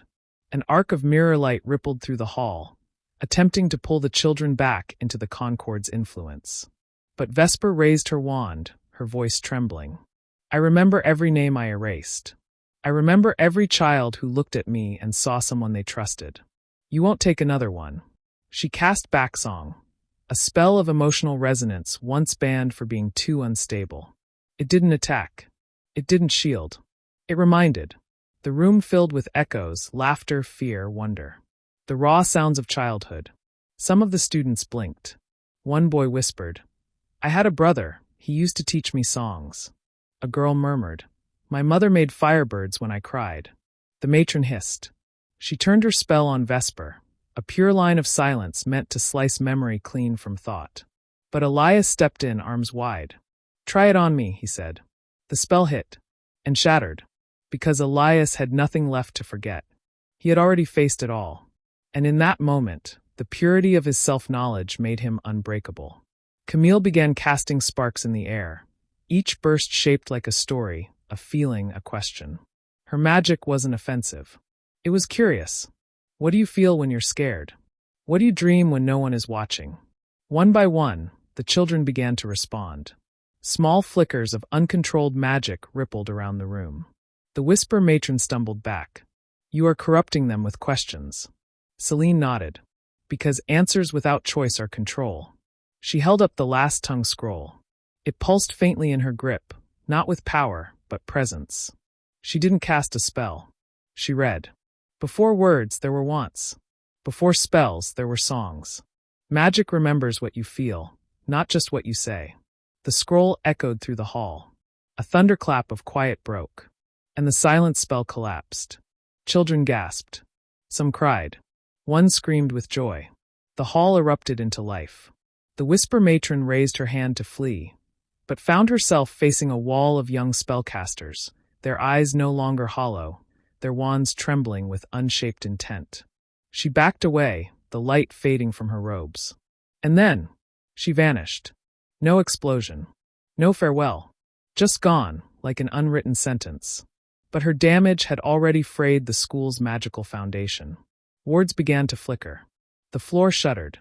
The school is collapsing. Elias shouted. It's been rigged with a failsafe, a silence bomb. If we don't counter it, the children's memories will be wiped. Selene acted fast. She turned to the children. Cast with me. Any memory, a laugh, a fear, a name. Say it. Shout it. At first, they hesitated. Then the youngest girl, the one who had whispered the concord's mantra, raised her voice. My name is Luma. I once made clouds cry because I was sad. And that was enough. Seline cast with her. So did the others. The children's voices rose in a chorus of unscripted magic. Raw. Wild. True. The silence bomb shattered. And the school held. In the days that followed, the Ember Circle opened the doors of Lyria to spell teachers from all over the world. Not to teach control, but to guide expression. The children, the youngest bearers of magical truth, became the new frontline. And Seline knew. The concord wasn't done. But now, for the first time, they had something they'd never prepared for. A generation that had learned to speak magic before they feared it. And they would not be silenced again. The silent concord's retreat from Lyria was not defeat. It was strategy. In the shadows of every recovered memory, they planted seeds of doubt.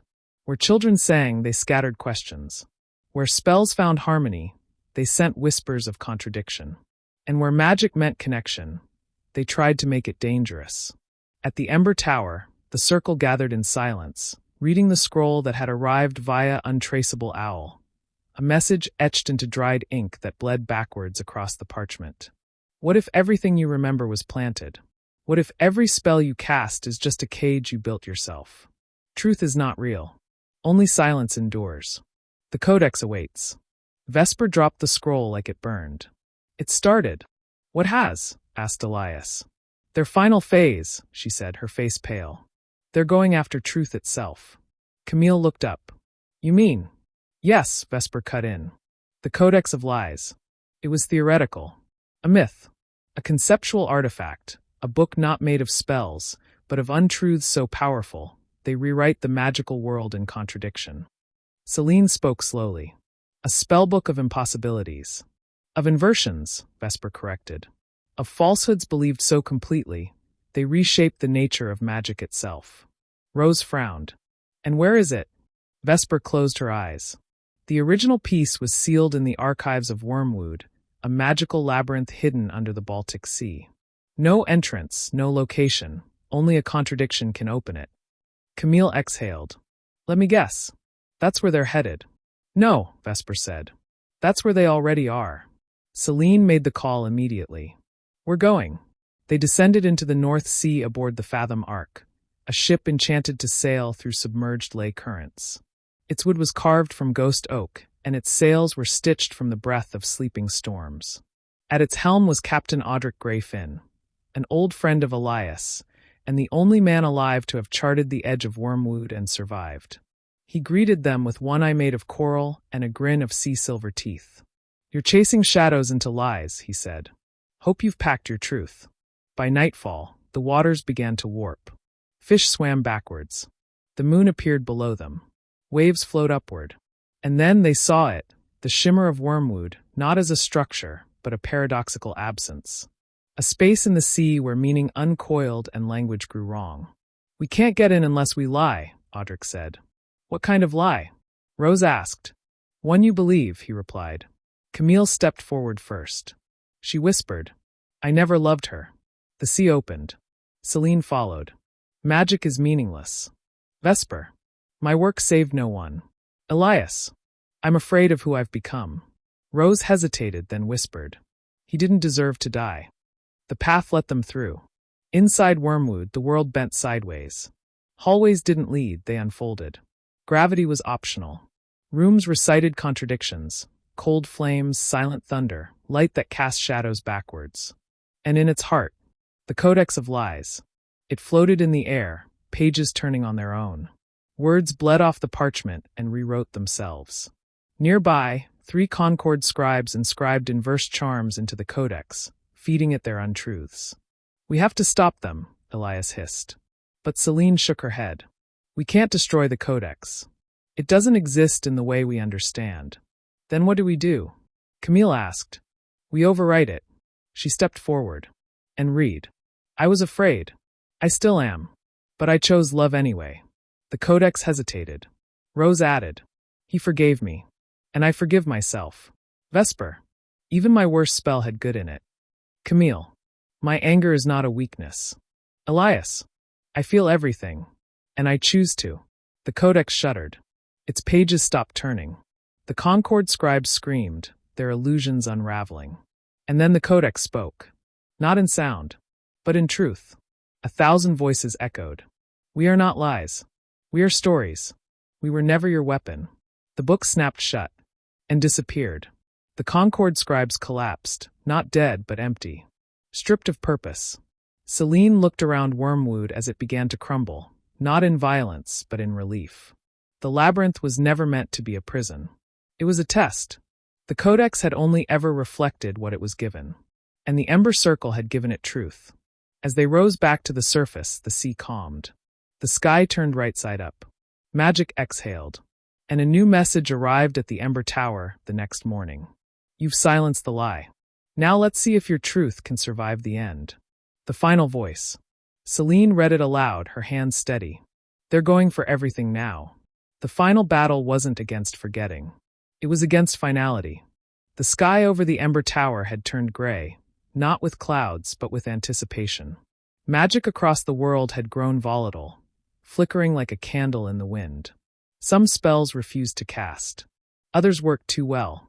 In a village near Kyoto, a child's lullaby accidentally summoned a storm that sang in her father's voice. In Ghana, a woman's grief manifested as a memory loop that trapped her neighbors in a single day. The fabric of magic was trembling. At the center of it all stood the last message from the silent Concord. "You've silenced the lie. Now let's see if your truth can survive the end." The final voice. Seline stared out the high window of the Ember Tower, the last tongue scroll resting on the table beside her. Her wand lay untouched. Today it wasn't about force. It was about faith, in story, in memory, in the fire that lived in every soul that dared to feel. Rose entered quietly. "They're broadcasting from the weave," she said. Seline turned. "Already?" Rose nodded. "They're making their final stand visible to the world." The weave was an arcane network, rare living magic, both magical and emotional, connecting places of intense shared experience.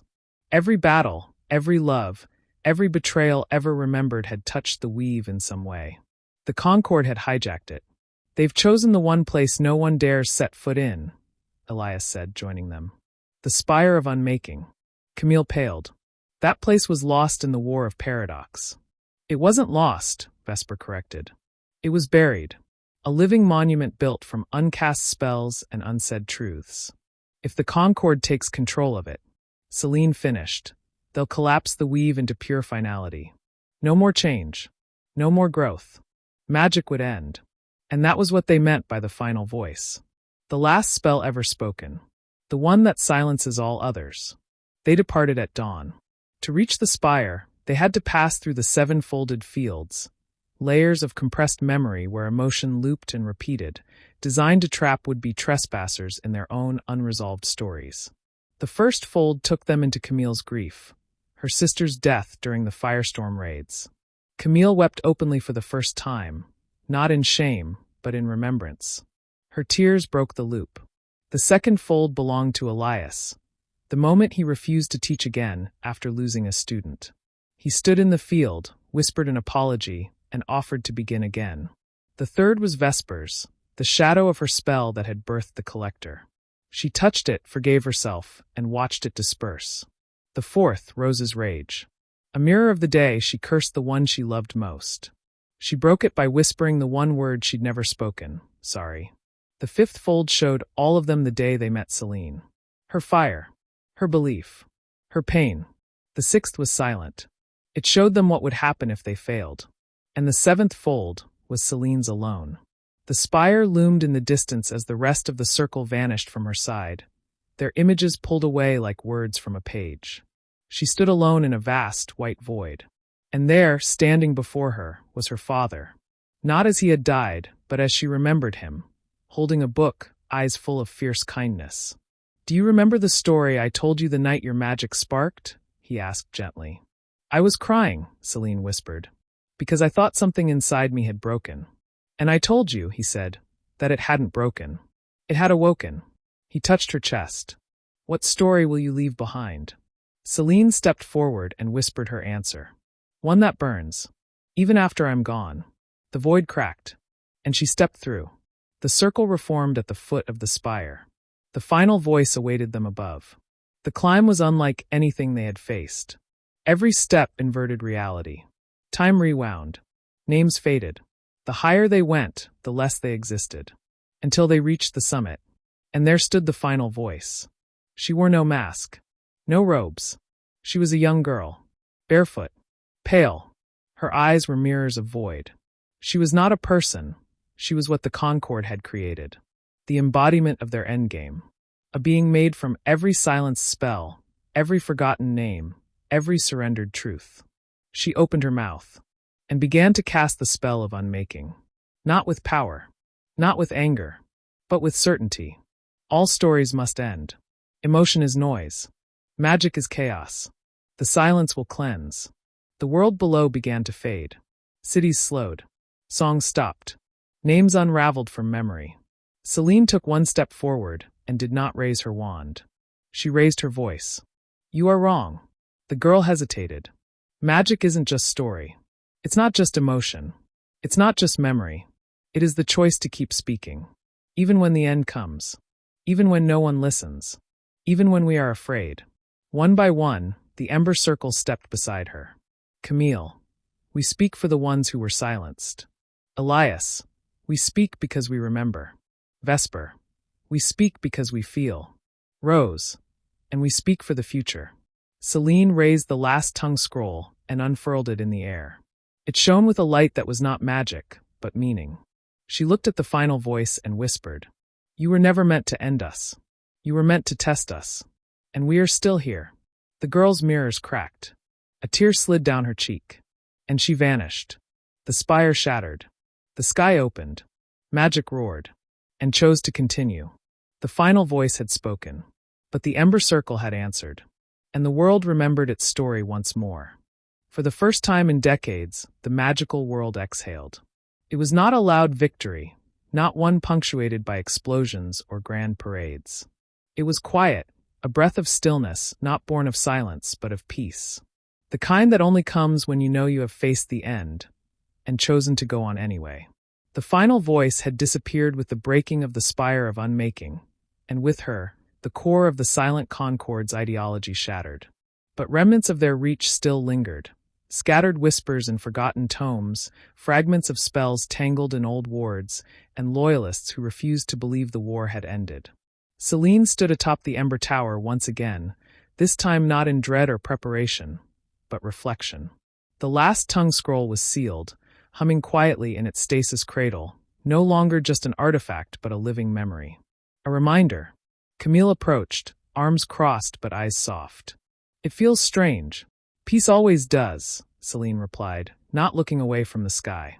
"Because we're used to fighting for every breath of it." "Think it'll last?" Selene gave a small smile. "It doesn't have to last forever.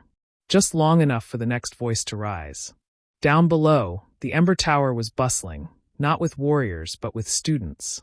Children from Lyria, from the mountain enclaves, from distant shores where spells were sung instead of spoken.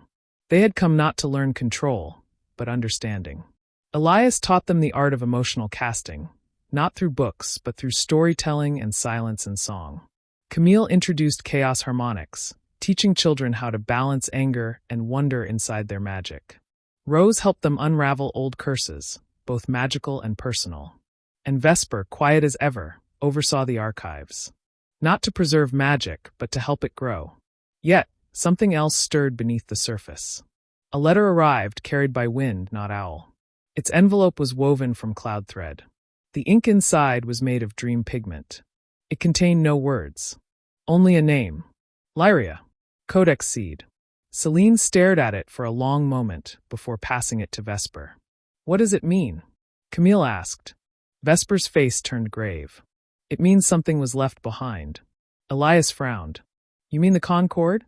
"No," Vesper whispered. "Something older. Something they found in the Codex of Lies and buried again when they realized it couldn't be controlled." Selene felt it then, like a tremor. Not in the earth, but in meaning. Rose touched the scroll on the wall. The first flame, it's flickering. The Codex Seed wasn't a weapon. It was a story yet to be written. But the ink it asked for wasn't blood or magic. It was legacy. Selene convened the Ember Circle in the Hollow Chamber. Once the War Room, now rededicated as the Circle of Inheritance. They placed the letter at the center, and around it, they brought their stories. Camille laid down her sister's ring.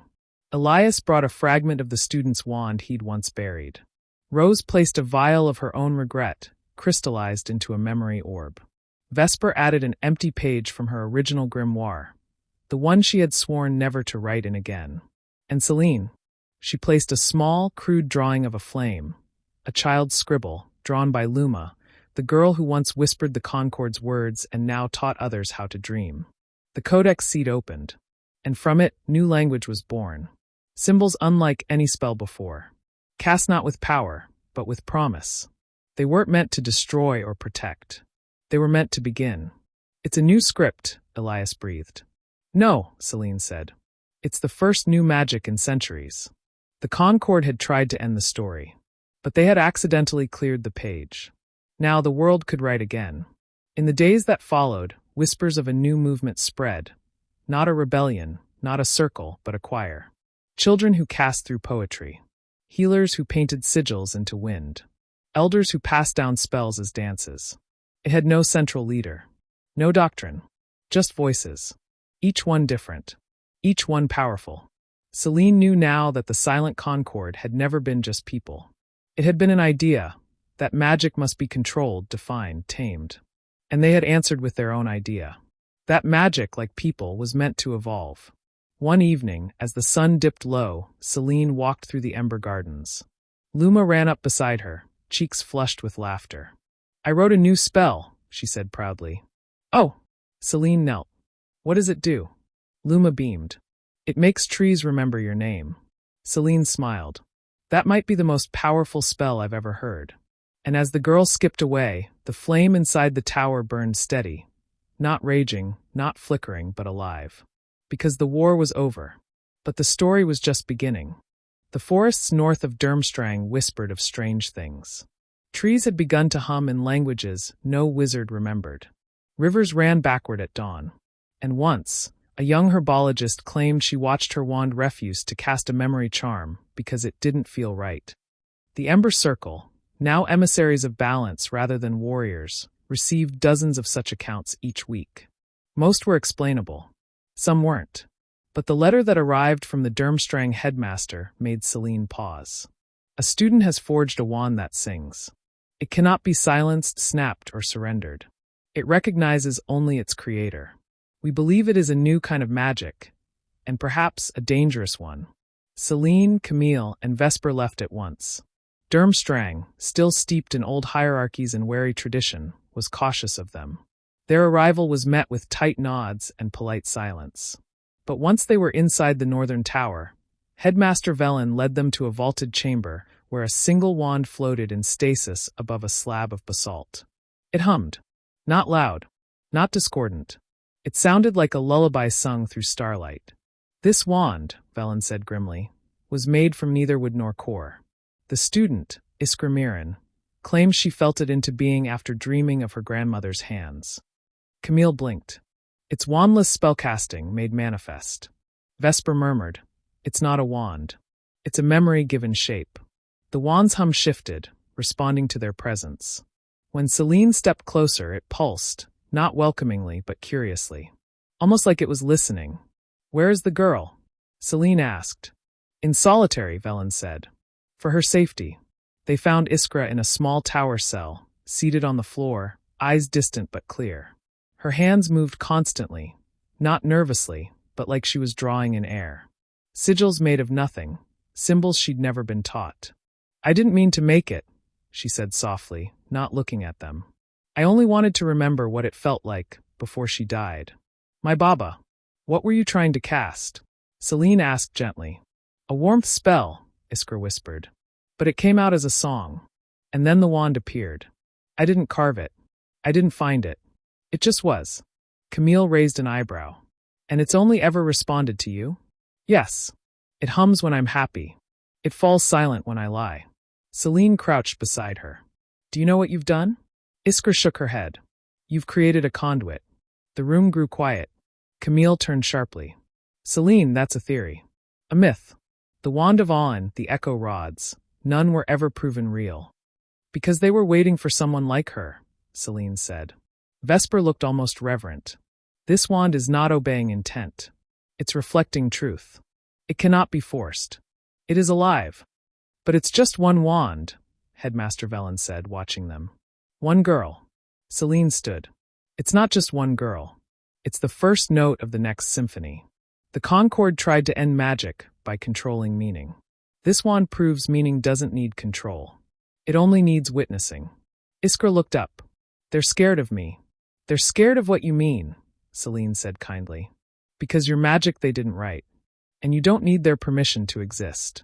Later that night, Seline sat alone in the observatory above the Ember Tower, writing in a new journal, a gift from Luma.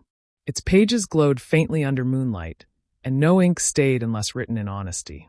She recorded Iskra's story, noting each pulse of the wand, each song it sang when it floated near others. It had refused to channel curses. It had shattered a silencing charm by changing its rhythm. It had once, briefly, cast a healing spell backward, pulling grief from a person's memory and letting them cry properly for the first time. The wand would not break, because its story would not break. It was truth made tangible. Seline wrote one more line that night, just before she closed the book. "The next war will not be fought over spells or silence. It will be fought over who gets to define what magic is. And this time, the answer will come from those who were never allowed to speak before." And far away, in a place no map held, another child woke from a dream. And in her hand was a flame. Not fire, not wand, but the first word of a new magic. Deep in the wastes of Lethe, where forgotten spells drifted like mist and broken enchantments lay tangled in the dirt, a ripple passed through the world. It wasn't loud. It wasn't fast. But it was felt by every magical being attuned to the deeper weave. Something ancient had stirred. Not an artifact. Not a prophecy. A spell. One that had never been written. One that had never needed to be. Seline was woken in the middle of the night by a quiet knock on her door. Rose stood there, holding a mirror rune blinking with golden distress. "The keepers at Lethe just sent this," she said. "One of the spell fragments," it started whispering. Camille, already half-dressed in traveling robes, entered the hall behind them. "It's not a memory echo. It's new. Spontaneous emergence from the broken layer." Seline's heart pounded. That's not possible. Vesper appeared beside them, eyes unreadable. It shouldn't be. But then again, neither should we. They left within the hour. Lethe was a place where old magic went to die. No spell worked predictably there, no wand held its shape. Words dissolved in the air before reaching a second syllable. And yet, nestled within a hollow tree that had once been a speaking oak, they found it. A single line of glowing script, floating in the air, written in no known language. And yet, all of them understood it. Camille inhaled. That's a spell. Elias, who'd joined them via portkey, frowned. But it's not a command. It's not even intention-based. It's declarative. Seline took a step closer. It's not a spell you cast, Vesper whispered. It's a spell that casts you. The phrase shimmered again, and for a moment it formed a shape, vaguely human, vaguely flame, eyes made of stars and grief. And it spoke. Not in a voice. In a feeling. I name what you fear to name. I burn through what binds you. I do not ask permission. I am the magic that chose itself. And the shape vanished. The spell collapsed into a single syllable. Ira. It drifted downward, etched itself into the bark of the hollow oak, and stayed. Seline knelt. This is the first true self-aware spell. Not one created by wand, will, or language. It's alive. Camille crouched beside her. It's not meant to be taught, is it? No, said Vesper. It's meant to be understood. Back at the Ember Tower, they brought in every expert they trusted. Linguists, aurors, memory weavers, even the song mages from the Eastern Isles. None could translate Ira. But each time someone tried, the spell changed, mildly, subtly, aligning itself with their truth. A firebinder said it felt like a cleansing blaze. A morning which claimed it sang like her son's heartbeat. A cursed man who'd lived for 2 centuries wept and said it smelled like hope. And all of them, every single one, left saying the same thing. It didn't answer my question. It reminded me that I already knew. Selene gathered the circle in the tower's upper sanctum. This is beyond the concord. Beyond even the codex. Ira wasn't born from defiance. It wasn't forged like Iskra's conduit. It was birthed from the weave itself. Elias rubbed his temple. That means something's changed in the fundamental laws of magic. Something's opened. Rose added, or something's woken up. They were interrupted by a sudden pulse in the tower's walls, followed by a cry from below. It was Luma. They raced to the observatory gardens where the girl knelt beside a patch of fireflowers. They started singing, she whispered. But it wasn't music. What was it? Seline asked. Luma looked up, face streaked with tears. They said a name. The same one you found. Her voice trembled. Ira. In the hours that followed, the name spread. Not by mouth, not by magic, but by meaning. It etched itself into the wind, into the flames of hearths, into the final heartbeat of old spells long thought dormant. The world didn't shout it. It remembered it. Ira. A spell that cast itself. A story that didn't need to be told aloud to exist. A voice no longer silent. And in the forest of Lethe, where the forgotten once vanished forever, 1,000 trees whispered in unison. We remember what you made us forget. And now we speak. The trees of Lethe had never spoken in unison before. The wastes had always been a place of loss, of vanishing threads and echoes too tattered to trace. But now something once thought impossible had begun. The forgotten were remembering themselves. Selene stood before the grove where Ira had etched itself, surrounded by a chorus of old spells. The wind spoke in a dozen broken dialects. Old enchantments swirled through the air like motes of light. Unfinished curses, aborted blessings, names that had never been named. They weren't chaotic. They were waiting. Ira didn't just awaken itself, Elias whispered. It awakened the others. Vesper traced a floating rune with her finger. These are spells that died in fear, that were silenced before they were ever spoken. Some of them were cast by children. Some by ancestors who feared what they could do. They were never dangerous, Rose added. They were just unwanted. Camille knelt, touching the soil. They never left. Magic doesn't die. It remembers. The tree that held Ira's name gave a low creak, and the bark split slightly, revealing a hidden core of glowing threads. Seline leaned in. It wasn't wood inside. It was woven meaning. Stories. Not complete ones. Just fragments. A mother who had tried to enchant her daughter's name into a lullaby but died before finishing. A wizard who had bound his pain into a stone and thrown it into Lethe, hoping never to feel again. A child who cast a spell to become invisible, not to hide from the world but from himself. These fragments shimmered with wanting. Not vengeance. Not power. Just the desire to be heard. Selene turned to the circle. We've been thinking of Ira as a spell. A creation. But it's a threshold, Vesper said quietly. The door magic has been pushing on for centuries. Elias murmured. And now that it's open, others want to walk through, Selene finished. And so they did something that hadn't been done since the founding of Hogwarts. They held a convergence. A calling to every magical being, every witch and wizard, every being born of magic and soul. No government sanctioned it. No law gave it weight. But still they came. Not just humans. The marrows from the Sorrow Reef, bearing glowing water script. Centaur seers from the northern wilds, whose dreams had turned to names. Wandless tribes from the Sahel, who chanted spells through drumming hearts. Even the goblins sent 3 stone singers, their voices so deep they trembled the tower's foundation. They all gathered in the grove of Lethe. To listen. And to speak. Selene stepped into the center of the grove. Around her, a circle of 12 open flames burned. Each one a conduit for a different type of magic. Wand, will, song, dance, ink, memory, breath, blood, silence, grief, joy, and hope. She did not cast a spell. She told a story. Not hers. One from the first forgotten. A girl once tried to name the stars. But the sky kept changing. So she named the way she felt when she saw them instead. And the stars remembered that feeling. And so did the magic. Even when her name was lost. The fires pulsed. And then the air trembled. 1,000 whispers rose, not chaotic but layered. The forgotten spells were speaking again. I was the warmth in a dying man's hand. I was the wish before the wand. I was the laughter that made fireflies dance. I was the silence after forgiveness. The entire grove filled with glowing shapes, spells that had never been cast aloud, now speaking for the first time. And through it all pulsed Ira. Not as a word. As a weave. A binding thread that gently held all these stories together, not taming them, not directing them, but honoring them. Then something even more unexpected happened. From beyond the circle came figures, slow, hooded, their robes stitched with silence glyphs now faded. The last remnants of the silent concord. But they did not attack. They did not raise their wands. They knelt.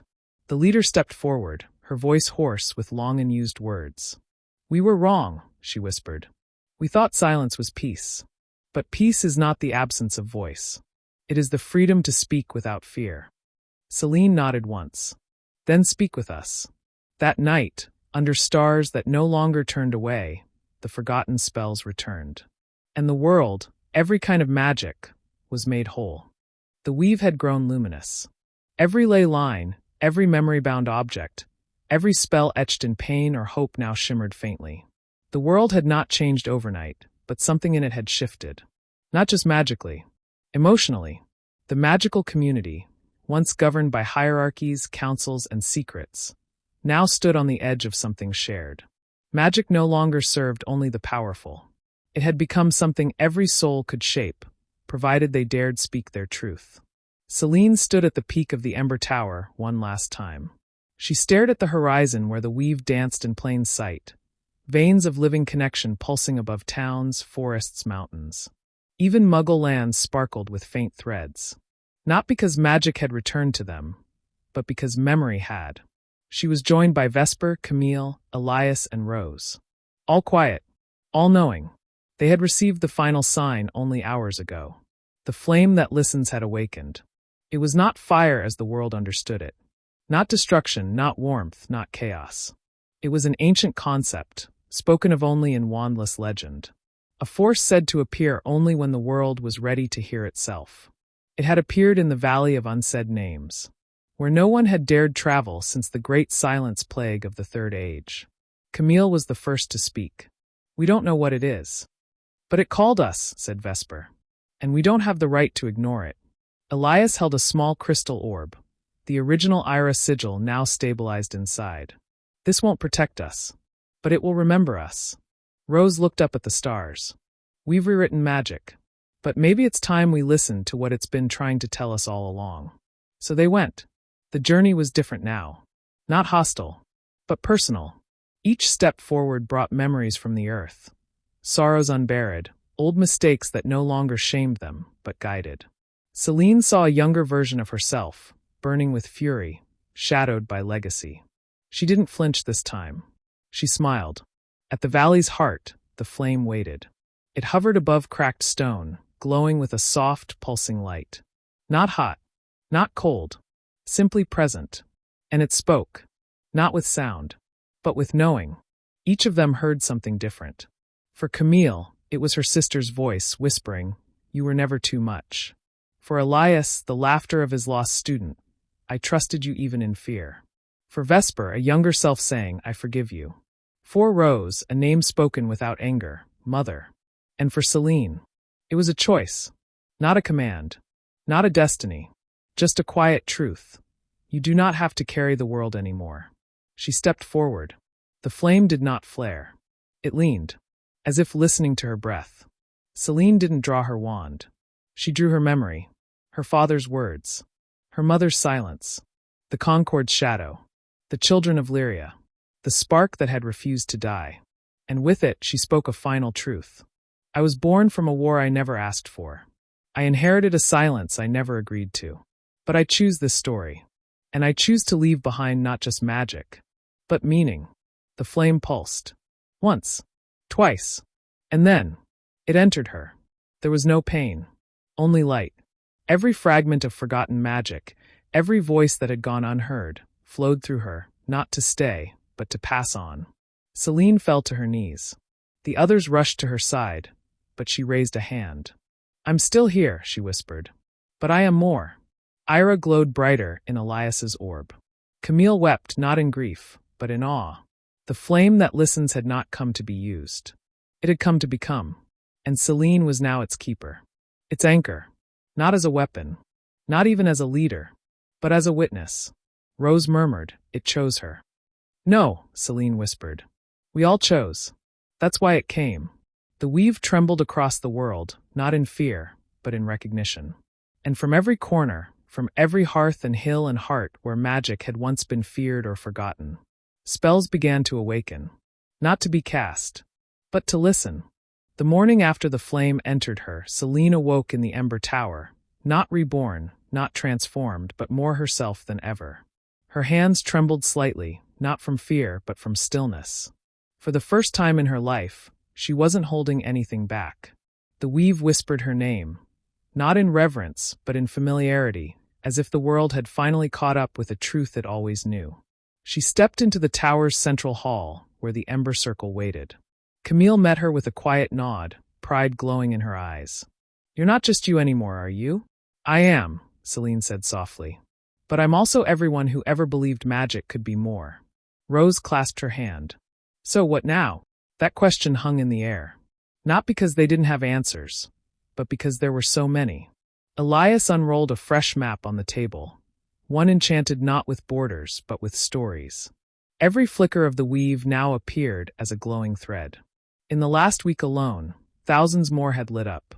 From the floating isles of Okaru, where children danced spells into rain, to the hollow mountains of Vystrin, where stone shapers once silenced by fear now sang to carve paths.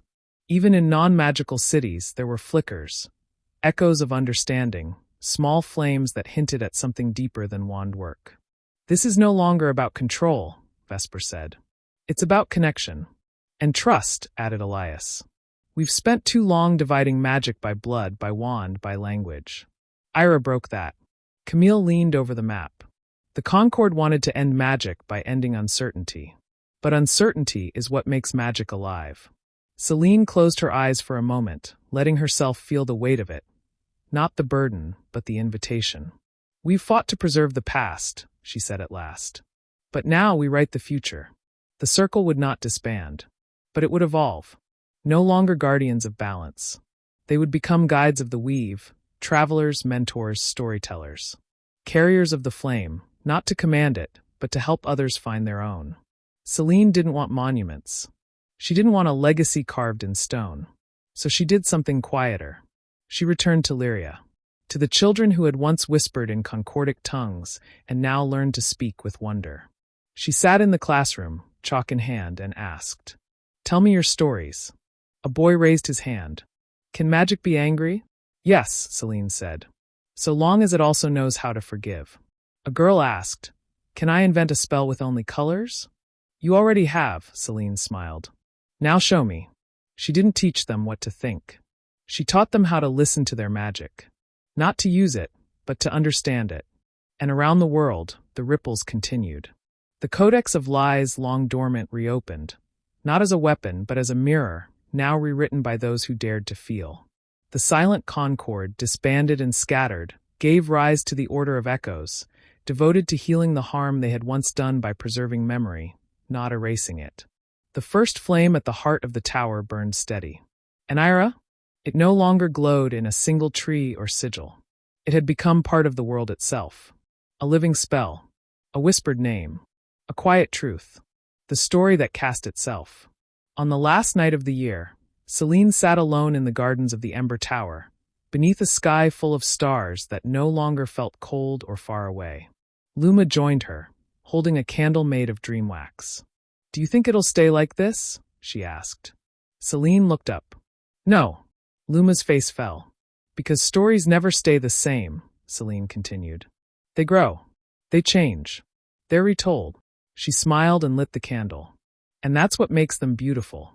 Somewhere far away, a new child whispered a spell for the first time. Somewhere else, a tree bloomed with words no one had spoken aloud. The war was over. The silence was broken. The story lived on.